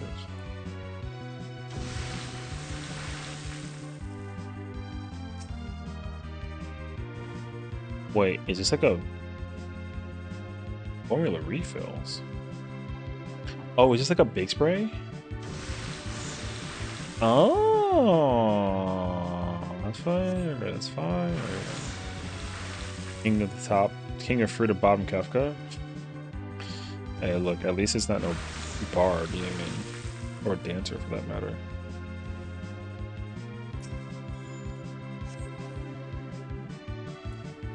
Oh, I see. When I see like a bunch of them, like over there, I want to hit him with like a. Oh, that's actually so cool.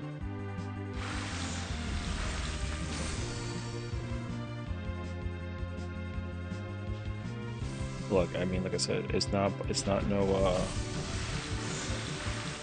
Dancer.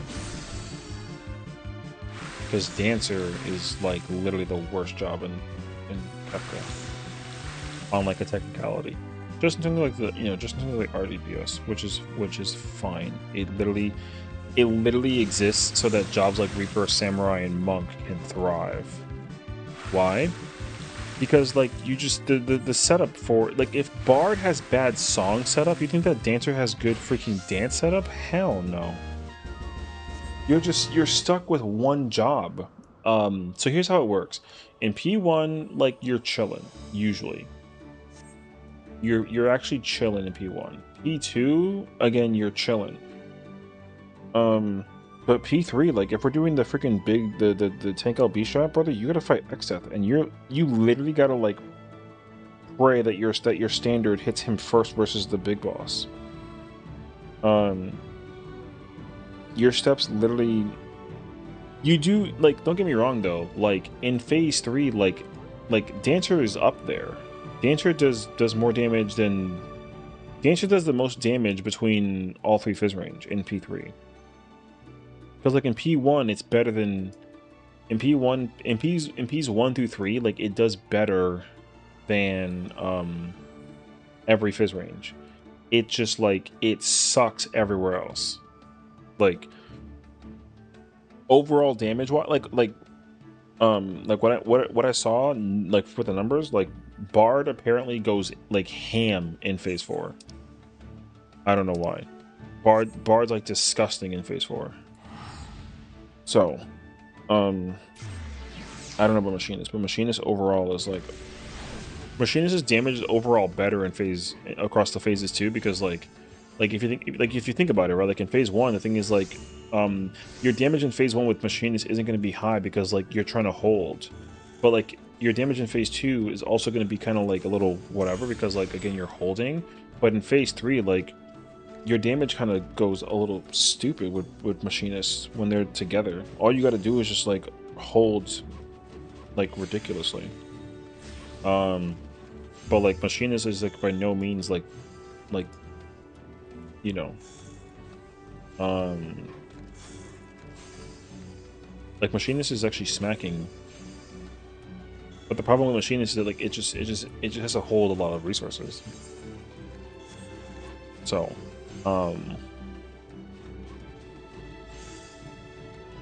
but yeah, if a Machinist or a Dancer can fake melee in phase 3, it would be a lot stronger. Or you get like double caster and a phys range, and you do that instead because that's better. Get like a summoner and a red mage to do the baits for the thing, and let the Dancer sit in the middle. Brother, the Dancer goes crazy in phase 3. Dancer like is required. Dancer's required to like pair up with like a what is it? If your comp is like Reaper, Red Mage, Summoner, Dancer, you dance partner the Reaper, and both of you just go stupid. In phase 3, it goes nuts, dude. Yeah. Because the thing is, like, all of Dancer's buttons are 2s. Every single button that Dancer can press is just 2s. And also, like, if you gotta bait the Umbra smash, even I as a Bard don't got enough range to smack the Umbra. I can't hit the boss that well during Umbra. Like that sucks too. And also like the boss gonna get pulled literally from like wall to wall. It's still too far, even on like a Bard. So, but at least I can press like something like my 1, you know. Dancer, if standard comes up, you literally can't press standard. You gotta just hold standard until they come back together and like you do the thing. So that's why Bard is super. Bard's not necessarily cooked. Bard just has to work a lot harder than some other jobs too. I'm sure like Bella has it well established that how to press that, how to do that job. Unless she's also like, F this, I hate this. Then I can get it up there. But I don't think she did that.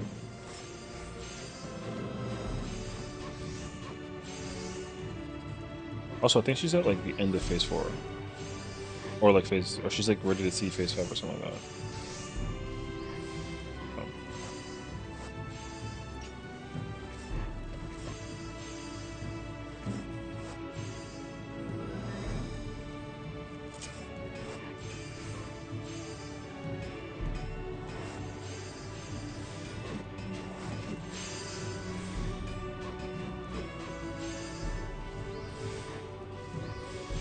Kind of funny. What? Oh wait, I gotta max out my quality. I didn't do that yet.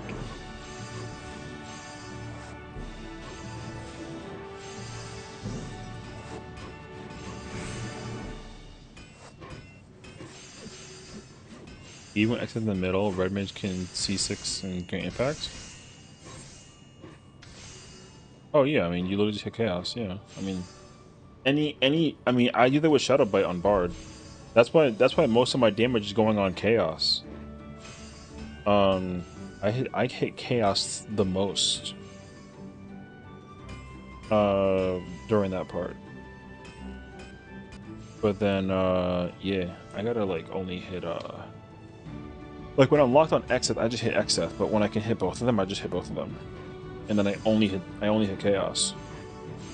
Because all of my attacks can cleave and hit chaos and Exeth. It's really nice actually. The only time I can't do that is literally is Barrage Refulgent.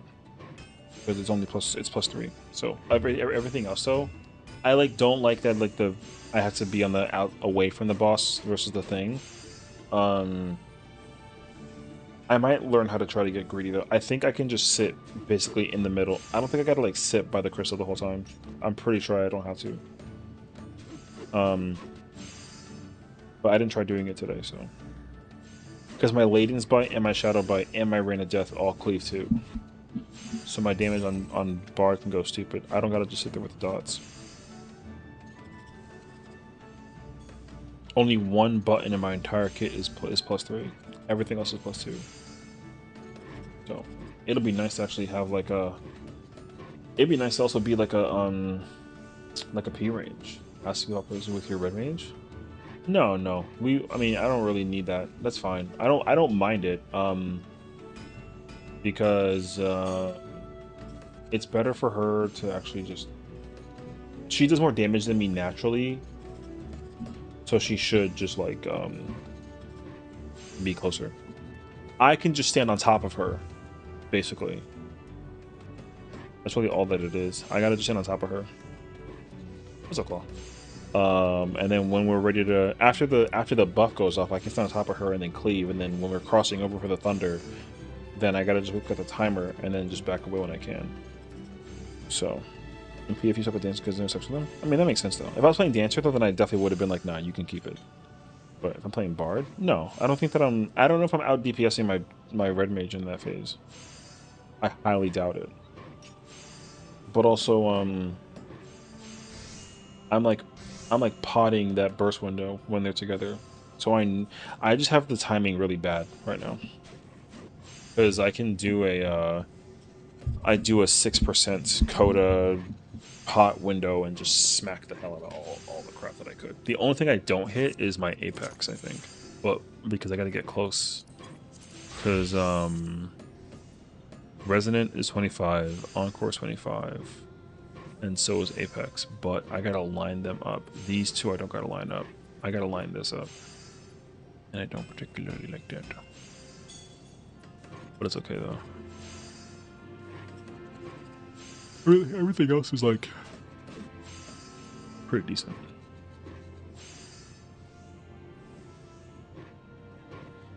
So yeah. But either way though, like I'm also like just looking forward to when what's very fascinating too though is that like Viper has had like a resurgence. Viper is back. Viper is like giga cracked in phase 2 and phase 3. I'm also pretty sure it's like very strong in phase 4.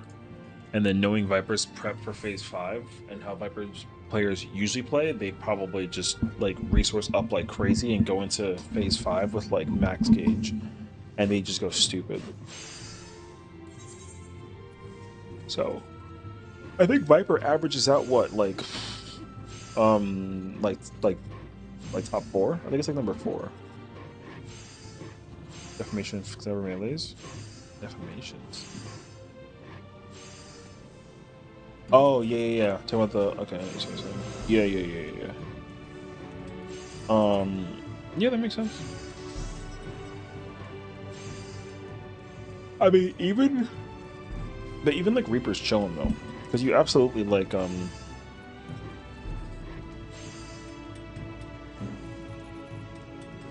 absolutely, like, Harvest Moon. There's definitely some crazy ass tech you can come up with Reaper in the fight, but I already understand clearly that that's like mad effort.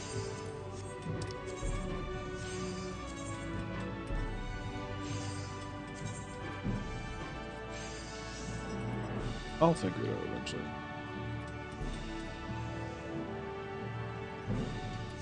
Okay, wait, I want to do like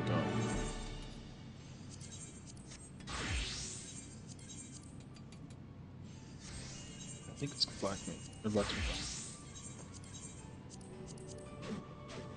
Blacksmith. Yeah, I almost want to try and get Viper gear. Only because like I know that it's like strong. First time with a static? How's it feel? Wait. It... Oh. Right. I gotta complete the quest. So, it's kind of weird to have someone calling stuff for you. I mean, that also depends on if you like rely on them. I don't listen to my callouts in my ears. I just ignore them half the time. I don't like need them. No, even like there's like a good portion of the time I just like definitely call.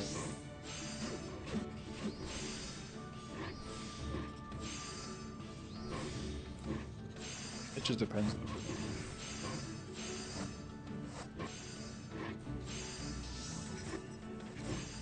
No disrespect to anybody in this situation. I just like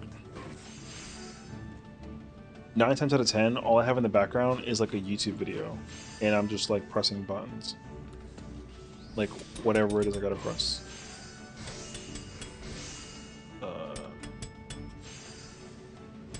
16. That's good.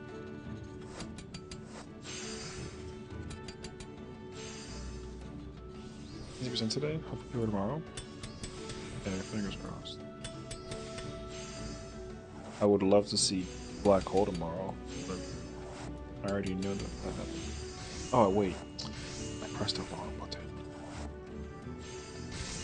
Okay.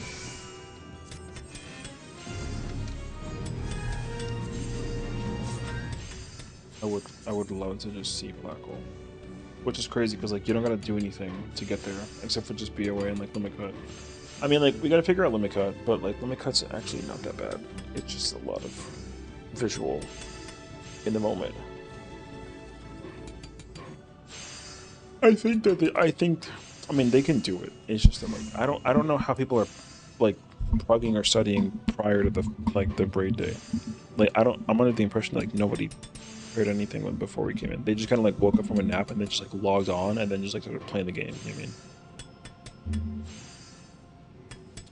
Because, yeah, everyone, not my static, I mean, like, in general, everyone in the world who plays 14 has a pattern of what they mess up the most with when it comes to doing anything in a fight. That can either be like rotation, that can either be like mechanics, that can either be like recognition pattern, etc. Blah blah blah. Everyone's got like a thing.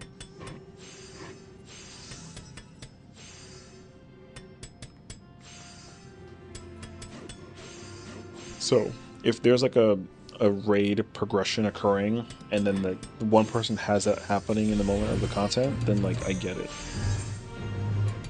Like it's just bound to kind of cause like the it's like bound to cause like the chaos. Mine in particular is it's just like position identity.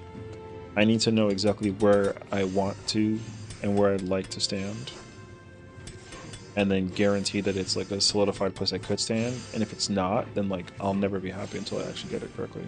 That's why like Forsaken, like frogging it was like a tiny, not like a headache, but it was like tiny. Wait, I gotta like sneeze.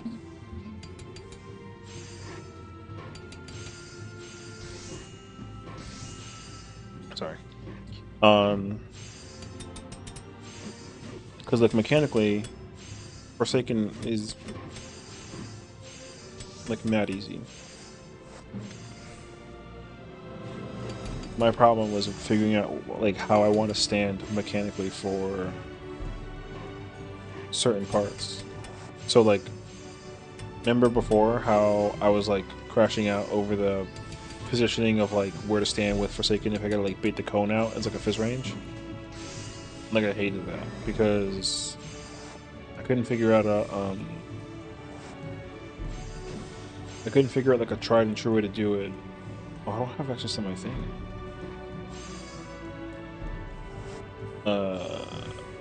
I need like a tried and true way to do it for both patterns of where the tower spawn, and I figured it out, but I just caved and I said F it. I'm not gonna bother to do it in the same fashion both ways. Because one, it'll overwhelm other players and adjust to my thing, and then two, I don't want to like second guess myself. So I just decided to like not do that anymore. So now like if the number is there, I'll just take the number. But if it's not the number, then I take my normal spot. And I have not messed it up in like ages. So yeah, that's like my bane.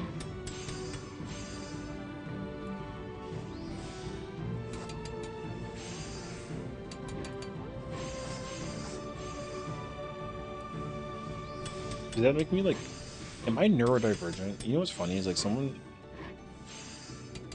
that's like the word I've been hearing so often across the board for like a lot of things.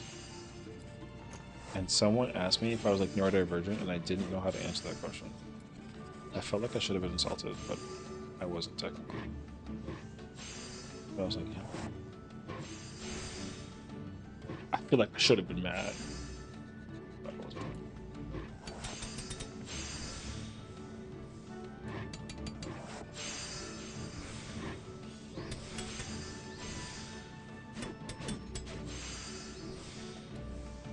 But also, is that offensive though? If you ask someone if they're like neurodivergent? I feel like that's like offensive though. I feel like somebody gets mad at being asked that question. I don't know.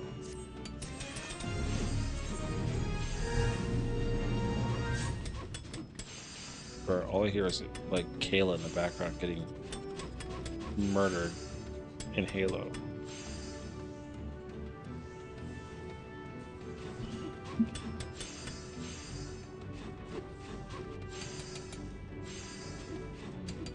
Can you not dual wield in Halo 2 with like a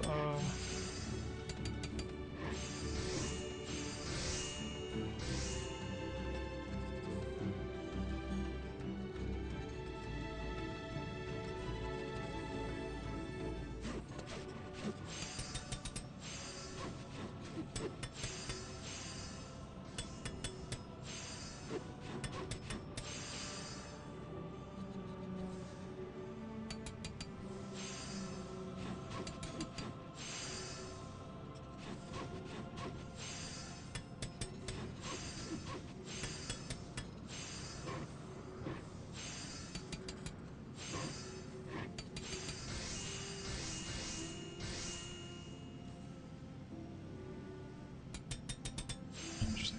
Okay. Just like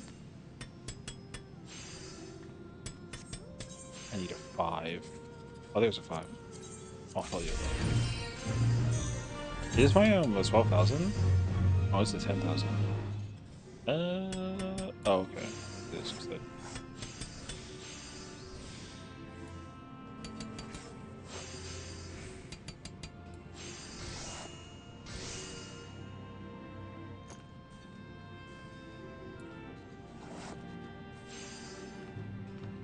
Let me get the 20 back. Thank you.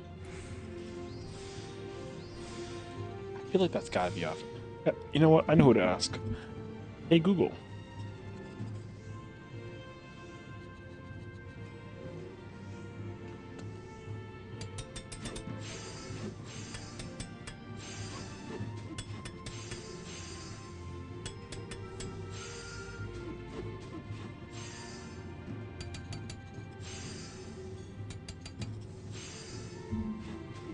You know, in almost 1 month.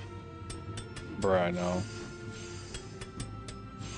It can be, but it depends on the tone, context, and the relationship. Oh, I see. It can come off as insulting. That's messed up, though, bro. Don't ever like implicate somebody potentially being neurodivergent. That is crazy, actually. It literally says it could be. Yeah, bro. That means don't do that.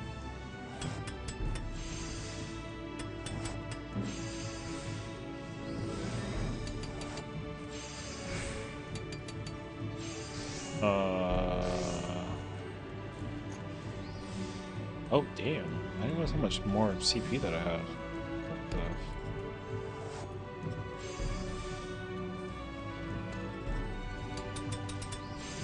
We're gonna be eating so good in a month, man. We just gotta survive a month.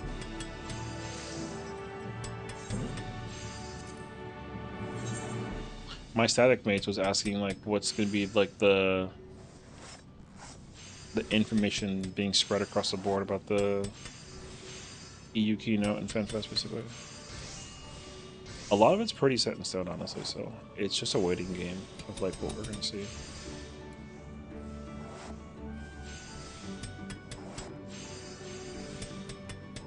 I think everyone's like most anticipated thing, of course, is like, what's the job going to be revealed for?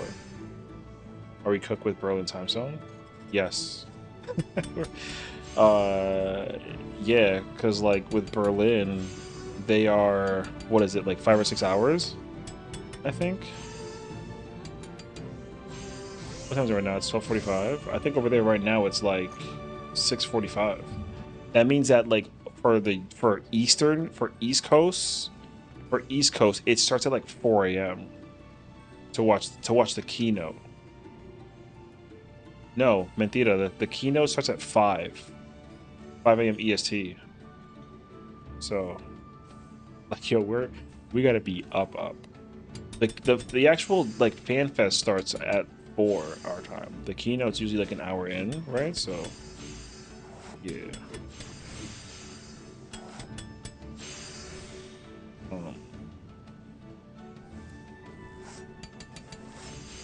The Japan's is the one that's comfortable, because Japan's is like, you know, it's gonna be like 10 their time, but it's like 9 o'clock our time. Like we literally watch the keynote and then we just go to bed. So, like Japan's is the one that's like chill.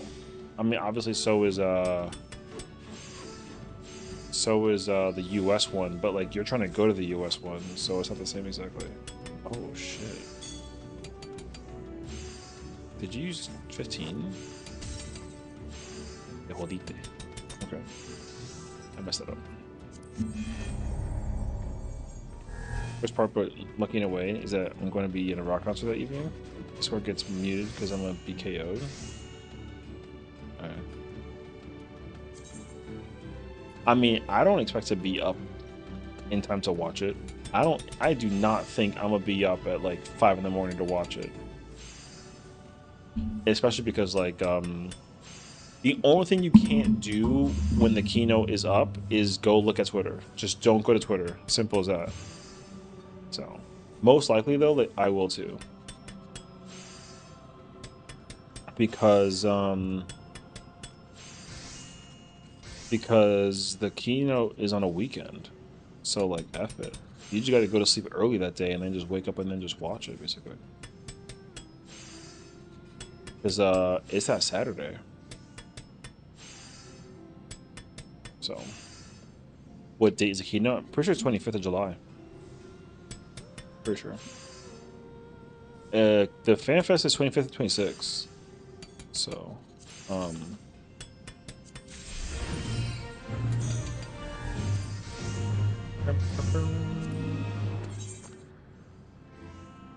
so yeah, it's whatever the 4th Saturday is of like or the last Saturday of July. Is Celeste going? I don't know. I'm not under the impression she got like a ticket, but I don't know. I don't even know who's going by theory. The only person that I know is going is Ponto because he got invited by Square Enix to go. That's all that I know. And I think Xenos is going, but like I don't know about that one though. That could potentially be like a weird situation. You know, see, it could potentially be weird. Because I mean, like, I saw him in person at the US one, and like all the allegations or whatever you heard about what happened to him over there is like true. Like he did get kicked out of the venue. Happy was doing his meet and greet outside with Jitter and Whoops and all them, which is cool. And then yeah, he got taken out of the main area because he tries to do his meet and greet at the entrance of FanFest where everyone comes in. So he got told to do it outside, like outside of security, basically. So, and then he got kicked out of the actual building for like something else, but I don't remember what that was. I think so. I don't remember though. I only saw him like twice in passing. It was cool to see Happy, Whoops, and Jitter like sitting there, though, chilling. They were just like kind of. Oh, and Spooky was there too, because they were all like yapping. I don't know. They were all yapping and then just like talking to the community. It's very clear to me that people really like value Happy's opinion about what he thinks about the game, which is really cool. It's like cool to see.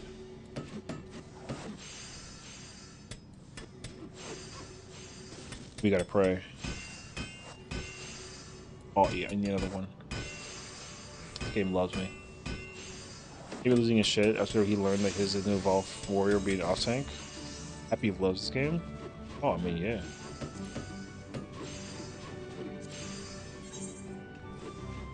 I have a feeling though that whatever the new tank is, like Xenos will just play whatever the new tank. Like whatever the new main tank is, it's just gonna be what Xenos to play. I don't, or he just plays Warrior and then just like proves that you can. Knowing him though, he'll probably still play Warrior main tank and then just prove to you that you can play main tank. Which is like whatever. He's in the game for a time. I mean, so am I. But like, I mean, I get it though. There's no competition. There's no need to compete who's in the game more often than another in the content situation. On the bright side, though, a lot of people are also like on the come up, which is cool. So I'm grateful that that's happening in the world too. So I understand the OT empty change. So basically, main tanks will have buttons that allow them to do extra damage when they basically take attacks from targets. That's what that is. So it's under the impression for now that only main tanks have a counter attack, which is backwards because Dark Knight had one back in the day too.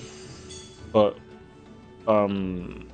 essentially, I don't even think that's true though. I think that's also like a false interpretation. What I'm under the impression of is right now for the tanks is that basically, you know how every single tank has like reprisal? I think that Gunbreaker, Warrior, and Dark Knight have basically more versions of reprisal. Basically. Their off-tank's job is to help with mitigation, like against the boss. And then main tanks have buttons that help keep them alive personally more frequently. And like that kind of makes sense because like with Paladin you can use Holy Sheltron like every 10 seconds or whatever, every 15 seconds as long as you have gauge, right? But now it's been changed to every 20 seconds. Right. But the real problem though is that like we just don't know what what the hell do we do here? We don't know what the other things do. If we can figure out what the other things do, that'll make the process a lot easier to pick up and understand. But I genuinely can't tell you because I have no idea. Oh my god, that's actually like so bad. Brother, I am fumbling super hard. I need 1400. You gotta pray. You know what? Actually, I got it. It's okay. First raid tier will be the real test, the trial. Maybe. Maybe.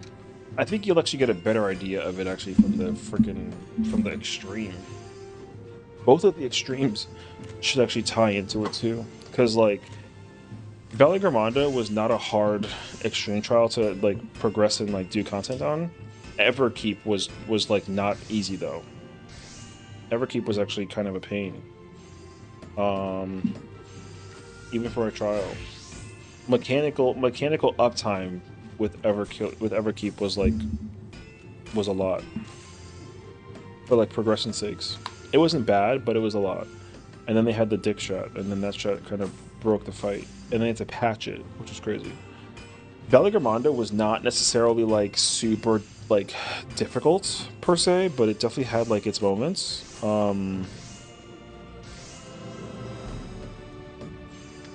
Because the thing is, like, the problem with the raids here is that, yeah, we get the EX trial first. Yeah, I mean, they're gonna be both available. So whatever the level 103 and 109 trial is, we're gonna get both of those before the release of the raids here. We don't get the final boss until after the raid tier is over, but like before the ultimate. So, the problem is that the first raid tier has always been like the first two fights have always been on like the somewhat easier side, but also so is the fourth fight. But it also really depends on the fight, because like if you go through the previous 4 turns, like Hesperos wasn't that bad of a fight at all. People were just really like not smart about the mechanic. Wicked Thunder was considered like very easy, and people didn't like that, even though like the mechanics were actually not easy at all.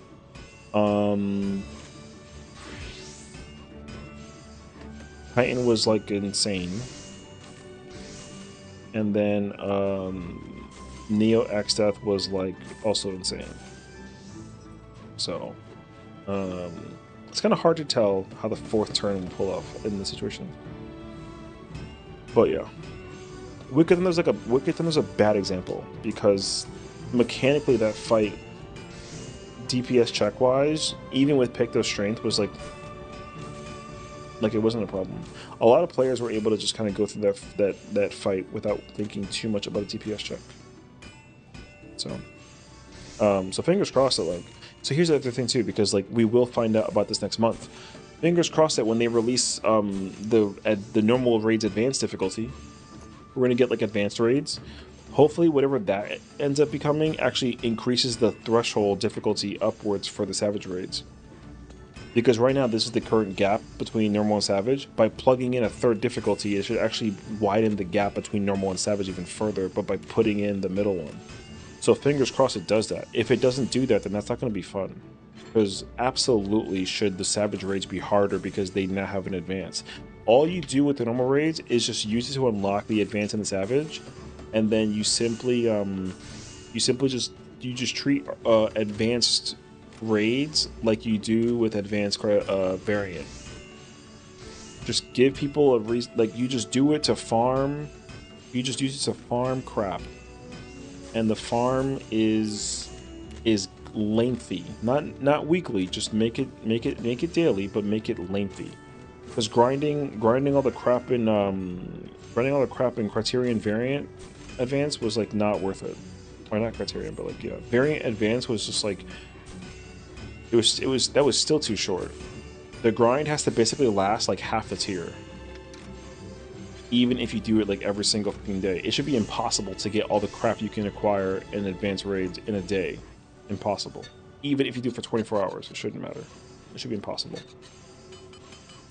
So, be hardly Arcadian? No, I don't think so. I think that like with what they did with Kafka especially, and even like with the current with heavyweights here, I think that they can easily come up with something like it's like very like well matched to it. It won't be better than Arcadian, but I think it could be very equal to Arcadian. Is my hope and theory. I don't need a raid tier to be better than Arcadian. I just need to be just as good. But I also need certain fights to be better though. So, because like Lindworm 1, that I really don't want to see a Lindworm 1 again. Lindworm 1 was not my favorite, and Van Fatale was also kind of a pain to see in Party Finder. I did not like Van Fatale in PF, and I definitely didn't like Lindworm 1. What about Abyssos? Can we ever get an Abyssos tier? Yes, we can, and the thing is, like, we're not gonna actually get an Abyssos tier. We're gonna get a raid tier that's gonna feel like Abyssos, because the problem is that, like, people, even after completing the first raid tier and the ultimate with the evolve form, people are still not gonna be able to play the jobs correctly well, and they're gonna go into the second raid tier and they're gonna play like ass. And everyone's going to complain that the DPS check is too difficult because of people playing certain jobs one way or another. Like, it's not going to matter what you do, so. That's one big problem. I mean, I don't know what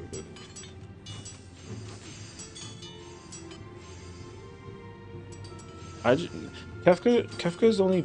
My only, like, feedback about Kefka is, like, it sucks, though, because, like, it's not like you can do anything about it. Not every single ultimate has, like, the thing, though. People should totally just blind Kefka.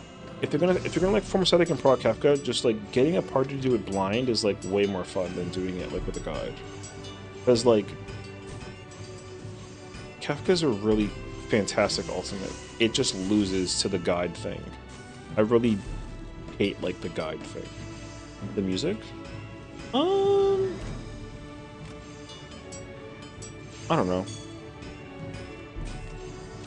I just really don't know how I feel about the fact that Phase 3 isn't God Kefka, because I'm under the impression that God Kefka like doesn't return until like Phase 5. But he's the final phase. But like if they take God Kefka and then like evolve him, then I'm not gonna like that.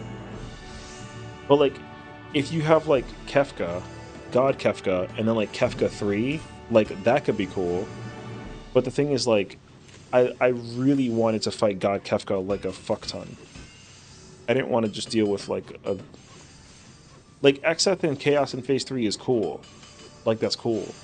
But like, because I've already seen what like Black Hole is and like Bowels of Agony and then the Earthquake or the Limit Cut, whatever, like I already understand that, like I already understand that whatchamacallit. Wait. Oh no, it's an hour. Something of an hour.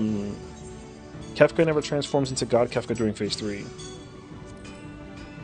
So if he doesn't ever transform to God Kefka if he doesn't do it in Phase 4, I'm gonna be really bummed out by that.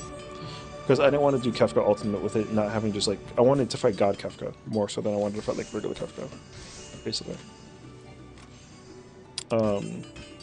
Yeah, the music. I mean, I like the Phase 1 song doing the immediate thing into the Dancing Mad into the Phase 2 thing. It's like the knockback into Phase 3 and then it brings back the song. I like that so far. The music to me is not really a problem, I don't think. Not right now, at least. I like what they did with the music so far. It still feels engaging. So, and that's also the other positive about the fight too, is that like the fight doesn't have any like slack anywhere. Even if I'm like sleepy from like phases 1 and 2, it's not because like I'm actually sleepy at the phases, it's because like I've been just doing it for so long and like I want to do Phase 3 and Phase 4. So it's more so of that. Hi Queen.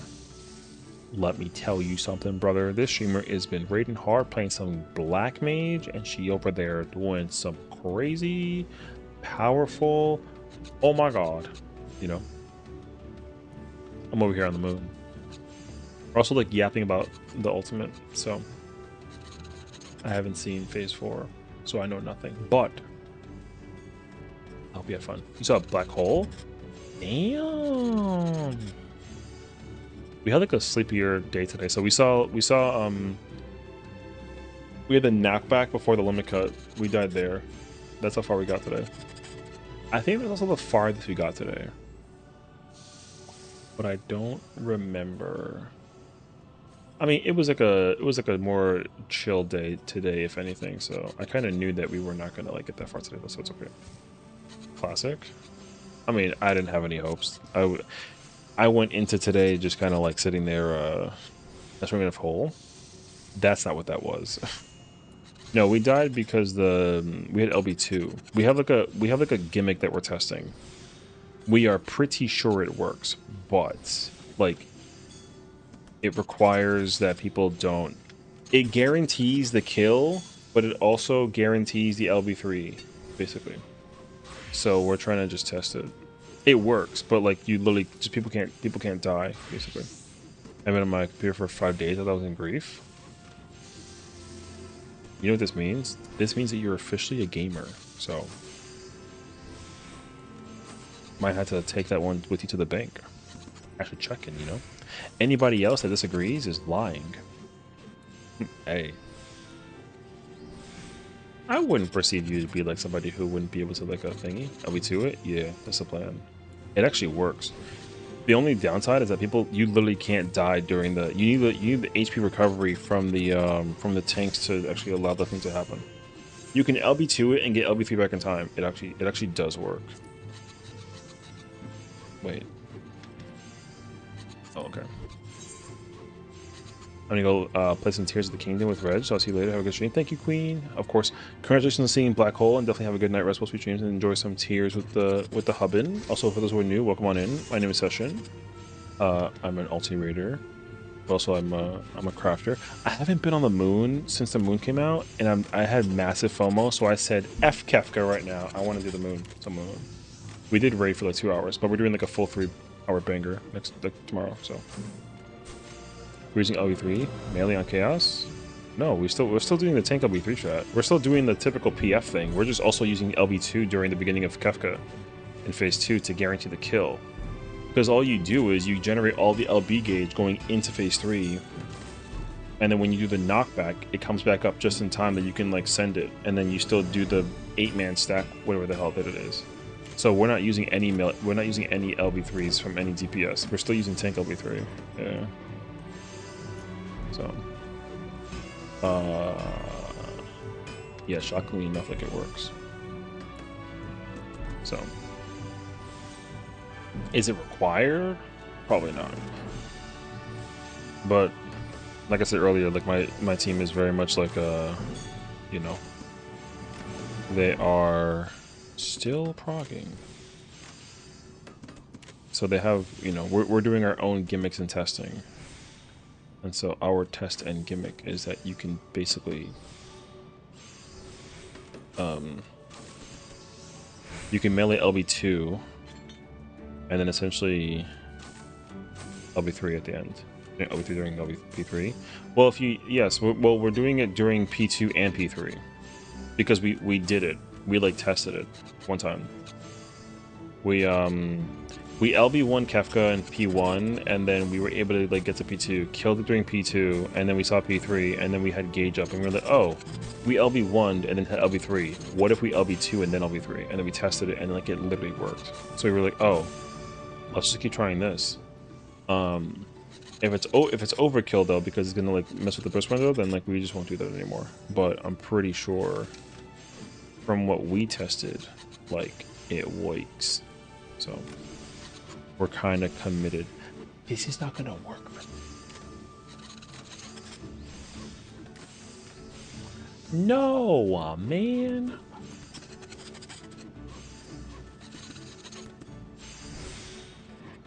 I fumbled, bruh. I thought I had enough MP or CP, but I don't. Okay, wait. I need 1100 to do the thing with the groundwork. Okay, you know what? We're gonna just gamble. Give me like a veneration and then give me like a rapid. I need another one. Guaranteed to work right now. Alright, this one for sure. Lizard. That's crazy actually. You got me in the process, but like I told you, it's gonna work. See? That's working. But yeah. But yeah, so it works, you know. But again, like, does it work because like our does it carry the mission? You freaking wish.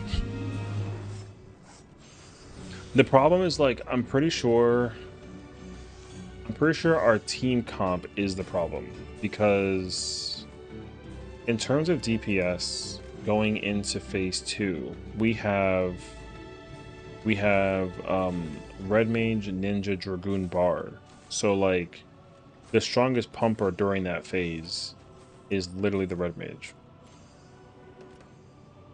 So like the Red Mage needs to be pumpers in order for us to like not have the problem of like the kill time thing. I'm pretty sure. But if it don't become a problem, then like who cares? So, that was the only reason why I was like offering to play Dancer, because I'm pretty sure Dancer does more damage than Bard in P2. And it'll make it a lot easier to kill the boss in P2 and then go see P3. But I'm like pretty sure my Bard does like enough damage to make it matter.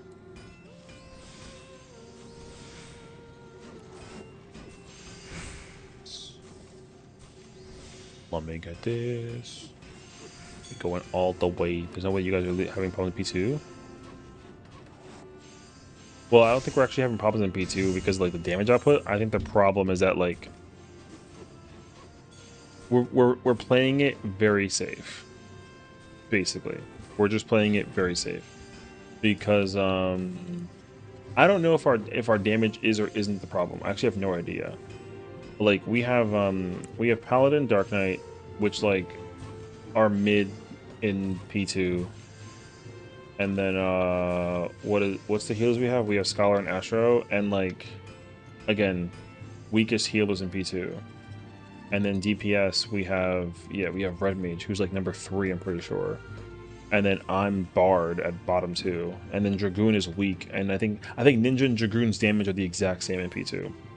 And they're lower by like a mile compared to Red Mage. Pretty sure.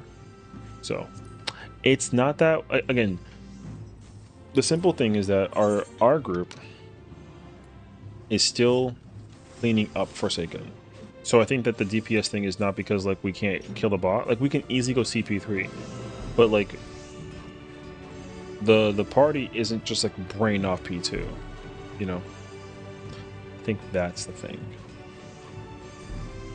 So when the party becomes brain off in P2, then we probably won't even LB2 because like it's gonna be a lot better to just like not rip the damage out there. So it's like whatever, but like until then, like there's no shut down. So yeah.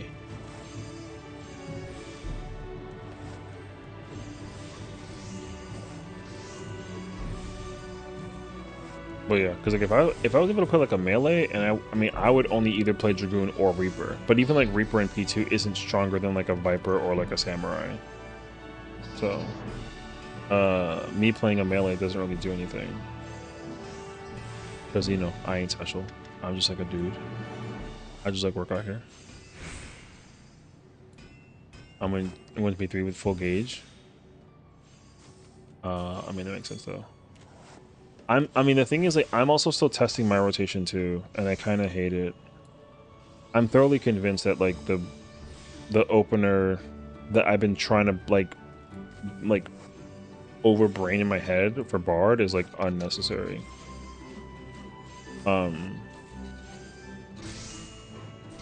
pretty sure like because like if you don't know, there's because Deshaun told me this earlier. Basically there's some like opener with Bard where like you just do mages and then you cycle that, and then the timing forward is like some shit, and then basically you do that so that you can get set up for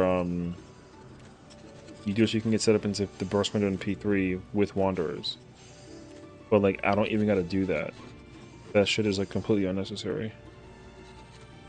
Because what you're supposed to do is basically go into phase 3, transition fate like cutscene, like kill P2 boss and go into P3 with mages in the background. And like if I just hold the song, I literally just do that without having to like extra effort. There's like no reason for me to do that. Where am I potting? Right now I pot the 2-minute and I pot P3. I don't pot P2, I don't pot the opener, and I don't pot P2. So, because the next window that you could pot if you were to do it would be after the resolve the BOA. It's during Black Hole or whatever. So I'm not potting there. I pot when the window comes up when they're both together, when the ranges are on the side, and then the melees and the tanks are together into boss thing over, I popped during that part. And my damage was crazy. So yeah. Now again, is that ideal? I have no idea. It could be. You can move P1 and pop before you start 1 P2. I could, but then I'm not trying to fix the P2 damage though. That's not like my problem. So hi Kayla. Did you miss by the way? No, I'm joking. Hope you had fun with Chungays and Halo. Welcome on in everybody. We're on the moon crafting after like a hard day of work at Kafka. Yo, all the time. Oh my gosh. No, but I hope you guys had fun with I haven't played Halo 2 in like God, it's been like a century. You shoot Chungays? Okay, cool. Remind me to never play Halo with you ever, because I already know that you're gonna be too busy looking at me and not looking at the aliens. All right, cool. Note to self: never trust Kayla, which you know, literally by accident. Was it though? I believe it, partially. On the bright side, though, wait, I gotta show you this. My whale is pride. Isn't that fire? Look at the whale. Bro, he's literally rainbow. That's cute though. I got a rainbow whale, bro. It'll be Battlefield 6 all over again. Man, dog, don't even remind me about that. I'm never gonna forgive Kayla for when she freaking crouch run. Dog, I'm over here on some life alert. Hi, I've fallen and I can't get up. And then like there's just like a wall of bullets shooting this way. I'm behind cover, and instead of like sprinting to my rescue or like going around, she crouch walks and she kind of like meanders through the fucking sea of bullets. And then she's like, I got you. And again, mind you, see how like my hand is a cover, right? She tries to res me here. You know what she's covered by? Nothing. So she gets shot through hell, and then she's down, and then she's like, oh shit, I got down. And I'm like,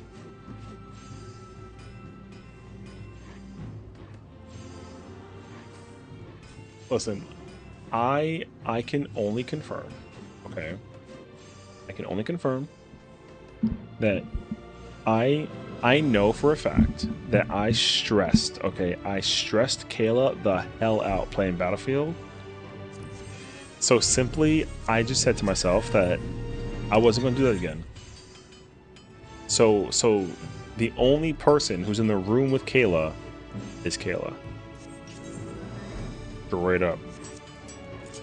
And what I mean by that is, she'll literally sit there the whole time and like talk to like, she'll talk to her enemies and like the bullets that she's trying to like dodge and weave, you know?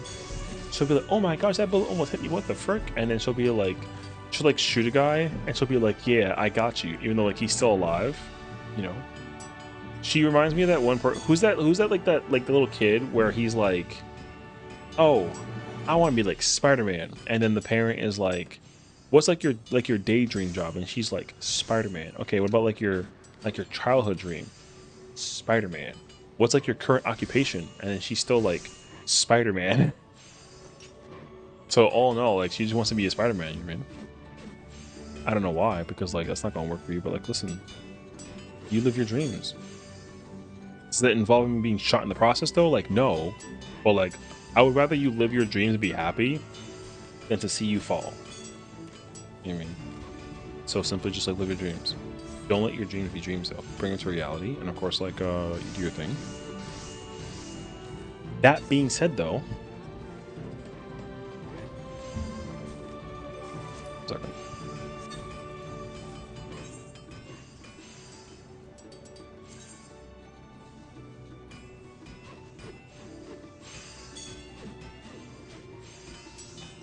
What day is it? It's the 23rd? Okay.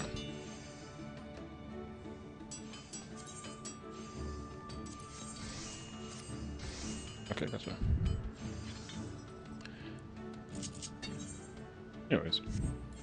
But of course, Kayla, if you gotta go post-stream care, go get like a whole bowl of lasagna or like a whole plate of like carbonara or like a tub of linguine, please do so. But thank you again for the raid. And of course, enjoy your post-stream care. You should be like Queen Farah and go play Tears of the Kingdom with like your husband, you know what I mean? Like snuggle on the couch, get like a blanket, some hot cocoa, blast the AC on. It's kind of like how it works, man. What's my Alfredo? Also, you slacking. I see. Spicy Alfredo is crazy though. I was on a work trip. Oh, so you're home alone, bruh? There's gonna be like an old man named Marv, and then another old man named what's the other old man from Home Alone? They're gonna try and like set up booby traps in your house right now. You mean?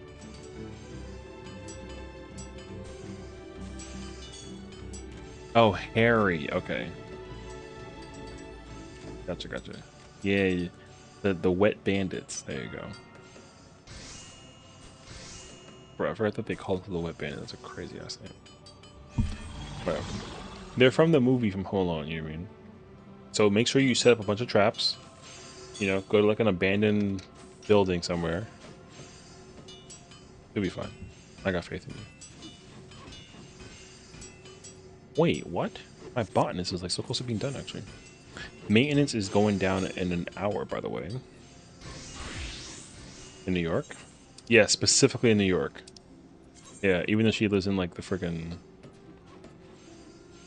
somewhere. I don't actually know where she lives. Wherever she lives though, like fingers crossed, you know what I mean? No, I'm joking though. Have a good one.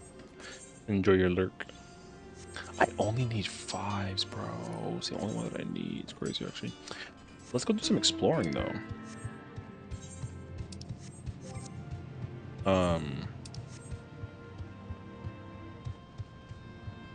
You mean no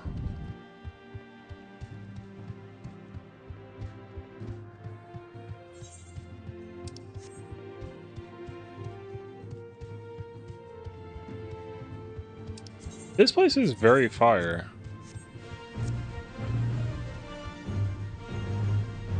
If this isn't a mount, I might riot. Just FYI.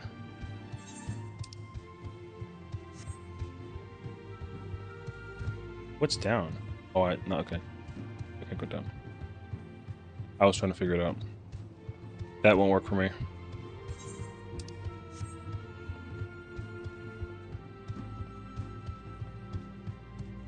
What if this is the new place we go to in Evercold? I could see it.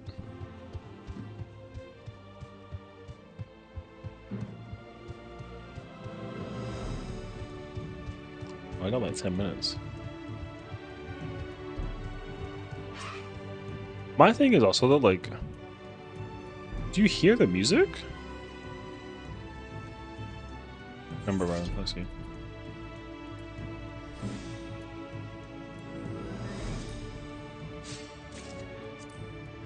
Bro, I feel like I'm at like the promised land of Pride Rock, you know what I mean? Like Lion King style. You hear the music?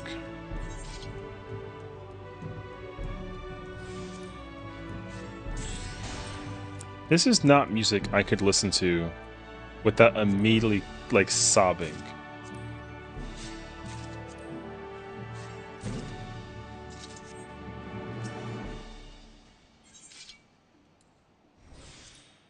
What's the is it Paramount Pictures? The one with the unicorn with the or the Pegasus with like the background?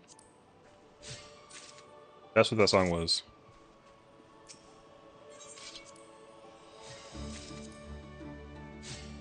I'm just saying.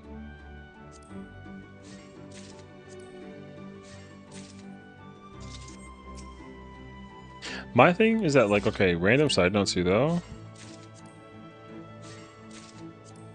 The keynote is so close yet so far. They better, I mean this like aggressively, they better provide me like a either Gunbreaker or Dark Knight.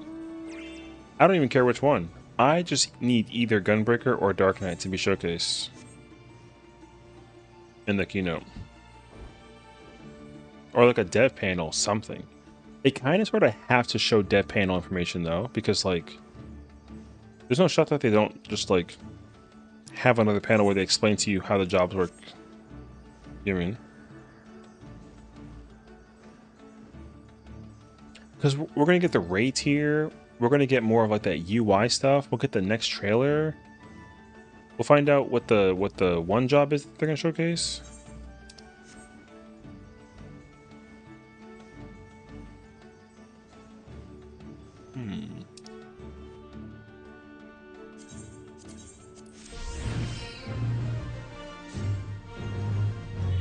What's this one? Specify number of reduce. Oh, I got the descent. Okay, that was only the name. No, though there should be a teaser that like at least confirms like a detail about the job. We should see something. I'm trying to remember though because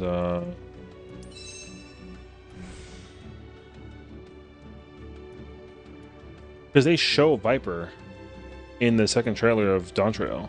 Like, you know it has two swords.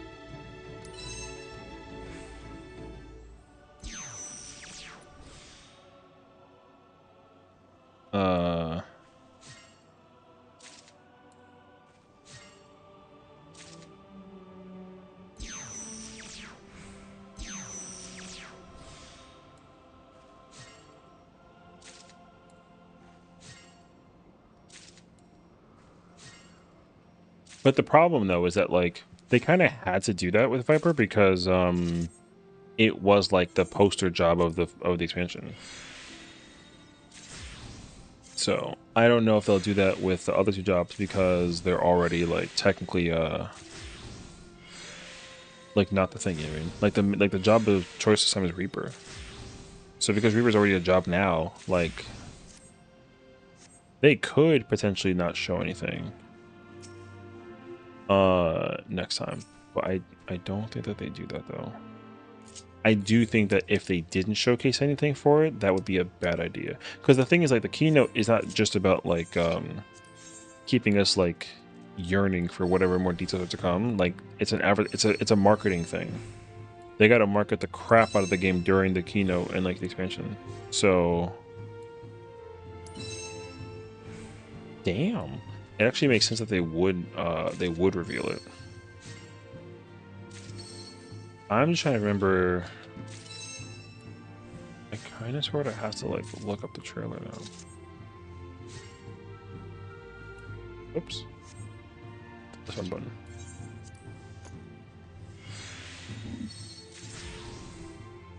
Oh my god, I need like the one. Thank you.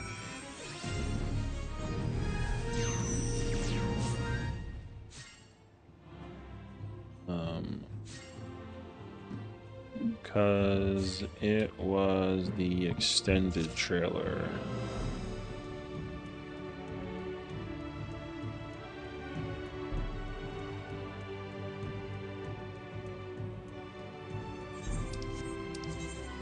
I'm like 99% sure that the extended trailer shows that it's a Viper.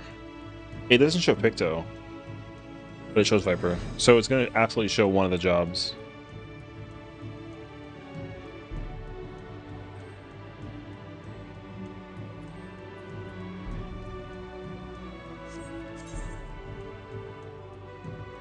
What the f... Oh, I see. I gained like 200.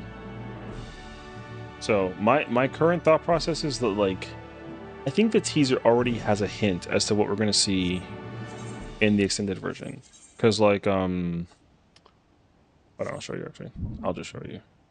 Is it better if I show you? Versus being like yapping about it. Because I can yap about it for years.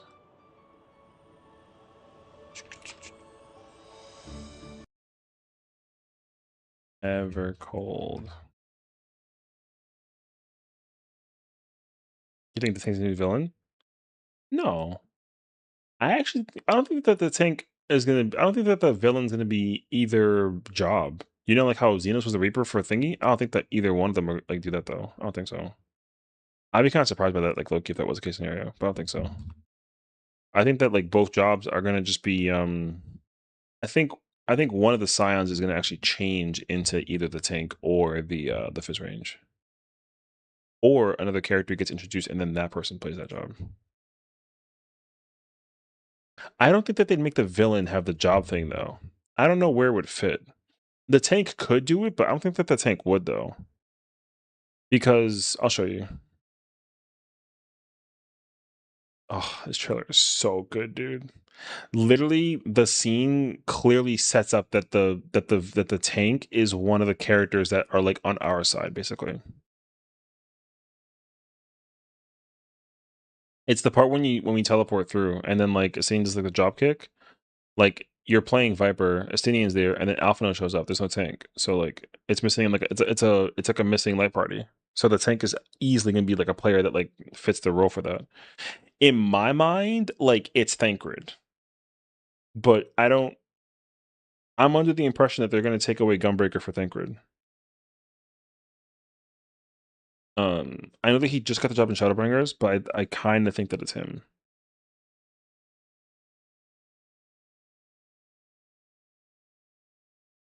Because like we're losing Book Lamont as a tank.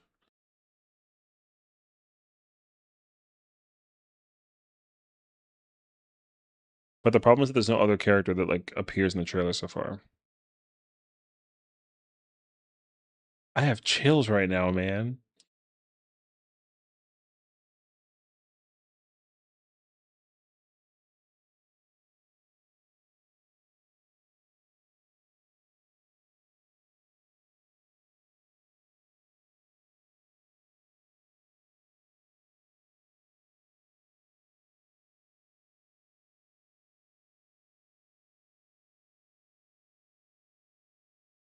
This thing is weird to me though.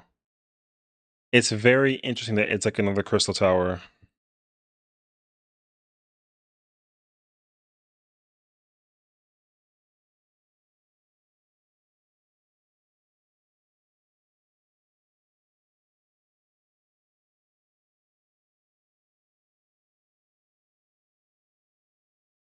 Yeah, see, so here, like you have Alpha No healing still on Sage. Sorry. You got Alpha No healing over here. You got Viper as you for now. This is temporary. This is you like still mid transition. This is doing the ARR to Heaven's Ward thing. And then this is Ascendian, right? So you're missing a tank in this composition. What happens in this trailer scene is zooms out, and then that's the end. And then you see how it transitioned like that? That transition is already where there's a cut. That's the wrong cut in the final trailer. So there's going to be a point in time where we go back and we fight a thing, and that thing will be like a bigger villain, and then the person will come protect them from the attack, and then that person's the tank. So whoever actually is taking the tank role will come back and like protect the three of them from whatever incoming attack that comes. And so it's going to be one of the Scions that plays the tank role. Just out of like sheer thought, like I kind of sort of want it to be um like a random ass character. People are thinking that Hori Boulder was going to be like the thing too. Like he would actually make a return because he actually shows up at the end of the cutscene in 7.5. As like a beckoning call. I think they're going to actually introduce new characters to like join us to the Evercold journey. There's 3 characters that actually show up. Um and like one of them is a caster, the other one I think plays like a melee, and the other one plays tank. And like we might get like it might be the Rogadin character that joins us eventually. He plays tank. So you think that could be the new range Fizz 2 to shoot them down, maybe? I was thinking about that, and you're not wrong. It's totally possible. But I really think that the symmetry of the characters missing a tank in this moment, um, it speaks to me a lot that there's a tank missing in this moment right now. Because the exact same thing happened in Endwalker. But there weren't 4 people, there were 3, right? Alize is there casting her fire. She gets hit by the one blasphemy, and then she's like hurt, and then we show up on Paladin, and then we get revealed to be Paladin, and then Alphino pulls up with Sage, and then like it's the three of us, and then we pull up, and then the next person to show up in Trail Justinian. So like, um, but that's like an example where my theory backfires, right? Because that one shows three people, but it does show one of each role. So this one doesn't do that. This one specifically shows Viper, Sage, and Dragoon, and it clearly shows that he's still a Dragoon. So he's not the person who changes, and neither is Alphino. So the trailer is already eliminating characters who fulfill certain roles. So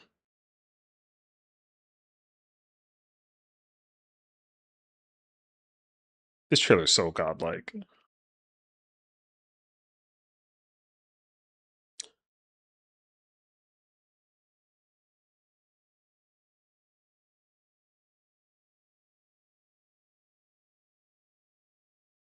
Do you see the tapestry? Oh, look! This is wild to look at. Like the fact that there's like shovels and pickaxes, and then like the world's getting colder, and then there's graves here, and like these two animals, like it's very clear that the world becomes like yo, it becomes like crazy.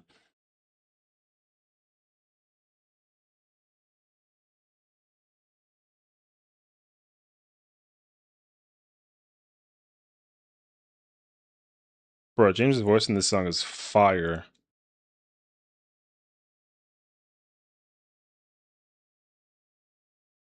This is crazy to look at. I always look at this and I always get chills. Not no pun intended. The fact that the world turns into something like this and then this is what's happening and whatever, this reminds me so much of like 13, like low key. But like bruh, it's so good.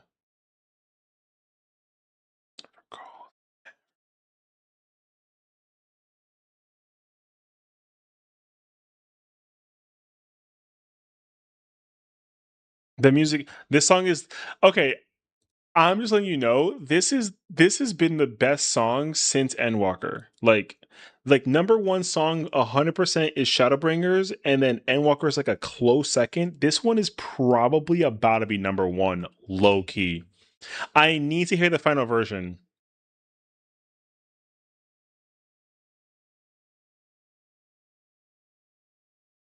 This trailer is just so good, dude.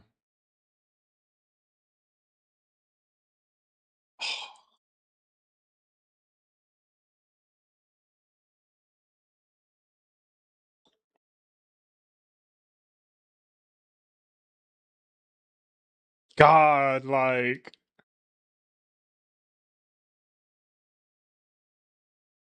yeah, bro, it's gonna be so good. So,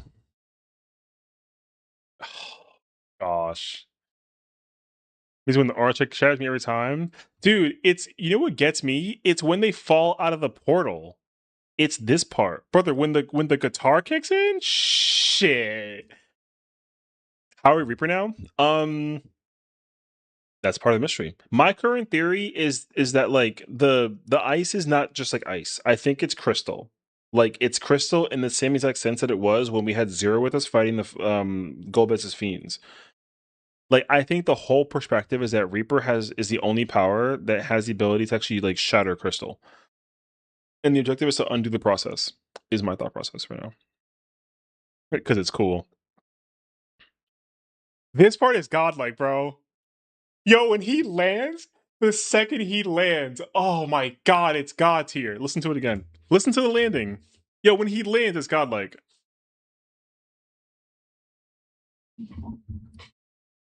Godlike.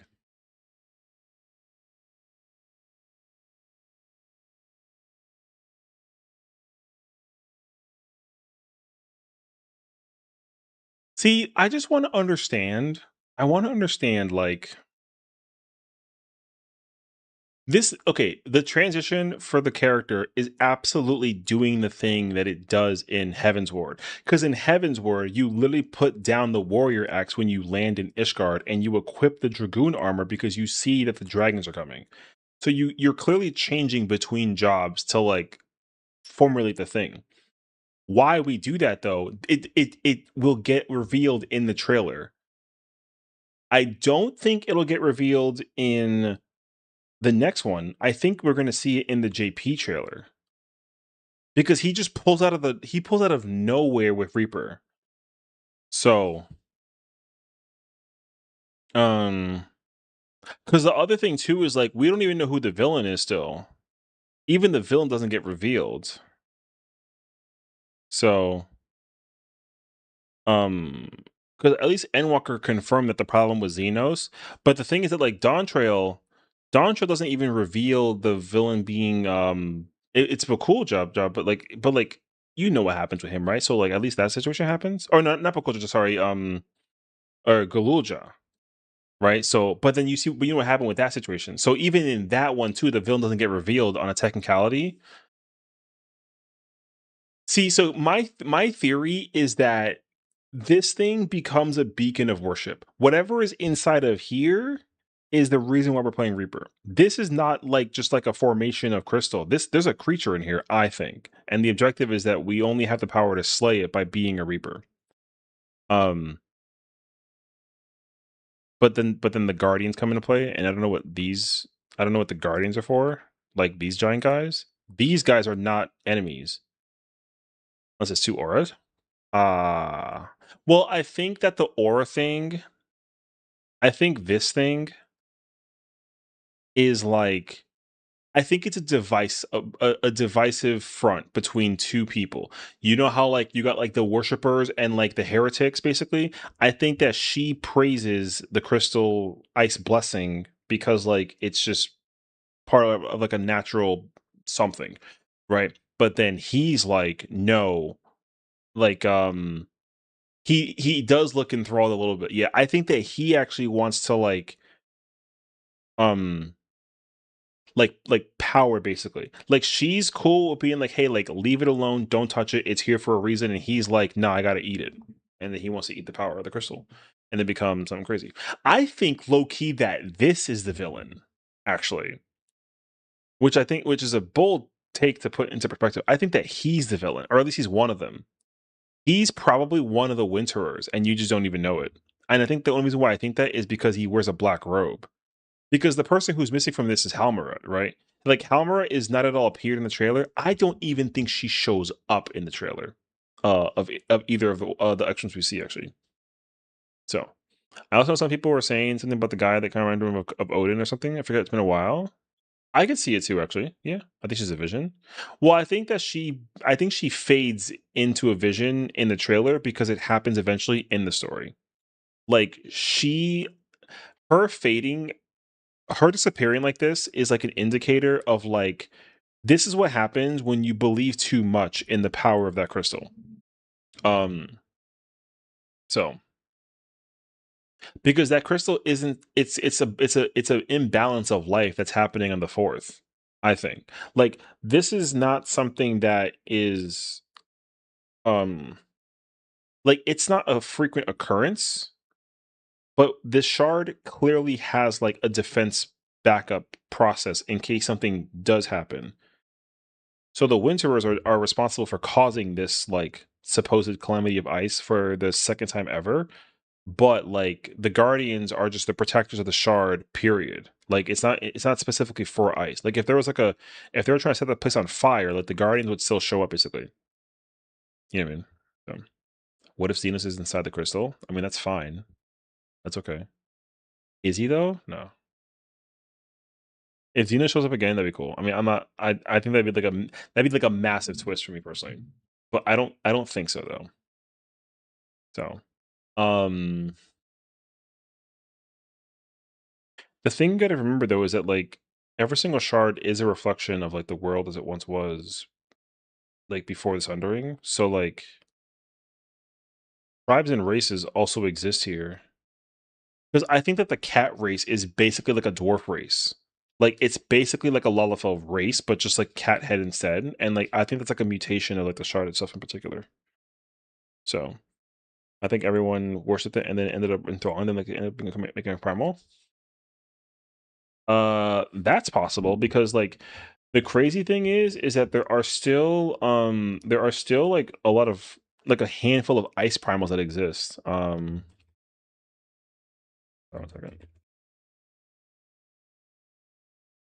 But the other problem though is that other ones have already kind of come and gone too. So like we've already had like our fair share of like Shiva, right? Um, but there's still a whole lot more though. So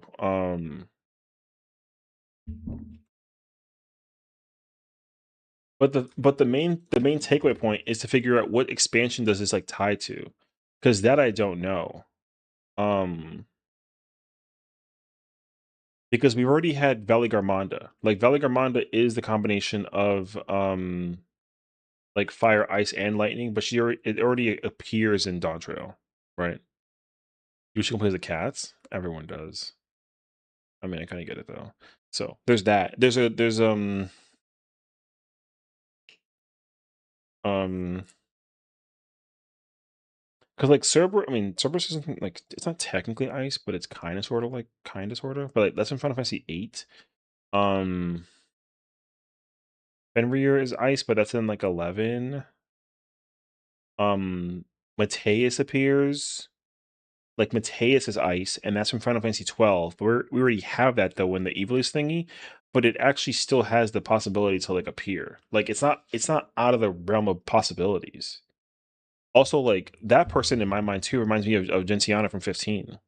So there's that too. Um, there's like a handful of there's a handful of ice like espers and primals that exist just across the board. So um like I don't really know, but I'm under the impression at least that like there's a handful of them that still exists because we've already gotten the debunk that like different versions of other primals can exist basically, right? Because like we already have like different Bahamut, we have I mean technically Ifrit, technically, and Garuda, technically. Um who's the one that like sticks out to me like a sore thumb though? Shadowbringers does the thing with all the Sin primals, but like that doesn't technically count because like we're channeling energy. But you can do it though. The variation of primals do exist outside of other like shards if they were channeled. That's the thing. So realistically, like this whole last thing, the other thing is like because it's 3, it also screams Shiva at me. It could actually be like the fourth rendition of Shiva. It is totally possible. Um My current theory, you know how every single like expansion has like a theme tied to like the thing? No lie, I think that this one's 10 currently for now. My my mind with this part and then the part where and then here, like this and the other thing just screams FF10 at me. Very subtly, but like I think that it's there, like low key. Um that has nothing to do with Reaper, but that's at least like my theory for now. It's a very long-winded theory. But yeah. Let's watch it again. Like, look at the color scheme for this. This is fire. Man, I freaking love this. The color scheme for this is fire. I need this shade to be a dye. It looks very Rolandberry, but I need like a brighter version, you know what I mean?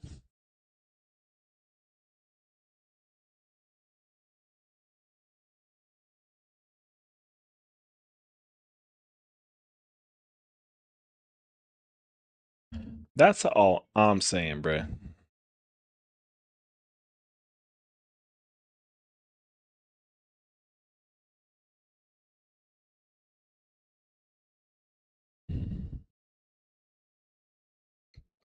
Mm-mm.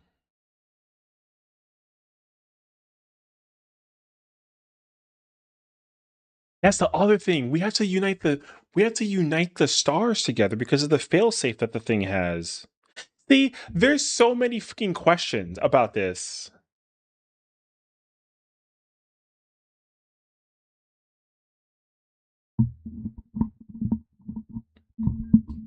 There hasn't been an ice calamity since the first calamity.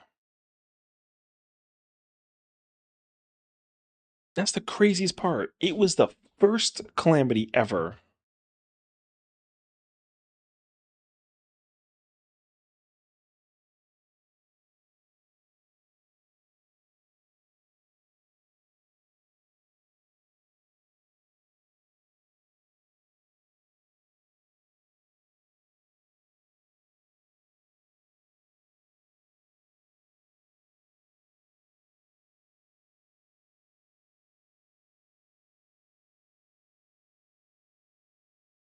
Not to mention that, like, okay, sorry, hold on. Here's my other thing too. Like, Halmara is literally there's no shot that she would actually be okay with what's happening to this world if it's being encased in ice. This is why I have literally so many fucking questions. Like, she's literally the Ascian of harvest and life. Why would she want the world to get encased in ice like this? That makes no sense.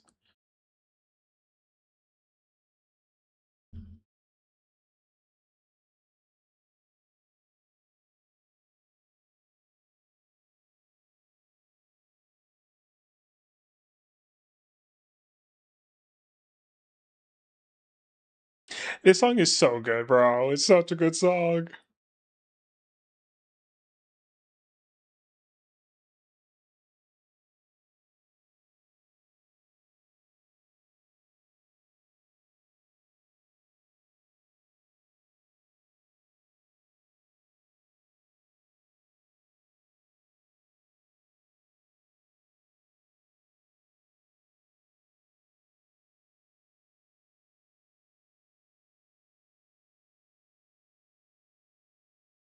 Sorry, wait.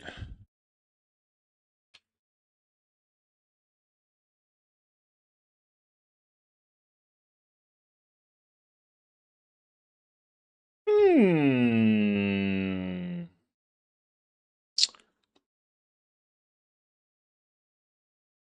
Interesting.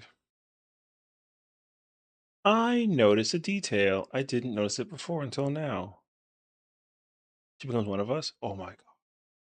That's interesting. Okay. Okay.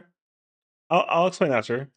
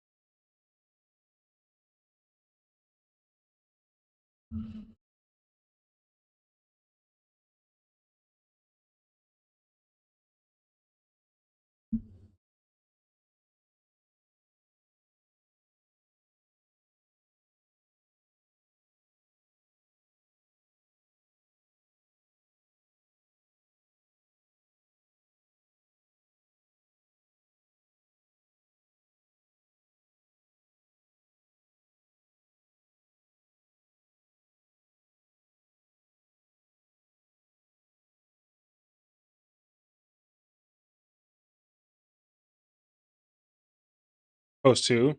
I mean, that's fine, but the thing is, like, we're not gonna know what it is until all we know is that because there's no balance right now in the world is basically like doomsdaying itself. Um, there is that. But what I had noticed, and I didn't realize it before. Hold on, I gotta like look this up because like I never remember it. I actually think this is like spot on. Wait, I'm pretty sure it's like,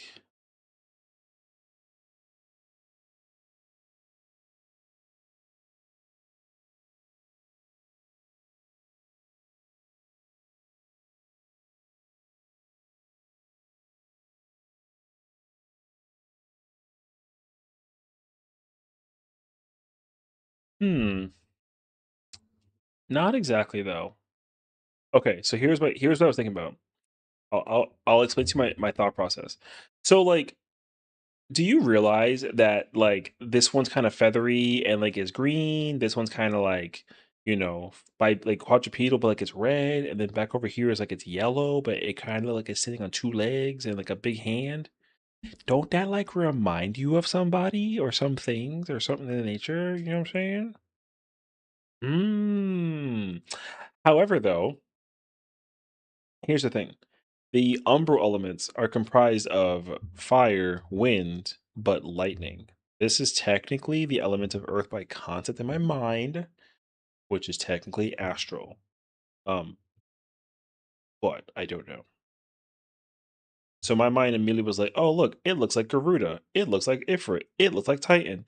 But in theory, I almost wondered if like mechs are armor.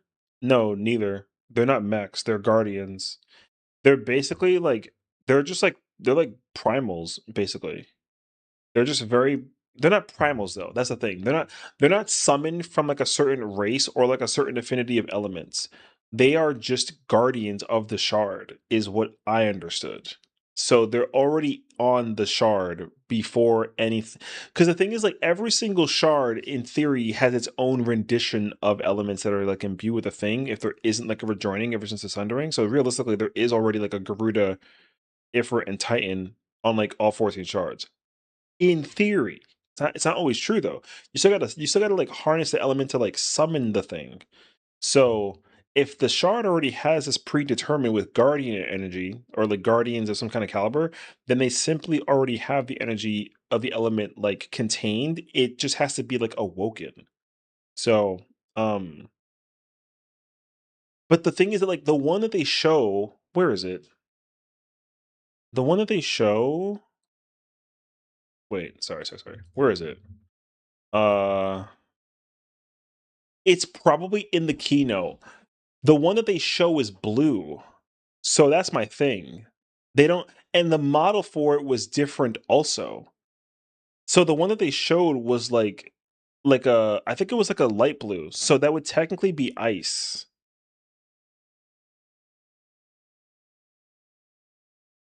So I'm just trying to think about like where is there any like evidence of this being like a possibility?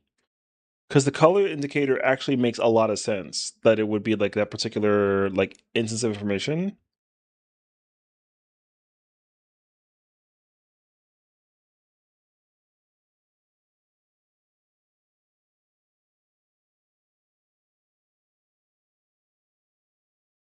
Because this is clearly an anomaly. This is not supposed to be here. It's clearly not supposed to be here. And if it is, then it's been tampered with.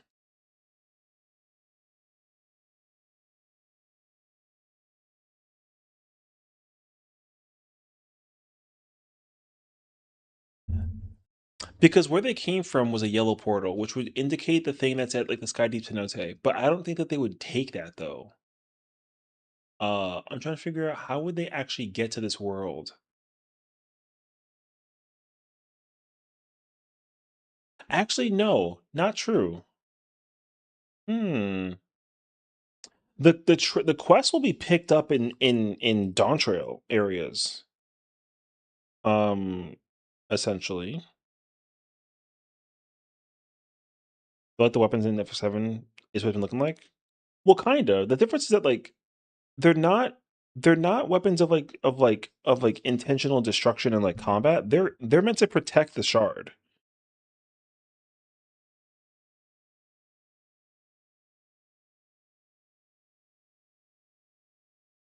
It looks like the Crystal Tower, but it doesn't really it doesn't give me that same impression though. It reminds me, okay, this is like a crazy ass like spin of direction. It reminds me of there's a thing in a video game called Dead Space known as the marker. The marker is basically like an alien origin crystal that actually like if you touch it you become like well actually you kind of become like enthralled. But in theory, though, it was a barrier to prevent the necromorphs from like escaping from where they were placed. They were on like a planet, and then the marker was placed there to contain them. The monsters can't get near the marker. So, um, my thought process is that like that thing came from somewhere, and then it just started messing with the shard, and it's called forth everyone to like kind of protect it, and that's why the place gets like sundered to ice basically, and that's why we're being called over to try to like help them out in the process. Somebody brings us to the fourth from the Dawn Trail area. It's Genova.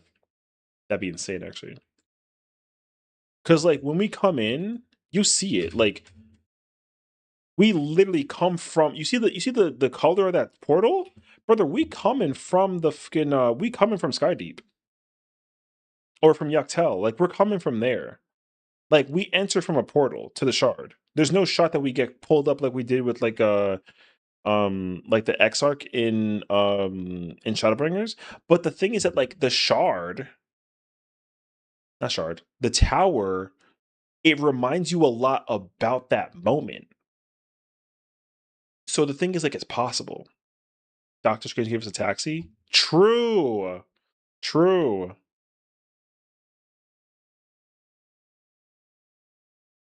Everything has to be Kefka until proven otherwise? In a way.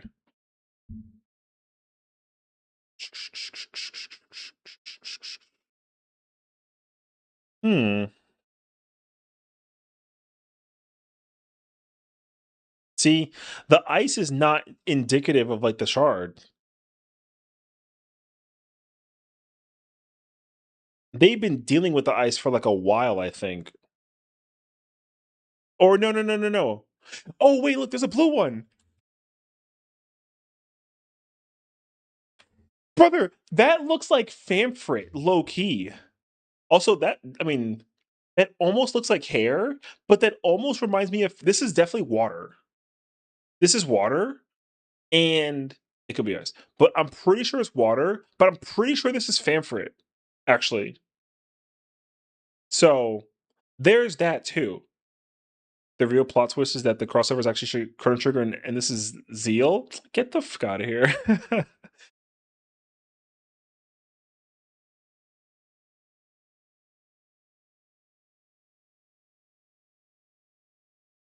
Brother, there are 6 elemental guardians, and their job is to basically restore the balance of elemental affinity to the shard. That's we're literally having Shadowbringers 2, except like instead of light, it's ice.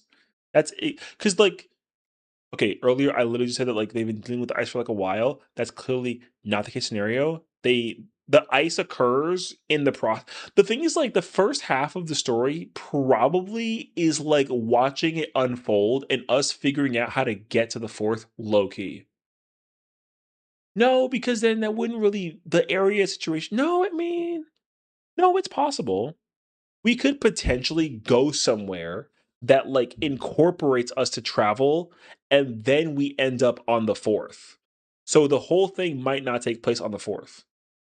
That's the thought process I had, at least in my head. But I don't know where we are on the map though. Unless we're going to the north, unless we go to the far northeast and then we like shard in. I don't know where we are otherwise.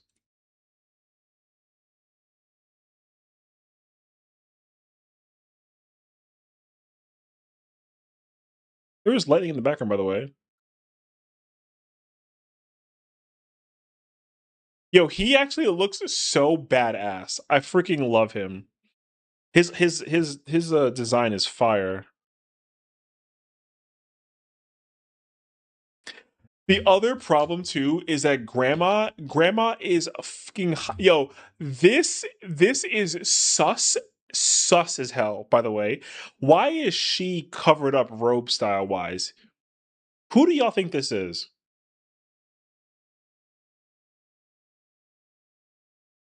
Because hey,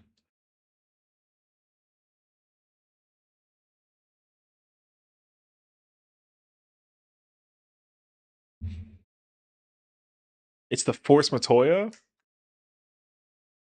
Cooking,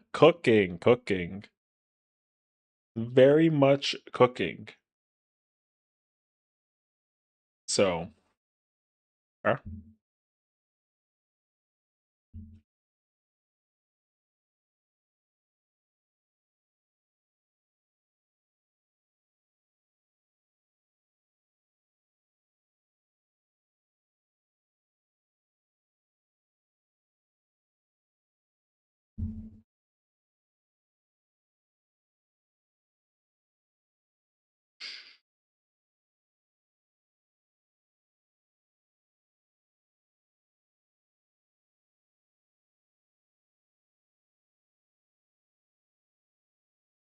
God, like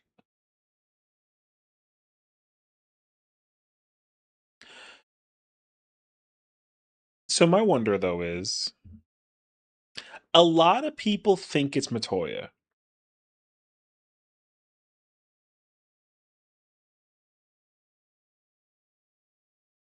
What are you standing on? I think it's tech in my mind currently, my mind actually says it's like an airship.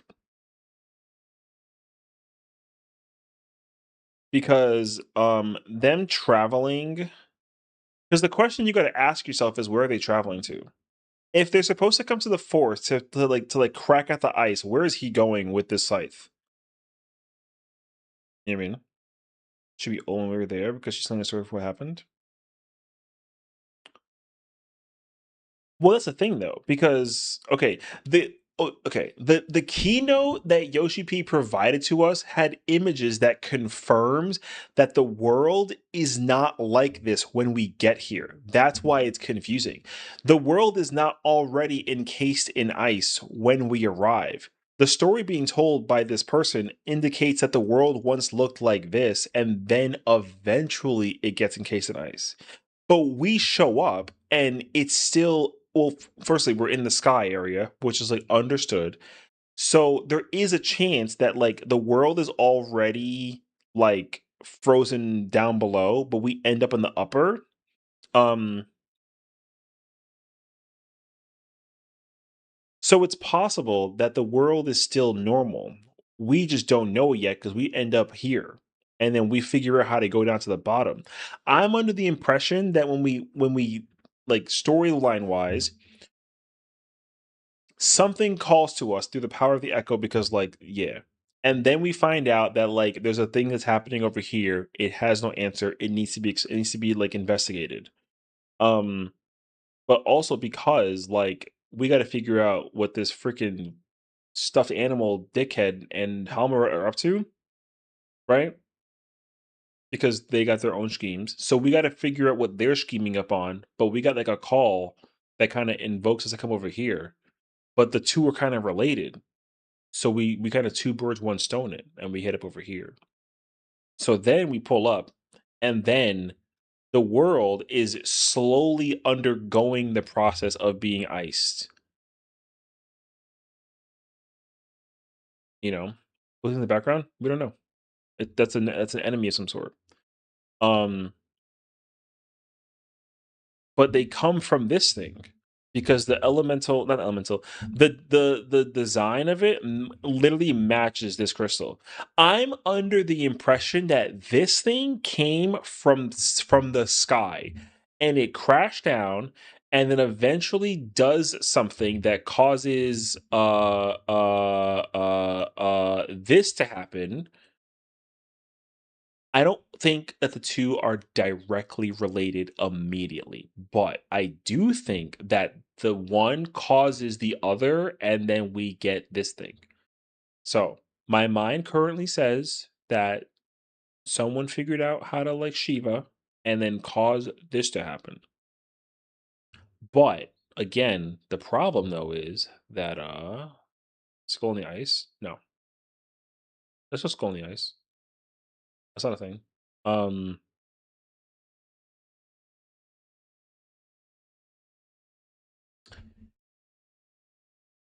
my thing is that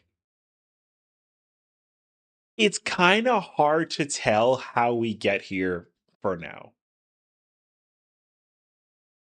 So I don't know. I'm under the impression that like we basically get Shadowbringered here again. I don't know, but the difference though is that we don't get like soul absorbed over to the thing. Like we straight up just like pull up. They're like, "Hey, I'm opening a portal," and then it's like go to the shard because like we track that like Hamura and this freaking stuffed animal went over here. So like this is your best bet. So they take us to the portal. We don't know where the hell they are. So then we land up here and then we immediately get attacked by these things. And then we're like, what the heck is this? And then we got to go investigate. And then we got to go find these two. Lord knows where they are. We talk to the locals. They're like, oh, we're getting ready because like a thing is over here. And then like, what thing? And then they point at the crystal. And then they're like, what the fuck is that? And then they're like, we have no idea, but the world's been getting slowly colder by the minute. And then eventually, freaking this happens. And then we gotta figure out what's happening, and then what gets colder and colder and colder, and then eventually the populace escapes to the sky, as mentioned. It became a frozen waste, and we escaped to the sky deliberately. But the trailer indicates that we land there first. And I don't think that the trailer is going to like disorganize what events have occurred first. So I think we end up in the sky first because we're known as the far wanderers.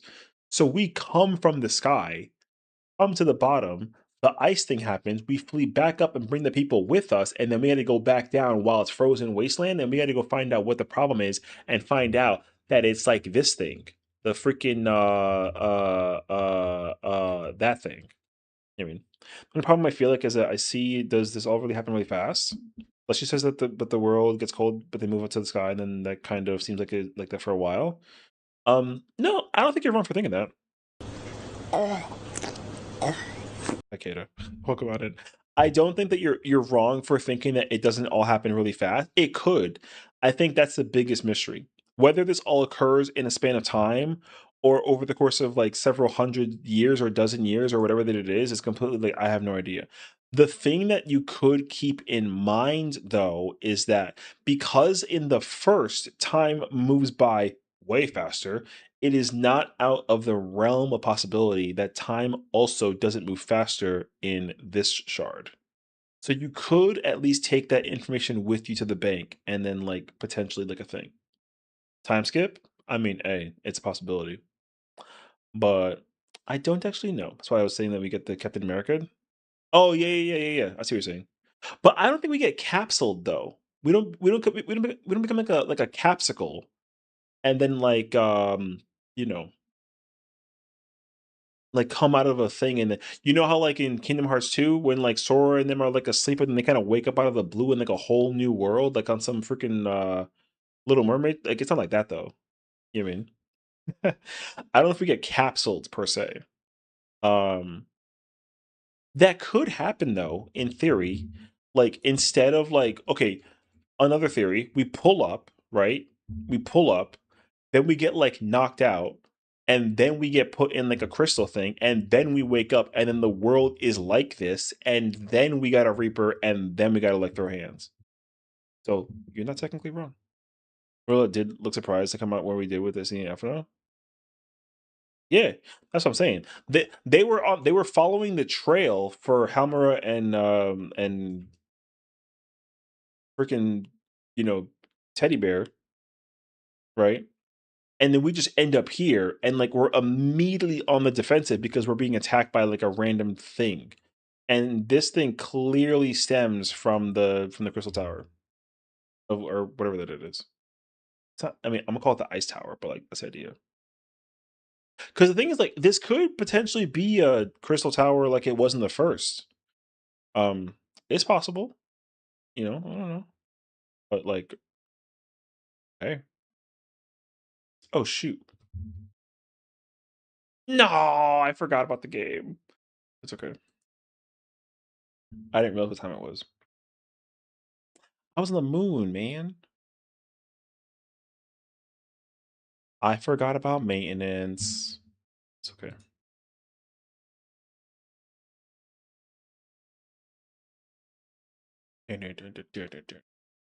Like this world is freaking who brother, they're swarming at them. See, it's almost like they're like a bacteria and they're getting hit with like the antibodies. Look at how many of them there are. Also, like, you know why too though? Because they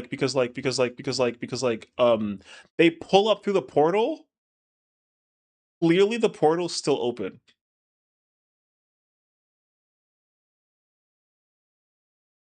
I mean, it's closed because of the trailer, but like the fourth person pulls up and then they get to the mode and then the guy's got the shield and then they're like, holy and then like, you know what I mean? So getting your Eureka on? Eureka. I think the three-pronged thing is a tree of sort of life. It could be. It's a possibility.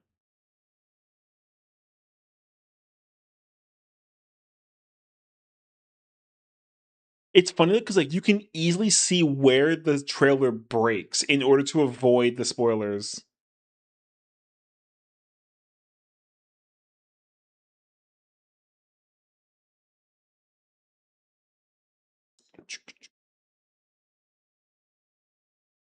I bet whatever tank we're getting is going to be appear when we landed and shoot all the drones from the sky. Exactly. That's exactly what's going to be it. The question though is who's the character that takes over the tank role? And not to mention the fizz range. The fizz range can pull up too though. Not together. Because the next trailer in Europe is going to have the tank jump out of the portal and then protect the people from the thing. And then the final trailer in Japan will pull out the fizz range, and then you got a 5-man squad, and then they're all throwing hands. You know what I mean? You think the Ally PvP range? Red Alphino? Red Alphino is crazy. Okay. Do you think that they would do that to her after she just acquired the outfit though for the red mage?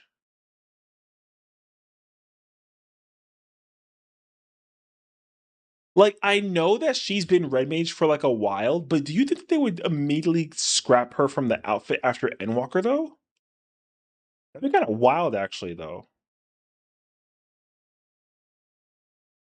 She's had it since Heaven's Ward to like to Stormblood. She's had it for a very long time. Yeah. My thing is just that like they gave her the new outfit in Endwalker, so I feel like her immediate need to like weapon change is still because of like the outfit though. Could they keep the outfit and then like give her like a new weapon? I mean, like sure, but I feel like they wouldn't want to do that though. What if that priestess has a song? Is a songstress? That bro might be like a man of Yemen. Whoa.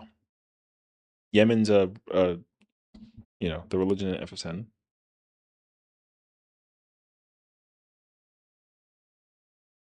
Man, I don't know, bro. I like him. I fuck with him heavy, bro. He's actually so freak. This design goes so hard. Also, peep this. Okay, see this right here. Okay, cool. Now peep on this. Where it at? Where it at? Yo, difference. You saw that though, right? They're different. He's missing an eye like Odin. Is that not just the angle though?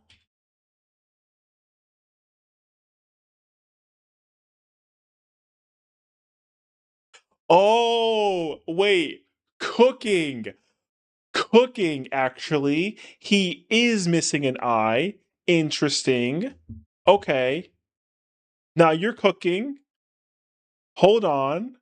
Cooking. Interesting. Okay. Interesting.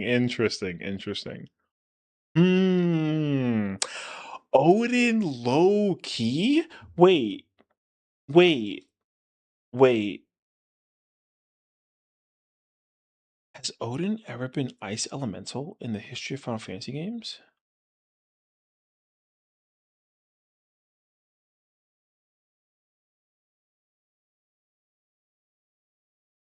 Not technically.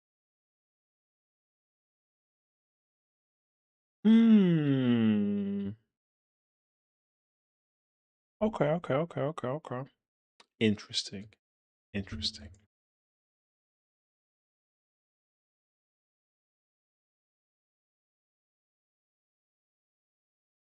I don't like that that little kid is the one that's here. Hmm.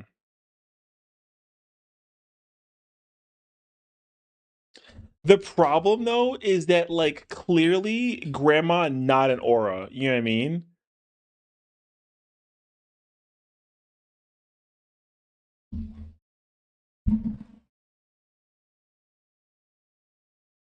Yo, the graphical detail of this trailer on her face is crazy good. Grandma a MIDI confirmed? That is wild.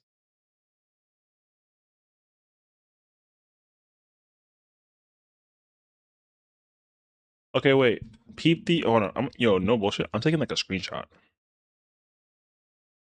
I want like a screenshot of this real quick. Okay, okay, okay, okay, okay. Where Big Man at? Brother, look at the freaking yo, they're different. They're different. They're different. See, this there's clearly two factions of storytelling, which is wild because grandma talking to like potentially his kid type shit. Like, can you imagine actually? I'm just saying the fact that he's like a dark scaled aura and so is like the kid is a questionable thought process. I think that he is part of his tribe, of this tribe, and then basically got like lost in the situation, and he has no idea what's going on. So she telling him the story, and so he joins our side type of ordeal, and then we got to figure out, yo, Odin's son confirmed. Thoughts? And you know what the kid's name is? Thor. I'm lying though, but like imagine. You see the vision? Just making sure. I'm just saying. Yo, one more time. Good trailer. Good trailer.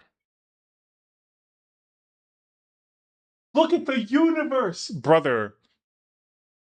Doesn't this kind of like remind you of Ultima Thule though? Damn.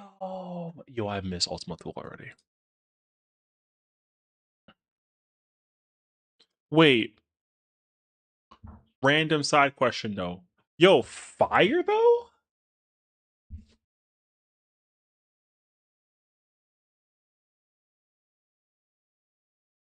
Oh no, okay, got it. Okay, gotcha.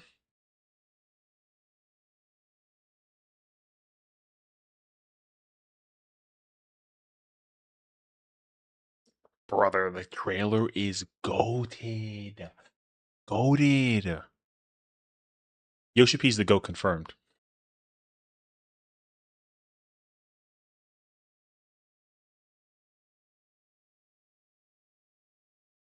It's crazy that they put the star. You saw the freaking like the yo, that was crazy to look at. I could watch this trailer for like an hour and change easily. Repeat.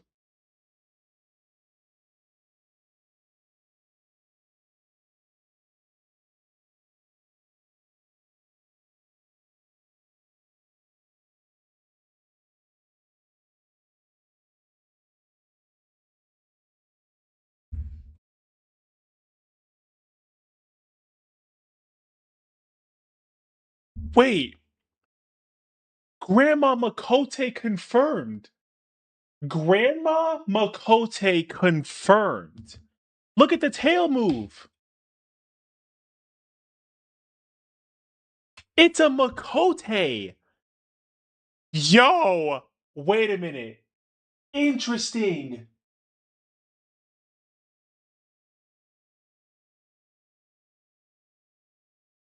Is she heating up the soup with the hand?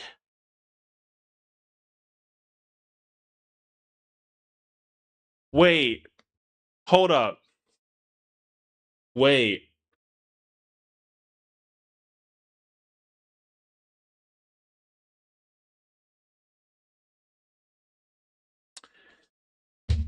Okay, wait. Yo, what if? Oh no. No, wait. Nah. Fuck, it's too dark to tell. It's actually too dark to tell. Yo, if this is Yestola, I could potentially crash the fuck out. Oh my god. Yo, I never even noticed that it was Yestola's tail potentially. Oh my gosh. There's no way though. I'm trying to think. Wait.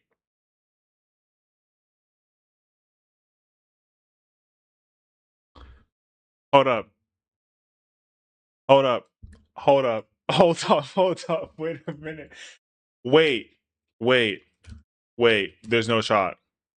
There's no shot. There's no shot. we watching peak. Godlike. All right, let's actually just fast forward to the part though. Hold on.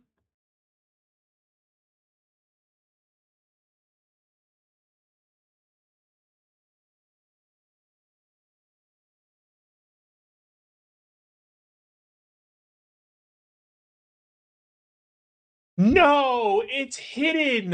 I had like a tiny feeling I would have seen the tail, bro.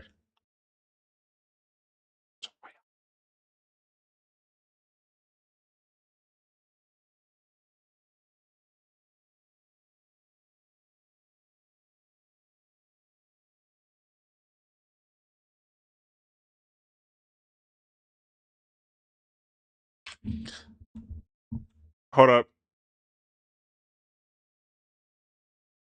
Hold up. Where's the part? Oh, fuck, dude. Yo, wait. It's actually possible that it's Yestola. I might lose my mind. I will lose my mind if it's Yestola, brother. Yo, I mean, like it makes sense though because we're literally getting Shadowbringer to the fourth. The contradiction, or the not the contradiction, the contrast situation, it just makes sense and it adds up.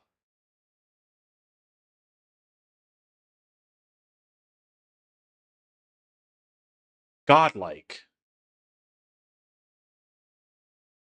The thing is that her face is so fucking covered.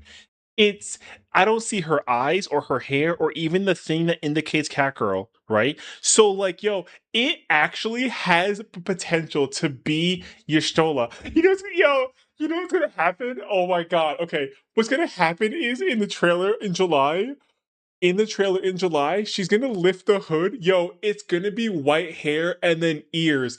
And then everyone's gonna go nuts. Everyone's gonna go nuts. I'm gonna go nuts. Dog, if this is Yestola, I will go nuts. I will go nuts. Oh my god. I'm so mad that I've watched this trailer like 4 times and I never, ever, ever noticed the cattail. I can't believe I never saw that in the background.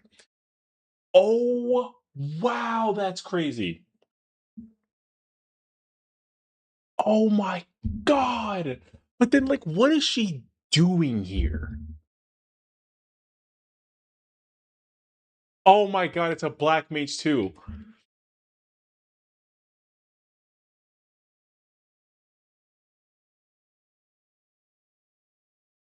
But okay, but like where are they though? You know what I mean?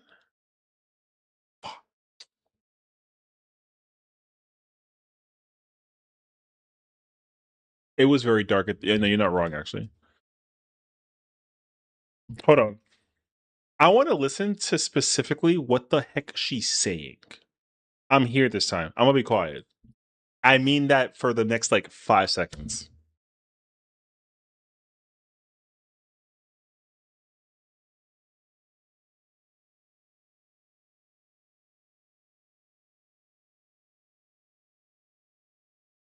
Yeah, but then like how does that work though?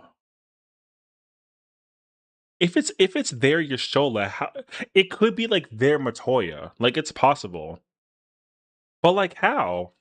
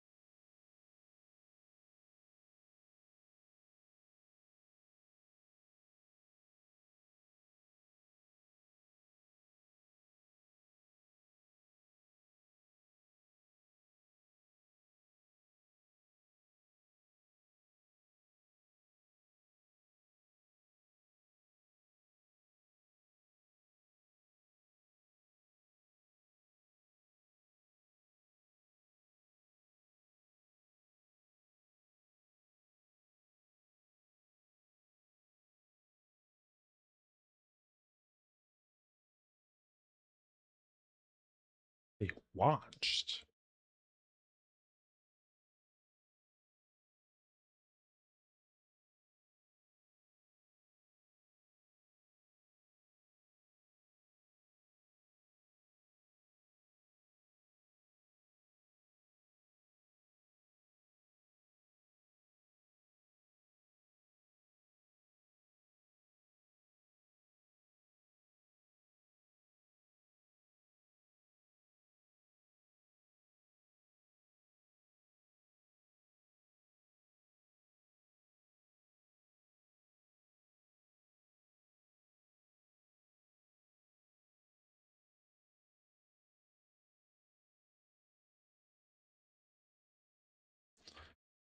Okay, wait.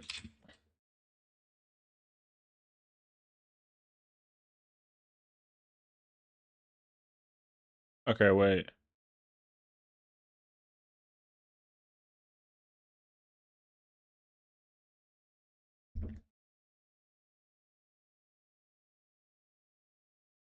What says I? What do you mean? Where? I heard that, but like, or you mean like in general?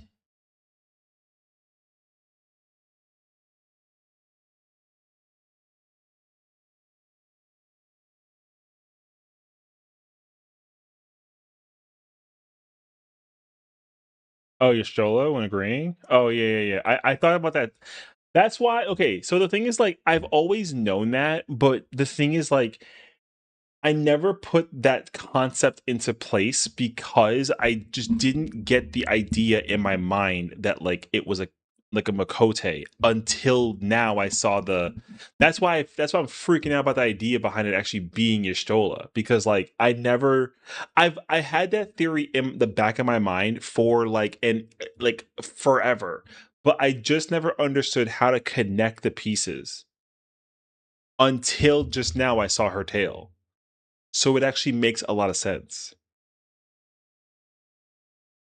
Also, peep the ship. Brother, you know what this could actually be? This actually might be one of the Guardians.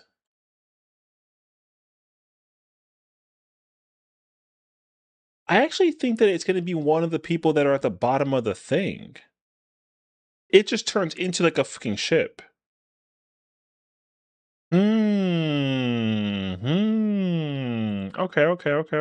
Okay.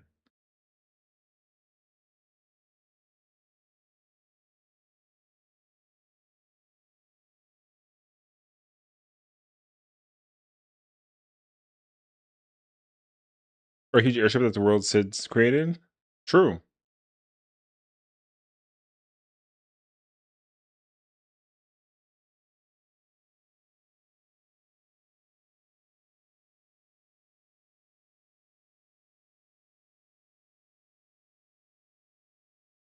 Why would they be guarding the crystal, but then like watching it succumb to the thing?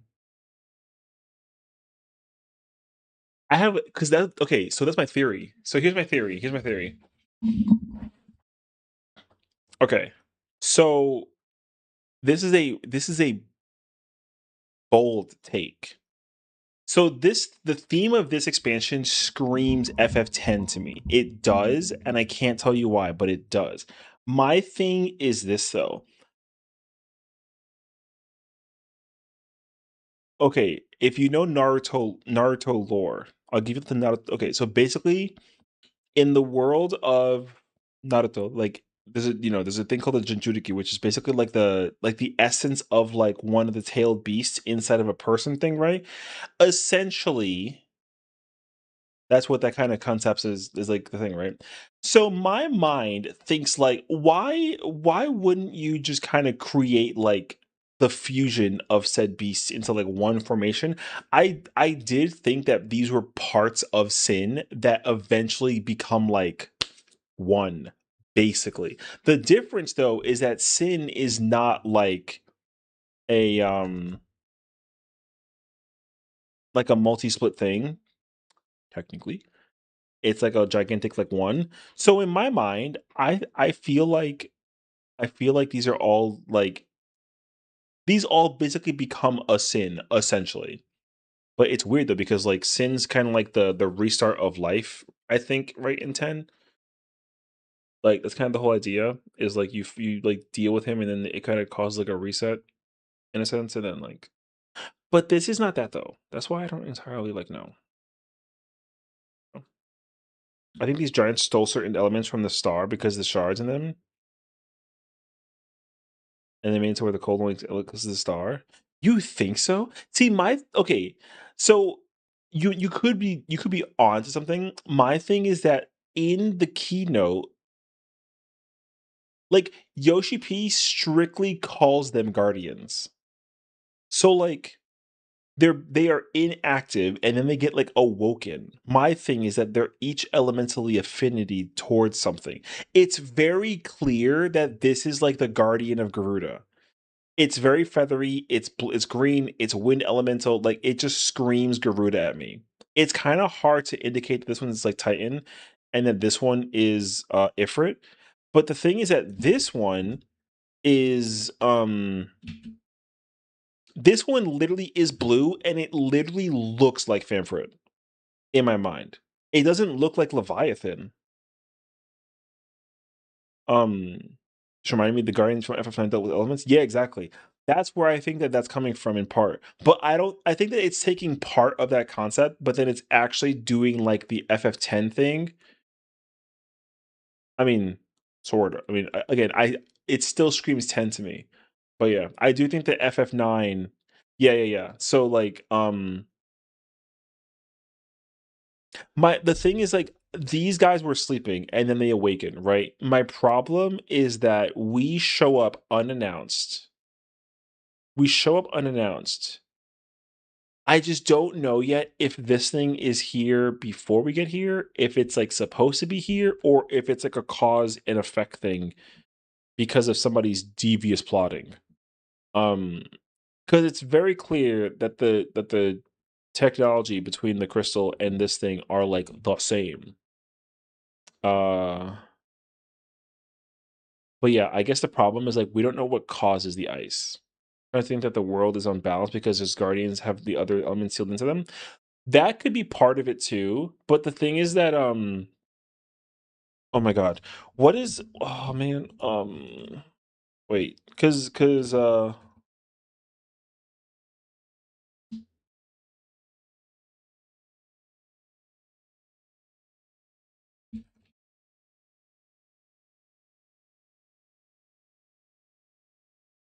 because the thing is that Halmer actually tells us in at the end of the MSQ that essentially the world is trying to rejoin on its own. That's why the whole concept of oh, wait. Okay, so basically, Hamura confirms with us that the world is trying to rejoin on its own, not because the Athians or anything like that, but because the natural balance of ether, if within all the shards, is shifting. So the sundering is weakening, and so the shards are just trying to naturally combine together. That's what's actually happening. The rejoinings will continue, but not as like a disaster, but as like a natural cosmic process. So my thought is the world may try to inevitably converge. But then here's the thing. It actually kind of sort of makes some sense that the first one is ice because that was the first calamity.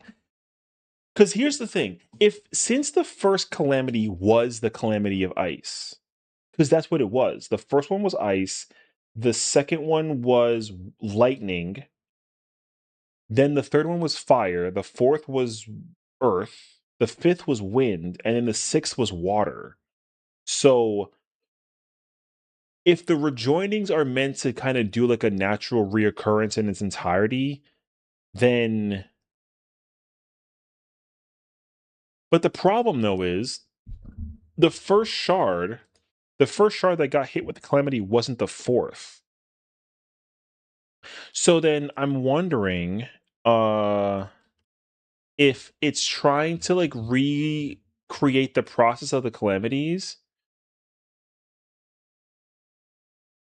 based off of like because the first calamity that occurred was from the fifth shard. So the fifth was the first. The second then became the 12th. But we haven't dealt with the 13th is currently the void, and the 11th has been untouched. Um, so in theory, if we the thing is that like, okay, not that this is like an indicator of any caliber, because I'm not trying to like overthink my reach here, but like simply just because he's like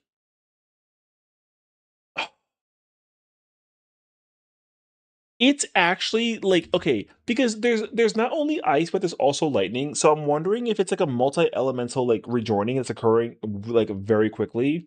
And it's I almost wonder if it's going in order of the elements that occurred with the original calamities. Because it has to do the balance in what occurred in order to at least like well, not I mean, kinda? I don't entirely know. So which is accelerated at all? Well, that's what I think is also happening. I think that the process of the world is trying to rejoin itself, and the Winterers are trying to speed up the process. I think that's what's happening. But the problem, though, is that time moves differently between each shard. And there is an anomaly because the 13th shard is of pure darkness, but the first was of pure light, and then it got more balanced to a degree. Granted, what happened. So my wonder though is like, um, in theory, it makes a lot of sense that the first calamity being ice, and that this shard is being chosen to like form the rejoining first is like a thing. It makes sense that that's a thing, but like why this one first is what I don't understand. Um, what if the elements that have already been part of the calamity are splitting and bring shards? Well, that's what I'm thinking about because that's the thing. So here's the thing, because here, okay, so the first shard that got affected was the fifth, and that was the calamity of ice. We're on the fourth, and the calamity of ice is kind of bleeding into that one, but the rejoining for that shard had already occurred, right? So that's what had happened. That's the earliest rejoining, and like nothing basically survived there.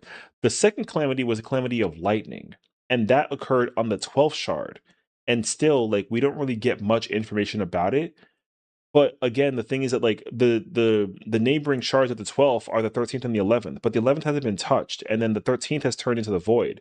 So that means that if the world tries to rejoin itself again and it wants to try to form another rejoining with a shard that's like adjacent to the 12th, it would have to pick the 11th. Um the third shard, sorry, the third calamity was the second shard, and that was a calamity of fire.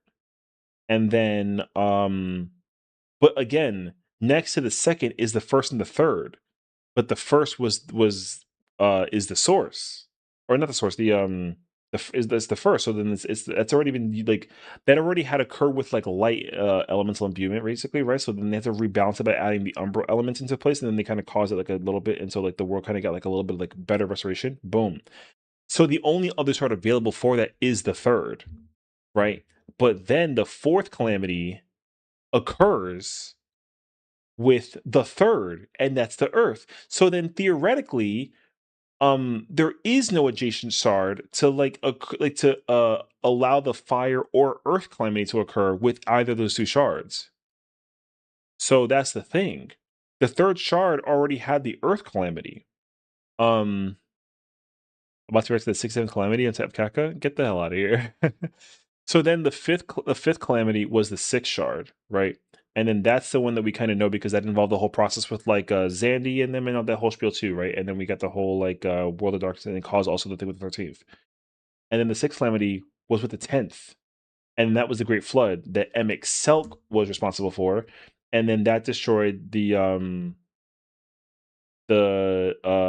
whatever that it was. The Nim, I think. And then the seventh calamity, which was the fall of the moon, and that was La Habrea. And then we had the seventh shard rejoined with the process. But the thing is that like that was not elemental. They just did it with the meteor project. Um But the problem though is that the etherical imbalance had occurred. We had the eighth calamity attempt to occur, but that got prevented. That was the Black Rose calamity, right? Um that didn't work though, because it didn't succeed in causing like a rejoining. So theoretically, there's no more rejoinings that are being caused by Ascian influence of any caliber. So the thing is that I don't know. The only shards that remain are the fourth, the seventh, the eighth, the ninth, and the 11th, and the 14th. I think. I think those are the only ones. So the thing is that, like, out of all the shards that exist, it is actually possible for the world to rebalance itself by re-causing calamities with the shards that have been unaffected. So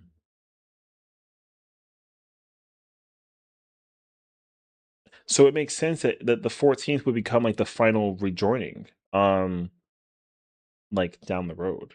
But like out of the 14 shards, like two of them get weaved out because of dark and light, and six have already been used. So you only have six more. I don't know. I don't know. I don't know. So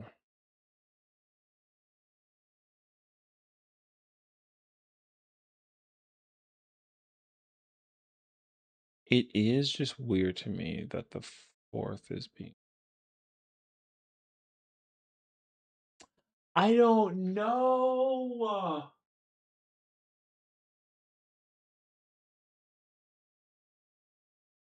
The problem though is that like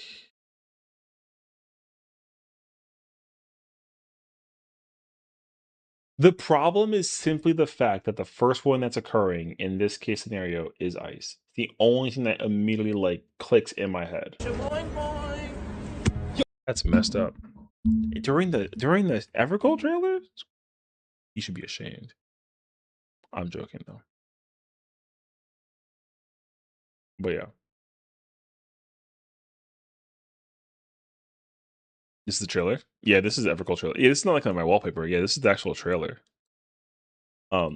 We've been like theory crafting the whole time. And then I forgot that the game got put under maintenance, so like Lamau. But yeah. Um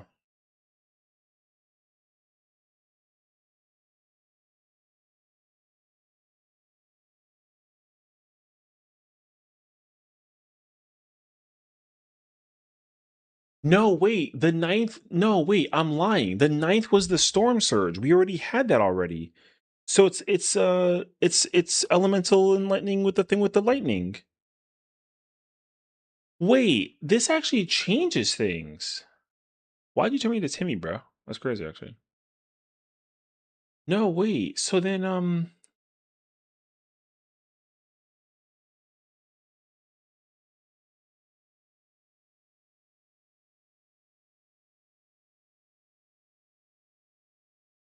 wait. We actually don't have 6 shards. We actually have less than that. We have a lot less than that. So you think it's funny to turn me into a cat in the process of me trying to like over here big brain my situation with the theory crafting, the storytelling? I'm on to you, Bray. Turn me back now. You have 5 minutes. No, you don't. You have like 5 seconds because like it's almost in the morning and like I gotta go to bed. But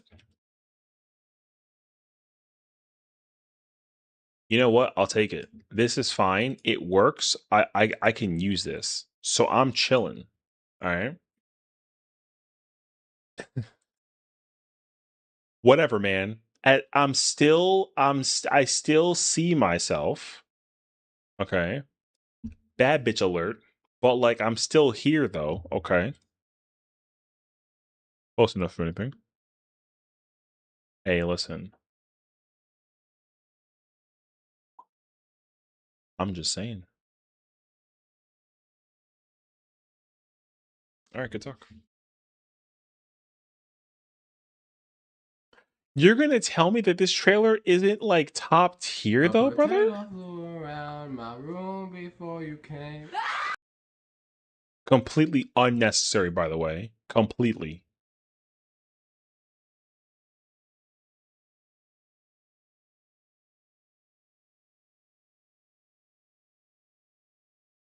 Lizard.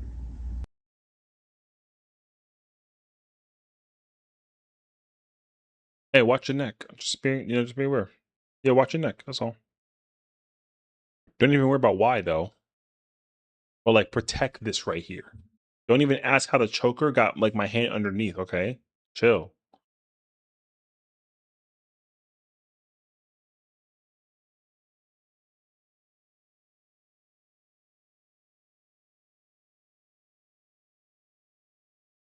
Man, I can't handle the fact that this could be Y'shtola, man. I really can't. I'm ready to crash out over it.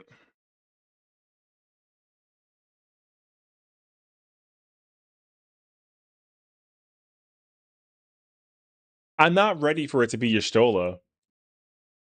Because why is she Matoya? Why is she become the new Matoya, bruh? I refuse to believe it. Everybody in chat is freaking cute. I'm onto you though. Ain't no way. Maybe Mary Bark. Hey, Reaper's fire. So Reaper right now has been as the kids say bussin'. Where my Nintendo Switch 2 at though?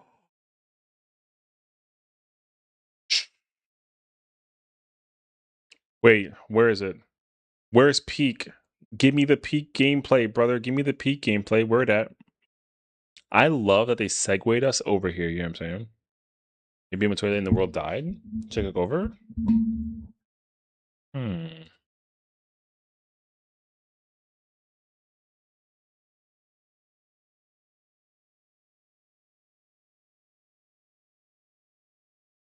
Bro, I was so loud during this presentation. I lost my voice. Wow. I kind of want a second Dragoon arc, not gonna lie. And go for it.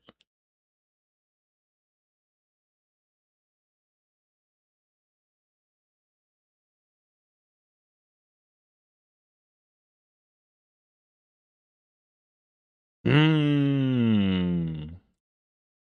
And then he says, then if you time it even more correctly, you get like a beggar follow up. And bro, Lily to satisfaction.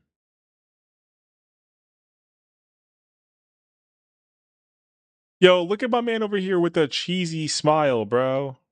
Man, he knows what the fuck he's doing. That's my man's right there. Yo, he's so goated, bro. Hold up. I'm not important enough. Move my ass. He's so goated.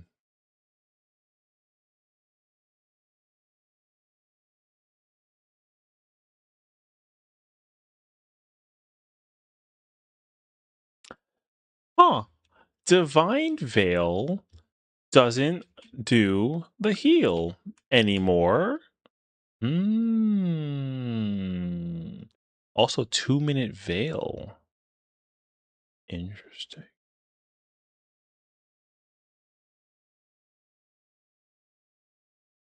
Yep, it's a monk first. I feel that actually.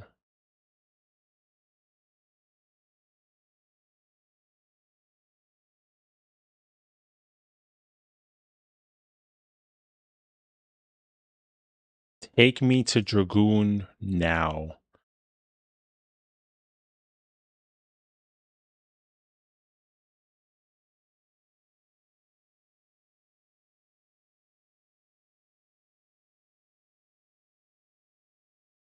Dragoon looks so good, bro. Dragoon looks so incredible. I'm telling you, yo, listen, man. The like, yo, you might only see me play Dragoon.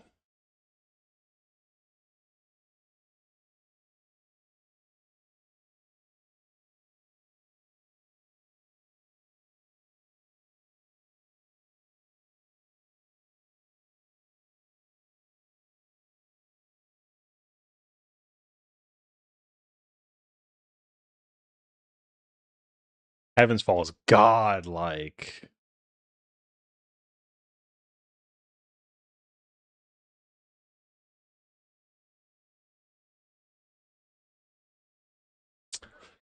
Yo, he's genius. He's genius.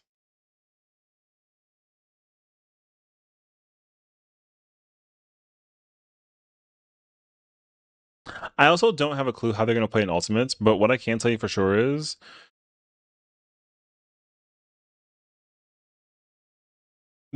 they're gonna have to like fix every Ultimate. Because the thing is that like you get access to all of these buttons at level 50. That's the craziest part about this entire thing.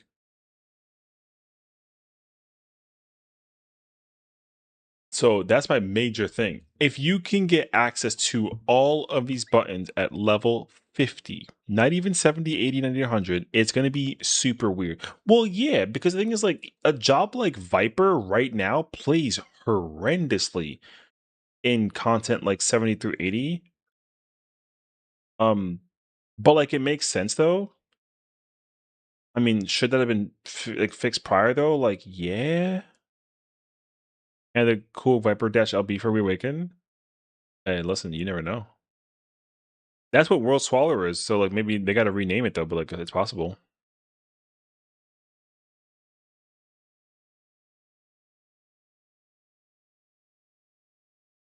Brother, the attack did already. The job's at 110. It hits so hard.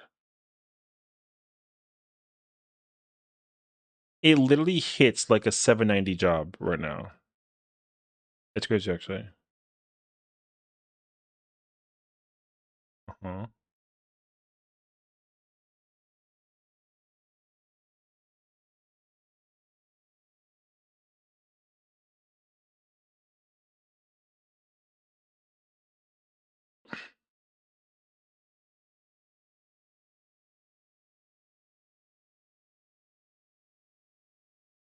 Cooking, brother, cooking.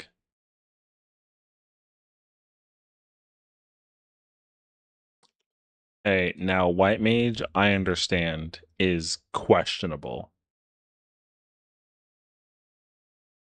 White Mage is questionable.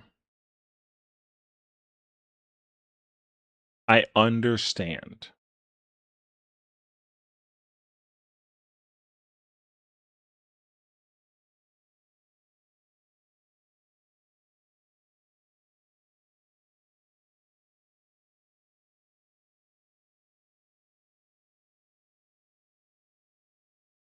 Well, the thing is that okay, healer players healer players are very divided that the changes that they showcased for White Mage specifically is basically occurring for every healer. That's one of the major issues that people have about White Mage for now. It's it's getting a change that every healer is getting. So, um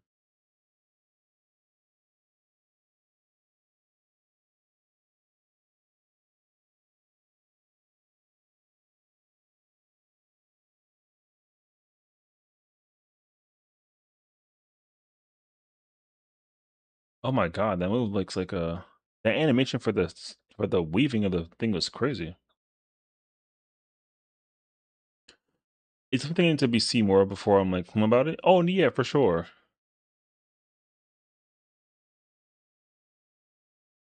The actual problem with the dev panel isn't actually the dev panel itself, it's the job showcase. If they showcased a job like Astro or Scholar, that would have been a lot more fruitful because they confirmed that they were taking out synergy actions. And right now, granted, White Mage has presence of mind. It's not as critical to like change stratagem or like divination, but you don't have POM on this either. So that's why I'm kind of like, yeah.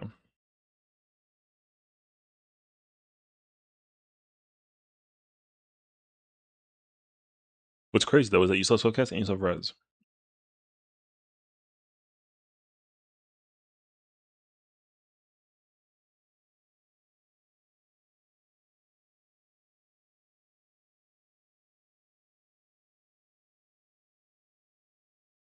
I feel like this man will cook it. I'm having fun. I have full faith in him.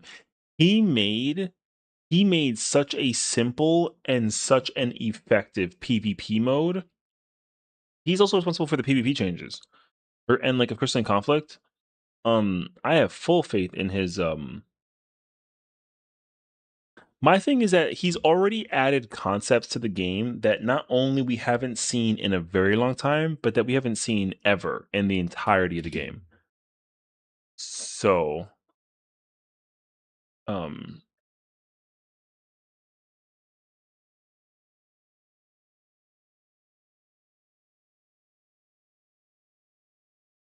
I have full faith in his ideas. So many healer players are like, "Oh my god, this is going to be so much easier," and it's like, well, you don't understand how many people that play healer that don't do damage, bro. This time, you don't really have like an excuse.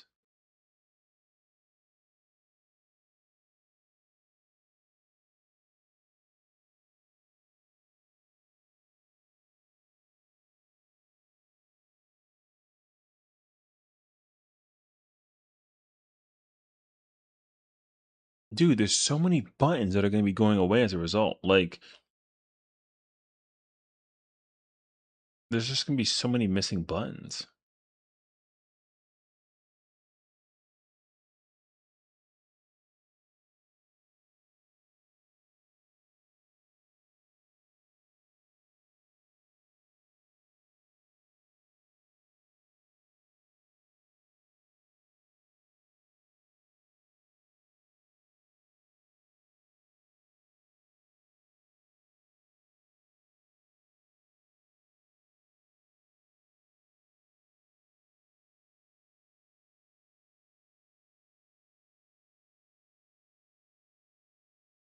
Bro just like threw divination a benediction. That's great, actually. Bro just like threw out benediction. Lamau.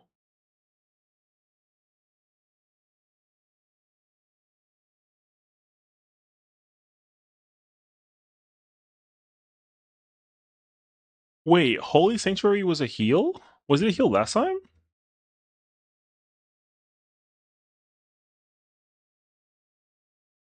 Did I not notice that last time? I didn't notice that last time. Oh. It's literally misery, but also does like a heal? Sick. Oh my god, this job is gonna be disgusting. See, Bard is the job. Bard has changes incorporated that have never been seen before.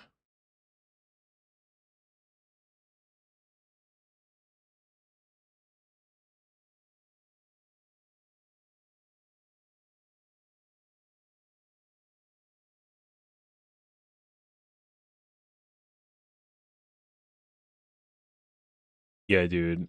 I can't wait for Bard. Bard looks so, so cool.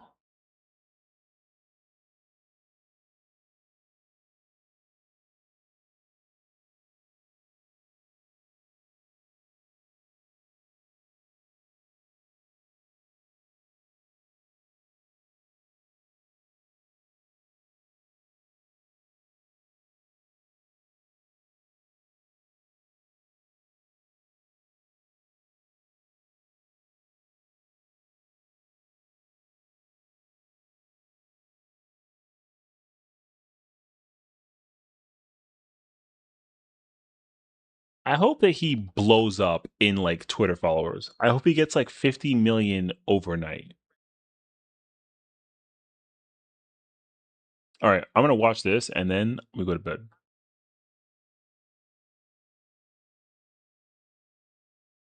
I love dude. I watch this all the time.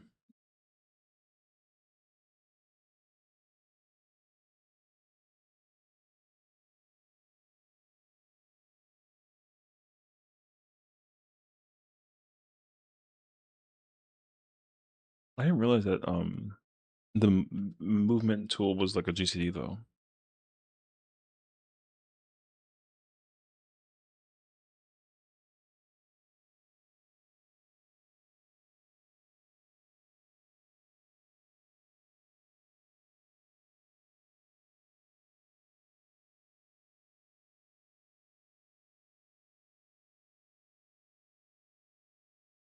Well, yeah, they actually mentioned it too. They were like, "Oh yeah, like the GCD clipping is like expected."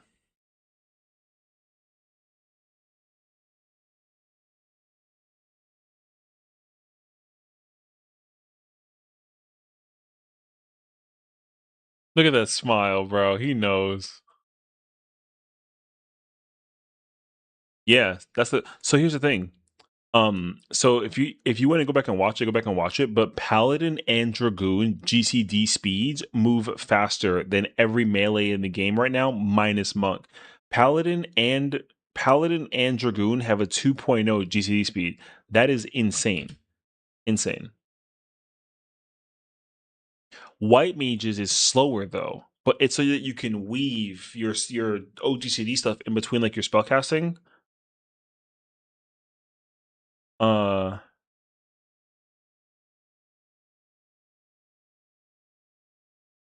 but yeah, Bard same thing though. Bard has different speed that's like naturally like a thing.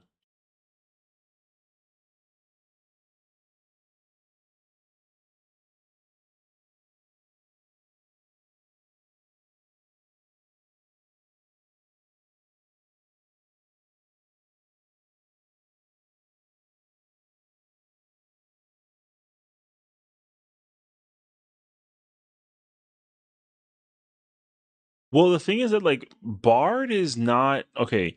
Bard GCD speed here, it's like 2 seconds.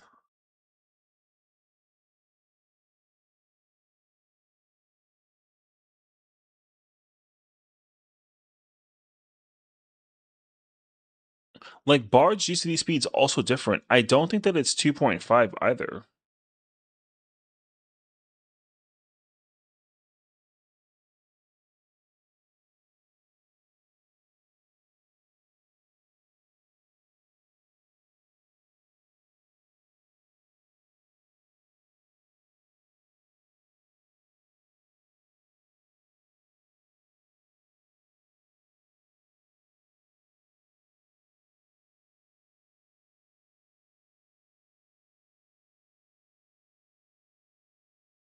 Hmm. The real problem though too is I don't know what Radiant Finale does. Radiant Finale could be a like a hmm. It could be a personal buff to Bard. Yeah, I don't know. What happened to an arrow? Bruh. You could just stand still and do it though too. True. Wait, where's the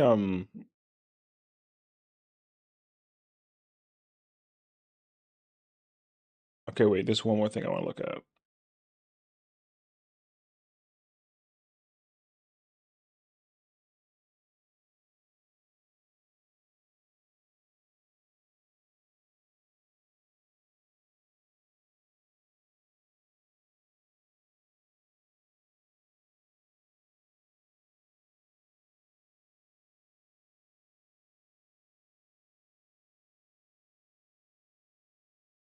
I'm trying to find it though.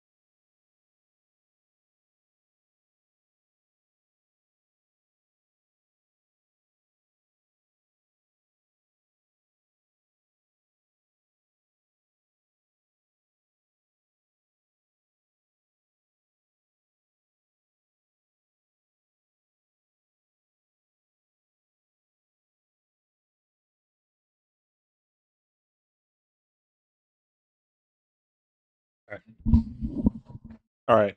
Last thing you watching.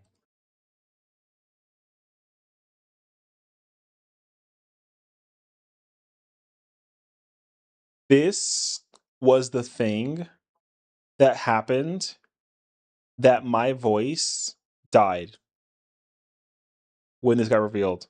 My voice literally died. This is the most insane reveal of a thing I've ever seen in my entire life.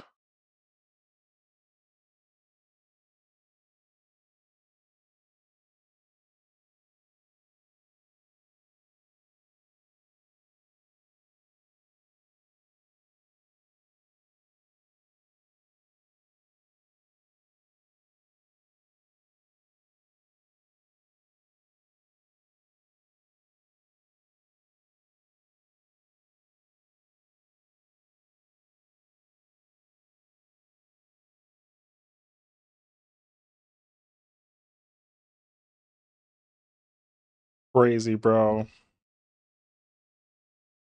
The hair on my arms are up. Brother, like, you know how crazy it is to just hear him go Zehi, and then they go look out for this, and then the fucking brother. The moment that I saw this, I was just like, no way. And then I see the freaking side panel. Oh, it's Neon Genesis. Oh my god. Bro, my voice died the minute that I saw that freaking half picture. This is the craziest shit ever. Brother, I've never thought in my wildest dreams I would see this game logo tied to this character. Holy shit. Tunga look us the week ever cold. Brother, I already know somebody also who's like, why is Neon Genesis joining 14? And I was like, yo, because it's 14. He's like, he got the credit card immediately. He's like, give me the freaking trial right now. I need to play it. And I was just like, brother, it's free. Play. He was like, done. And he's already like progressing the whole entire thing. So it's actually hilarious. All right. Yo, one more for good departure. Thank you for watching and tuning into the stream though. We had a lot of fun today.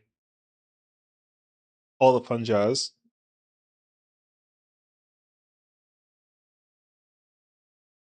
Yo, I'll never get tired of this. I'll never get tired of this, bro. How the flying F did they pull this off is beyond me. I don't know how they did it, bro. Crazy Stones definitely Ariana Grande from Baby Exvius. True. I do wonder about that though still, but like, yeah. Anyways, enjoy Quan. Take care of yourselves. We'll be back tomorrow. 3 hours, full on thing for the content too. It's gonna be sick, dude. I'll see y'all soon. See ya.